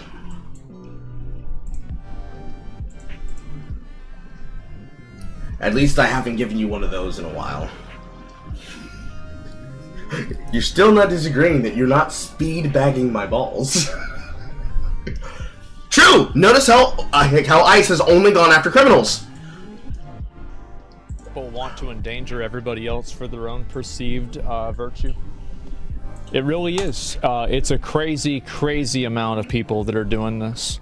And yeah, it's directly putting citizens in danger. Well, the reason why I think it happens is because these are people that don't necessarily have to have any accountability for it going wrong. These are people that can vote on, you know, kicking these problems downstream to, you know, some other state that has to deal with it, and then they don't have to think about it at all. And so that's basically that's it. But it seems like I'm gonna be real, like it seems like they are popping the fuck off now. Like I feel like they need to get way more people if they want to deport at least a lot of them. But I think that the approach of this is pretty reasonable. I'm liberal. Very few people actually want criminals to not be deported or in prison. Well, the thing is that if people don't want them to be deported, like if that's actually true, then why are these policies there? Why are they not cooperating with the government? True. Yeah, then why don't you? Then do it. True. And Asmongold ponders why schools are free from targeted raids. What's the logic here? You can say how this is another element of emotional manipulation. Like, what is the logic here? That, like, you can't get arrested if you're in a school? It's like a free zone? Yeah, you're on it's home base, it's the safe zone? Like, what is this? It's like a fucking video game. It's insane. How do you think like this? And I think this is, again, this is what I was saying before about how it's all of these appeals to emotion. Whereas, like, when you think about it, is it really a good idea that there's a bunch of people that are, in some cases, unvetted, random people inside of a school where children are that aren't even citizens and they're committing a crime by even being there in the first place? Is this really good for kids in the first place? I think it's kind of not. Like, yeah, I would say, ooh, maybe not. Arrest kids at school. Yeah, like, what is this? But, like, you can see how this is, like, another element of, like, emotional manipulation. And there's no actual thinking behind this at all. It's just trying to invoke a sense of fear and hopefully get people to act on that fear. Yeah, I agree. Then claims he's one of the most reasonable people on the internet and cites viewership as proof of this. Now, this claim is a bit more fucked because the issue is, as we know, because we covered this and we went over it and we watched and looked through them, that Twitch's staff of trust and safety hate Asmongold and his content because they claim that he is an institutional part of the far right, as these posters have claimed. But the problem is, Asmongold's content is more than just Twitch. It's also YouTube, and it's probably also Kick as well. And it's also his interactions that he's having when he talks to people in private and in public, as well as his interactions that he's having on Twitter. So, when they say he claims that he's a reasonable person, and they're citing his viewership as proof of this, if what this person is doing is acting as TMZ for streamers, everybody else for their own it is inherently like, what is the a logic nature here? of descriptor that is delusional in and of itself, because that's actually fair. Because his viewership is not just the people who watches his stream, it's the people who hear about his stream. Right now, me talking about this is you now seeing his opinion. So, the front page of Reddit actively talks about a story and gets everybody else talking about it. $1 Million Extreme Leader gets people to look into his opinion because he keeps mentioning Moist Critical and Asmongold. To say that he's not what he is would be lying to yourself and hoping that he's smaller than he is. You have to give him his due credit at some point in time. Let's watch the tape. Voices out there, and I think the evidence of that is how many people consume the content and how many people watch the videos. I think that if I was as extreme as everybody says that I am, you wouldn't be seeing multi-million view videos that are coming out every single day with people liking and agreeing with them. That's what I think the truth is. And I think that my perspective on these things is actually the majority perspective to have. And the reason why, like top 3, well, no, I mean, like, it's not about like Twitch, it's about YouTube as well, or anywhere else. And so you have common sense. Well, I think that that's and I think that's the reason why people like that are angry. It's because I think that reasonable, well-intentioned, average people are speaking out, and they're saying that we don't want to be controlled by the most emotionally unstable person on the internet. And I think that's the reason why the videos that I do are so popular. I think that's the reason why a lot of people resonate with them. It's because they listen to what I'm saying, and it's like, yeah, duh. Because I don't think that in a lot of cases, like, I've been criticized before for like not having hot takes on things. I don't know why you need to have a hot take on everything. Why is it a good thing to have an extreme opinion? So for me, I don't really have extreme opinions on a lot of things. And the world that's radicalized, things that are not radical seem radical to them. So I think... True, 100%. Because everyone's radicalized in some particular way. They choose to pop off with some dumbass opinion. And that's not necessary for people to see. And we should not be allowing the most insane person to control this. Notice back on that content that I was using as an explanation for why people would like Destiny, that was the exact topic that he was talking about. Crazy!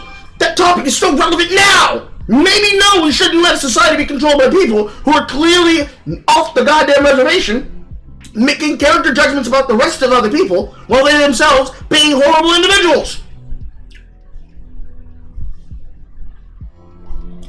Then, goes on to say that Asmongold goes on a lengthy rant about LSF, livestream fails, and other Reddit sub-communities such as YouTube drama. These subreddits are basically just there for a bunch of weird people to complain about other people. Collective mental health crisis. And so, like, this is the way that I've dealt with, like, ex-girlfriends that have had this same problem. And, like, you know how this is. And so what you do is you just basically stop going on there. You just stop texting her for, like, a couple of hours. And then you come back and everything's fine. So that's the solution. That's the way it works. And so it's not really worth taking seriously. It's not worth listening to. It's not worth, like trying to reason with these people. It's not reasonable at all. It's just like basically people that are completely emotionally driven that are lashing out however they possibly can. And so, yeah, it's on cooldown. Yeah, exactly. And they'll get back to, they'll get back to rationality sooner than later, I would assume. So, yeah, it's not the internet, it's the left. No, I think that a lot of people like this have dialed it up a lot. So, yeah. And your top LSF, I am again. Well, I'm not surprised. I mean, I've been streaming. LSF has been very unhappy about me recently for, like, different things that I do and, like, my videos or anything like that. To be honest, I don't really give a shit. I don't, it doesn't really matter to me. Like, obviously I would prefer to not have hate threads, etc. But if I'm going to get them, it doesn't really matter. Like, it doesn't do anything. It's just like, oh wow, there's a bunch of people crying about something. Who gives a fuck? Like, yeah, what is, like, why would I care? It's free publicity. Yeah, exactly. And so it's content. Yeah, exactly, right? But that's how I see it, pissing off the right people. Well, most of the chat doesn't even know what LSF is. Oh, LSF is it's called Livestream Fails. It's like a subreddit. And it's a pretty popular subreddit for, basically it's like a streamer TMZ subreddit. But it also, I mean, it used to post a lot of things that were like fun clips and stuff. But what really gets the subreddit going and like where it really derives most of its traffic is from streamer drama and streamer dynamics. So correct. That's probably the most annoying part, because if you are in live stream fails, then you're going to get traffic to your stream because there are people who are hate watching you or drama watching you. Which is why it's a part of the Kingmaker system of Twitch. Who sits on the top of LSF? All the high-level streamers. Therefore, if you're streaming with the high-level streamers, you're on those clips. These high-level streamers control who will make content and can collaborate with them. Therefore, they're controlling who is the platform. If I was to go over right now to the main section, and I was to look at my actual follows, right now, one of the people who are on the top of the feed is Tyler1. Next under him is Agurin. Oh, we're recursive! We're recursive! Hi, Carl. I'm making a wave! I am a child. I am a child and I'm easily entertained.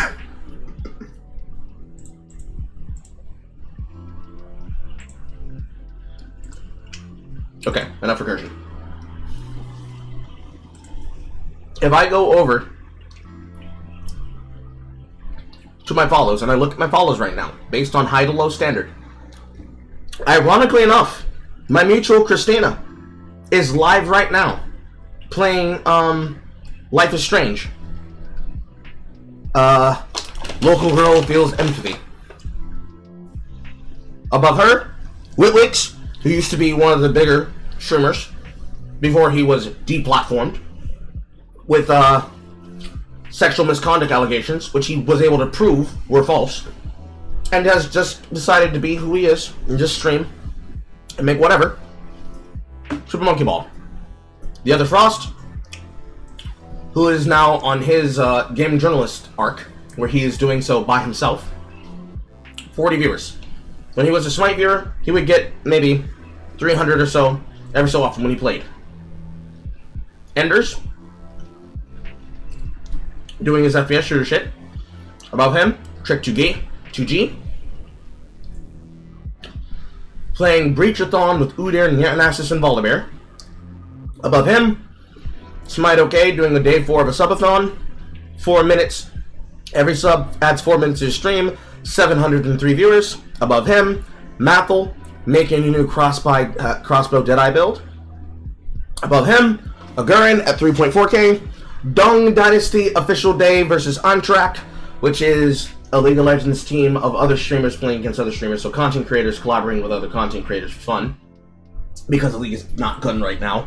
Not if you're playing competitive. And then Tyler 1 playing World of Warcraft on OnlyFans. If I go to the main category and I search and browse by live channels, and then I browse those live channels by high or low, right now, the person with the biggest viewership on the channel, XQC. Following him, Zach, which is to say Asmongold. Following him, Adamine Matui, which is a French restream. Following them, a Shrouded watch party featuring CL shit. Behind that, Hasan Abi. From 122k viewers to 32.3k viewers between the first top 5 streamers on the platform. And then everybody else following underneath that on the particular categories they're playing on. I see multi-language restreamers, which is a really big sub-community in and of itself. If you know nothing about that, you gotta look into that. But outside of multi-language restreamers streaming in their native language, I see Tim the Tapman on Marvel Rivals. I see Soda Poppin' and other people on World of Warcraft as a part of OnlyFans. I see Tyler 1, actually under his viewership. I see Mizkiff, Walk-In Studios, Jason the Ween, Astra Pew Pew, Zaryu, Jennan. None of these names that most people would even recognize. Ironically, now involved in this, Quinn69 playing World of Warcraft with OnlyFans. For all of the people that could be a part of the platform, the viewers that are there, they know nothing about them if they don't come up in that subreddit. And that's sad. Because, of course, since it's LSF, for the names that are just relevant, what would be the most relevant thing about them right now? XQC would just go viral for whatever he's doing. Asmongold would go crazy for the RFK confirmation. I'm just reading directly from his tab. Covering everything, he's baiting Ninja Gaiden 2, drama, news, reacts, and more. Join my Discord, #Discord. He'd go viral for whatever he's covering on his stream. Whatever would be front page news on that platform is going to be there based on whether or not it's drama and gets clicks, or whether or not other people appreciate it. Like, that is the nature of LSF. It's one of the worst parts of LSF. The good parts of it haven't been good since 2014. As long as it's just literally ripped from the headline news, and it's people spurging about that ripped from the headline news that they put onto their own subreddit to get mad about, it continues being dog shit. That's what happened. It's literally like having a snark subreddit. Which is to say, the closest that the ClearNet will ever get to being Kiwi Farms. But it's acceptable to hate the people there. Because if you're left-wing and have the right politics, everybody's a chud. And you can be able to hate them and criticize them as such.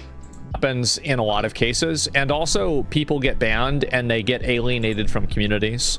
And so I don't really, yeah, you show us, no, I could, but like in general, like it's the same as like YouTube drama, LSF, and there's like a handful of other of these subreddits like Gaming Circle Jerk. These subreddits are basically just there for a bunch of like weird people to complain about other people and to get mad. That's really about it.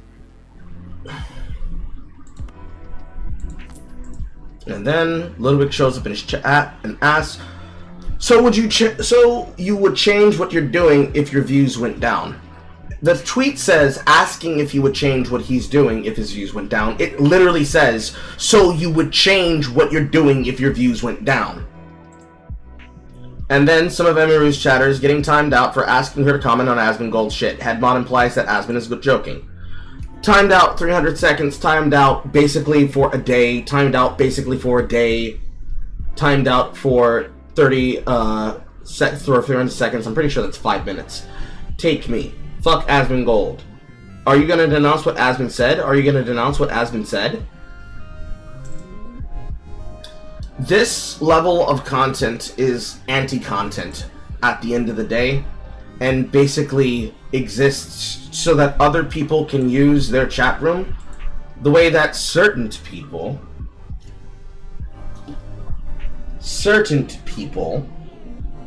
will go to other people's chat rooms to basically bounce between them, pontificating drama to get them involved in shit. Which then brings us to this part of the feed. Emiru kind of comments on Asmongold. "Should I also issue an apology and just like to destroy people's jobs? For those who don't know, Asmon went viral this morning for statements for wanting to support illegal immigrants dressed up as Cashin, as he's dressing herself up as some type of anime character. Let's watch. Should I also issue an apology for everyone I've ever worked with who said something that's obviously shitty? And I have to just like destroy people's jobs because of it? Yes? Okay, yeah. That seems fair and reasonable.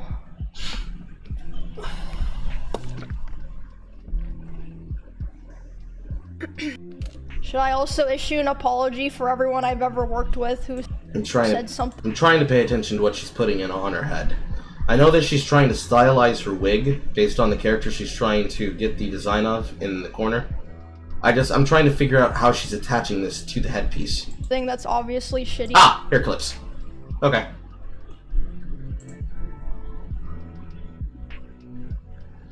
And then it continues further. The comments come from Emiru after she likely saw people in chat getting timed out for asking about Asmongold. Her head mod defended her statements as jokes in the process. LSF has choice words for Emiru's silence. Clout is one hell of a drug, being the staple. Let's read. At this point, actually many points ago, if they don't actually cut ties with him, then they're all responsible for this. They all support him, Amal, just like that one time Emiru on stream said she feels bad that Asmon's getting cancelled. Pick me, poster child. I just don't get how people like Emiru associate and platform this dude. Offer the city of you to assume that Emiru isn't a scumbag either, but she's cute. It simply can't be possible. Clown face emoji.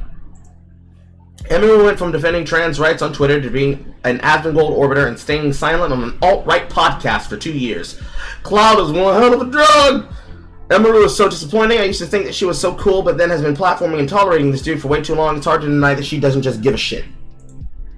No, I think Emiru specifically doesn't hold anyone accountable for anything as long as they were her friend before doing it. And like I say this as somebody who otherwise likes her. Yeah, it's honestly lame just to be complicit with it and defend him. Either she's being cowardly to put her foot down or she doesn't find anything wrong with what Asmongold is saying or doing. And then, surprise, surprise, the Jannies are sweeping for OTK again.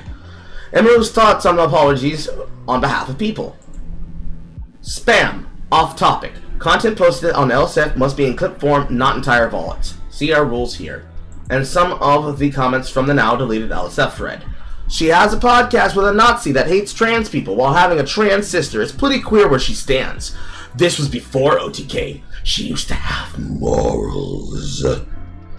Tips is an admin dick writer. The way that he made a post on his subreddit glazing him after what happened on his Palestine takes, considering Tips is Muslim, is pathetic.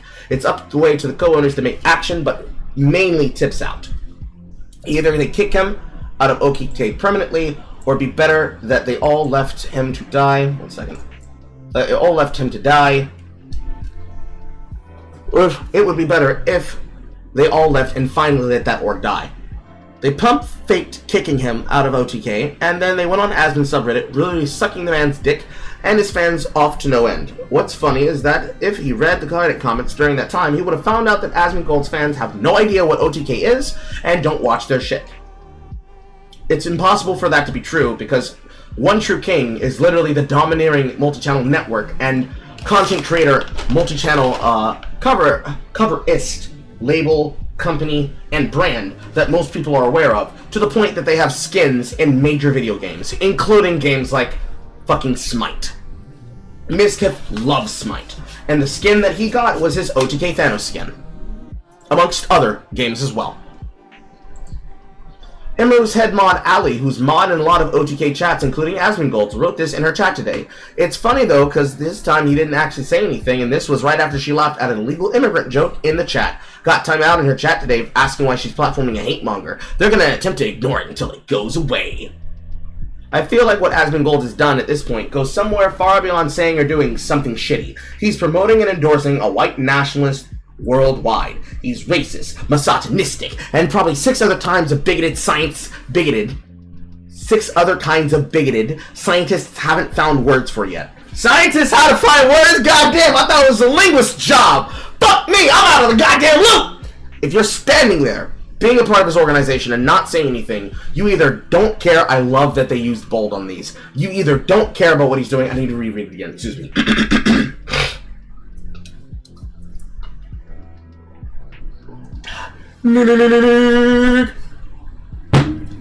If you're standing there, being a part of his organization, and not saying anything, you don't care about what he's doing, or you condone it. And both are a reflection of you, not him. If you want the benefits of being seen, to have virals, morals, and principles, then sometimes you're going to have to occasionally make gestures or statements that reflect that position. But if you want to be a hollow ghoul and just collect a paycheck from who or whatever, you can do that too. Just be honest about it. And now you can see why many of us do not care that they are removing X-Links from their fucking subreddits. This shit needs to die in the goddamn filth pile that it came from. Holy fucking shit. Holier than thou does not get across how belligerently dumb some of these people fucking are. And how ridiculous that they've behaved. It would be so good if we could just nuke the entire platform, but we can't do that. We're already over 516. Now let me look at this content nuke thread.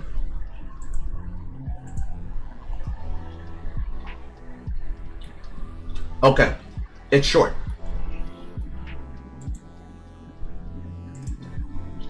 Mr. President, the Hasan Abi network is about to be genocided. It is done. It will be released on the main H3H3 Productions YouTube channel soon. The final runtime is 1 hour, 42 minutes, and 30 seconds. And Ethan is calling out YouTube drama for spreading lies in his latest IGN story. r/YouTube drama. Genuinely, who are these people? Ethan Klein and his wife go on an unhinged rant diagnosing Markiplier being a psychopath and faking his voice later, revealing that it was apparently unfollowed Ethan because he apparently unfollowed Ethan on social media. Content nuke, Kevin Cucumber. Oh, that's fucked up. That's fucked up. That's fucked up. Was that also the second thing? Here we are, another one. Ethan Klein is done with the Hasan Abi content nuke, but needs one more clearance before uploading it. People are speculating the remaining clearance should be from a lawyer. For those waiting on release, I need 2 approvals/clearances. I got one already. The next one might not come today though. Just a heads up, standing one by. Can't wait to share it with you all. As you know, as a part of the Certified Negro News Network, we here at CNN will be covering live all of the bombs as they drop and as they explode over the populace across the entire internet netizens with your host, Dan Uneda, from 9 to 5 Central, only on the Cartoon Network. He will be covering it live on air. But when that comes out, I'm gonna probably hear nothing but fucking knee shaking from Hasan orbiters and fans, because the fact that not necessarily he's recovering and returning to form, but the fact that Ethan's come out of the leftist spiral and now he's able to see how bad it was and fix how bad it was. I think that's probably the best outcome we could have asked for. He had to do a fucking podcast just to pay this and then remove her. They had to do a podcast with the worst commentator you could ever platform in the history of Fail Sons. But it took him being antagonized by them and also seeing how fucking performative the left was to finally wrap around and be like, you know what? I have these values, but don't deserve all that bullshit. And you know what? It's good. Close enough. Welcome back, H3 Productions. May you learn from this. May you learn from this. And learn that you cannot let these motherfuckers put you in these positions. Good. Well, that being said, that brings us to 5:19. I will be back soon, but not too soon. I have to make dinner. Once again, leading up to the release of South of Midnight, any and all super chats and donations will be put towards the account and amount so that I will be forced to play the Southern Bayou game. I don't wanna, but content demands that I should, so it must be done. The ball-punching genie wishes it so. Tomorrow, we will have a versus chat over the shit that will be happening. Unfortunately, to news that I've been given recently, certain people will not always be able to attend, but it is okay. The show will go on without them. The really juicy ones that they want to be a part of, I'll start scheduling on the weekends. Probably earlier in the day, because if there's stuff we want to do, well, actually no. If I can schedule them earlier in the day, if it works with certain people's schedules and my schedule based on what I need to do or want to do that day, we will do it like that. If I can do them later in the day, because that works out with my schedule as well as other people who will be in attendance, because they are either giving and adding additional context to go alongside the conversation for Versus Chat, that will also be useful and special. But despite that, it will be happening. We will go through something that physically caused me illness, which was, if I remember off the top of my head as I scroll the feed for it, a man going through sissy fetish recovery. Sissy porn.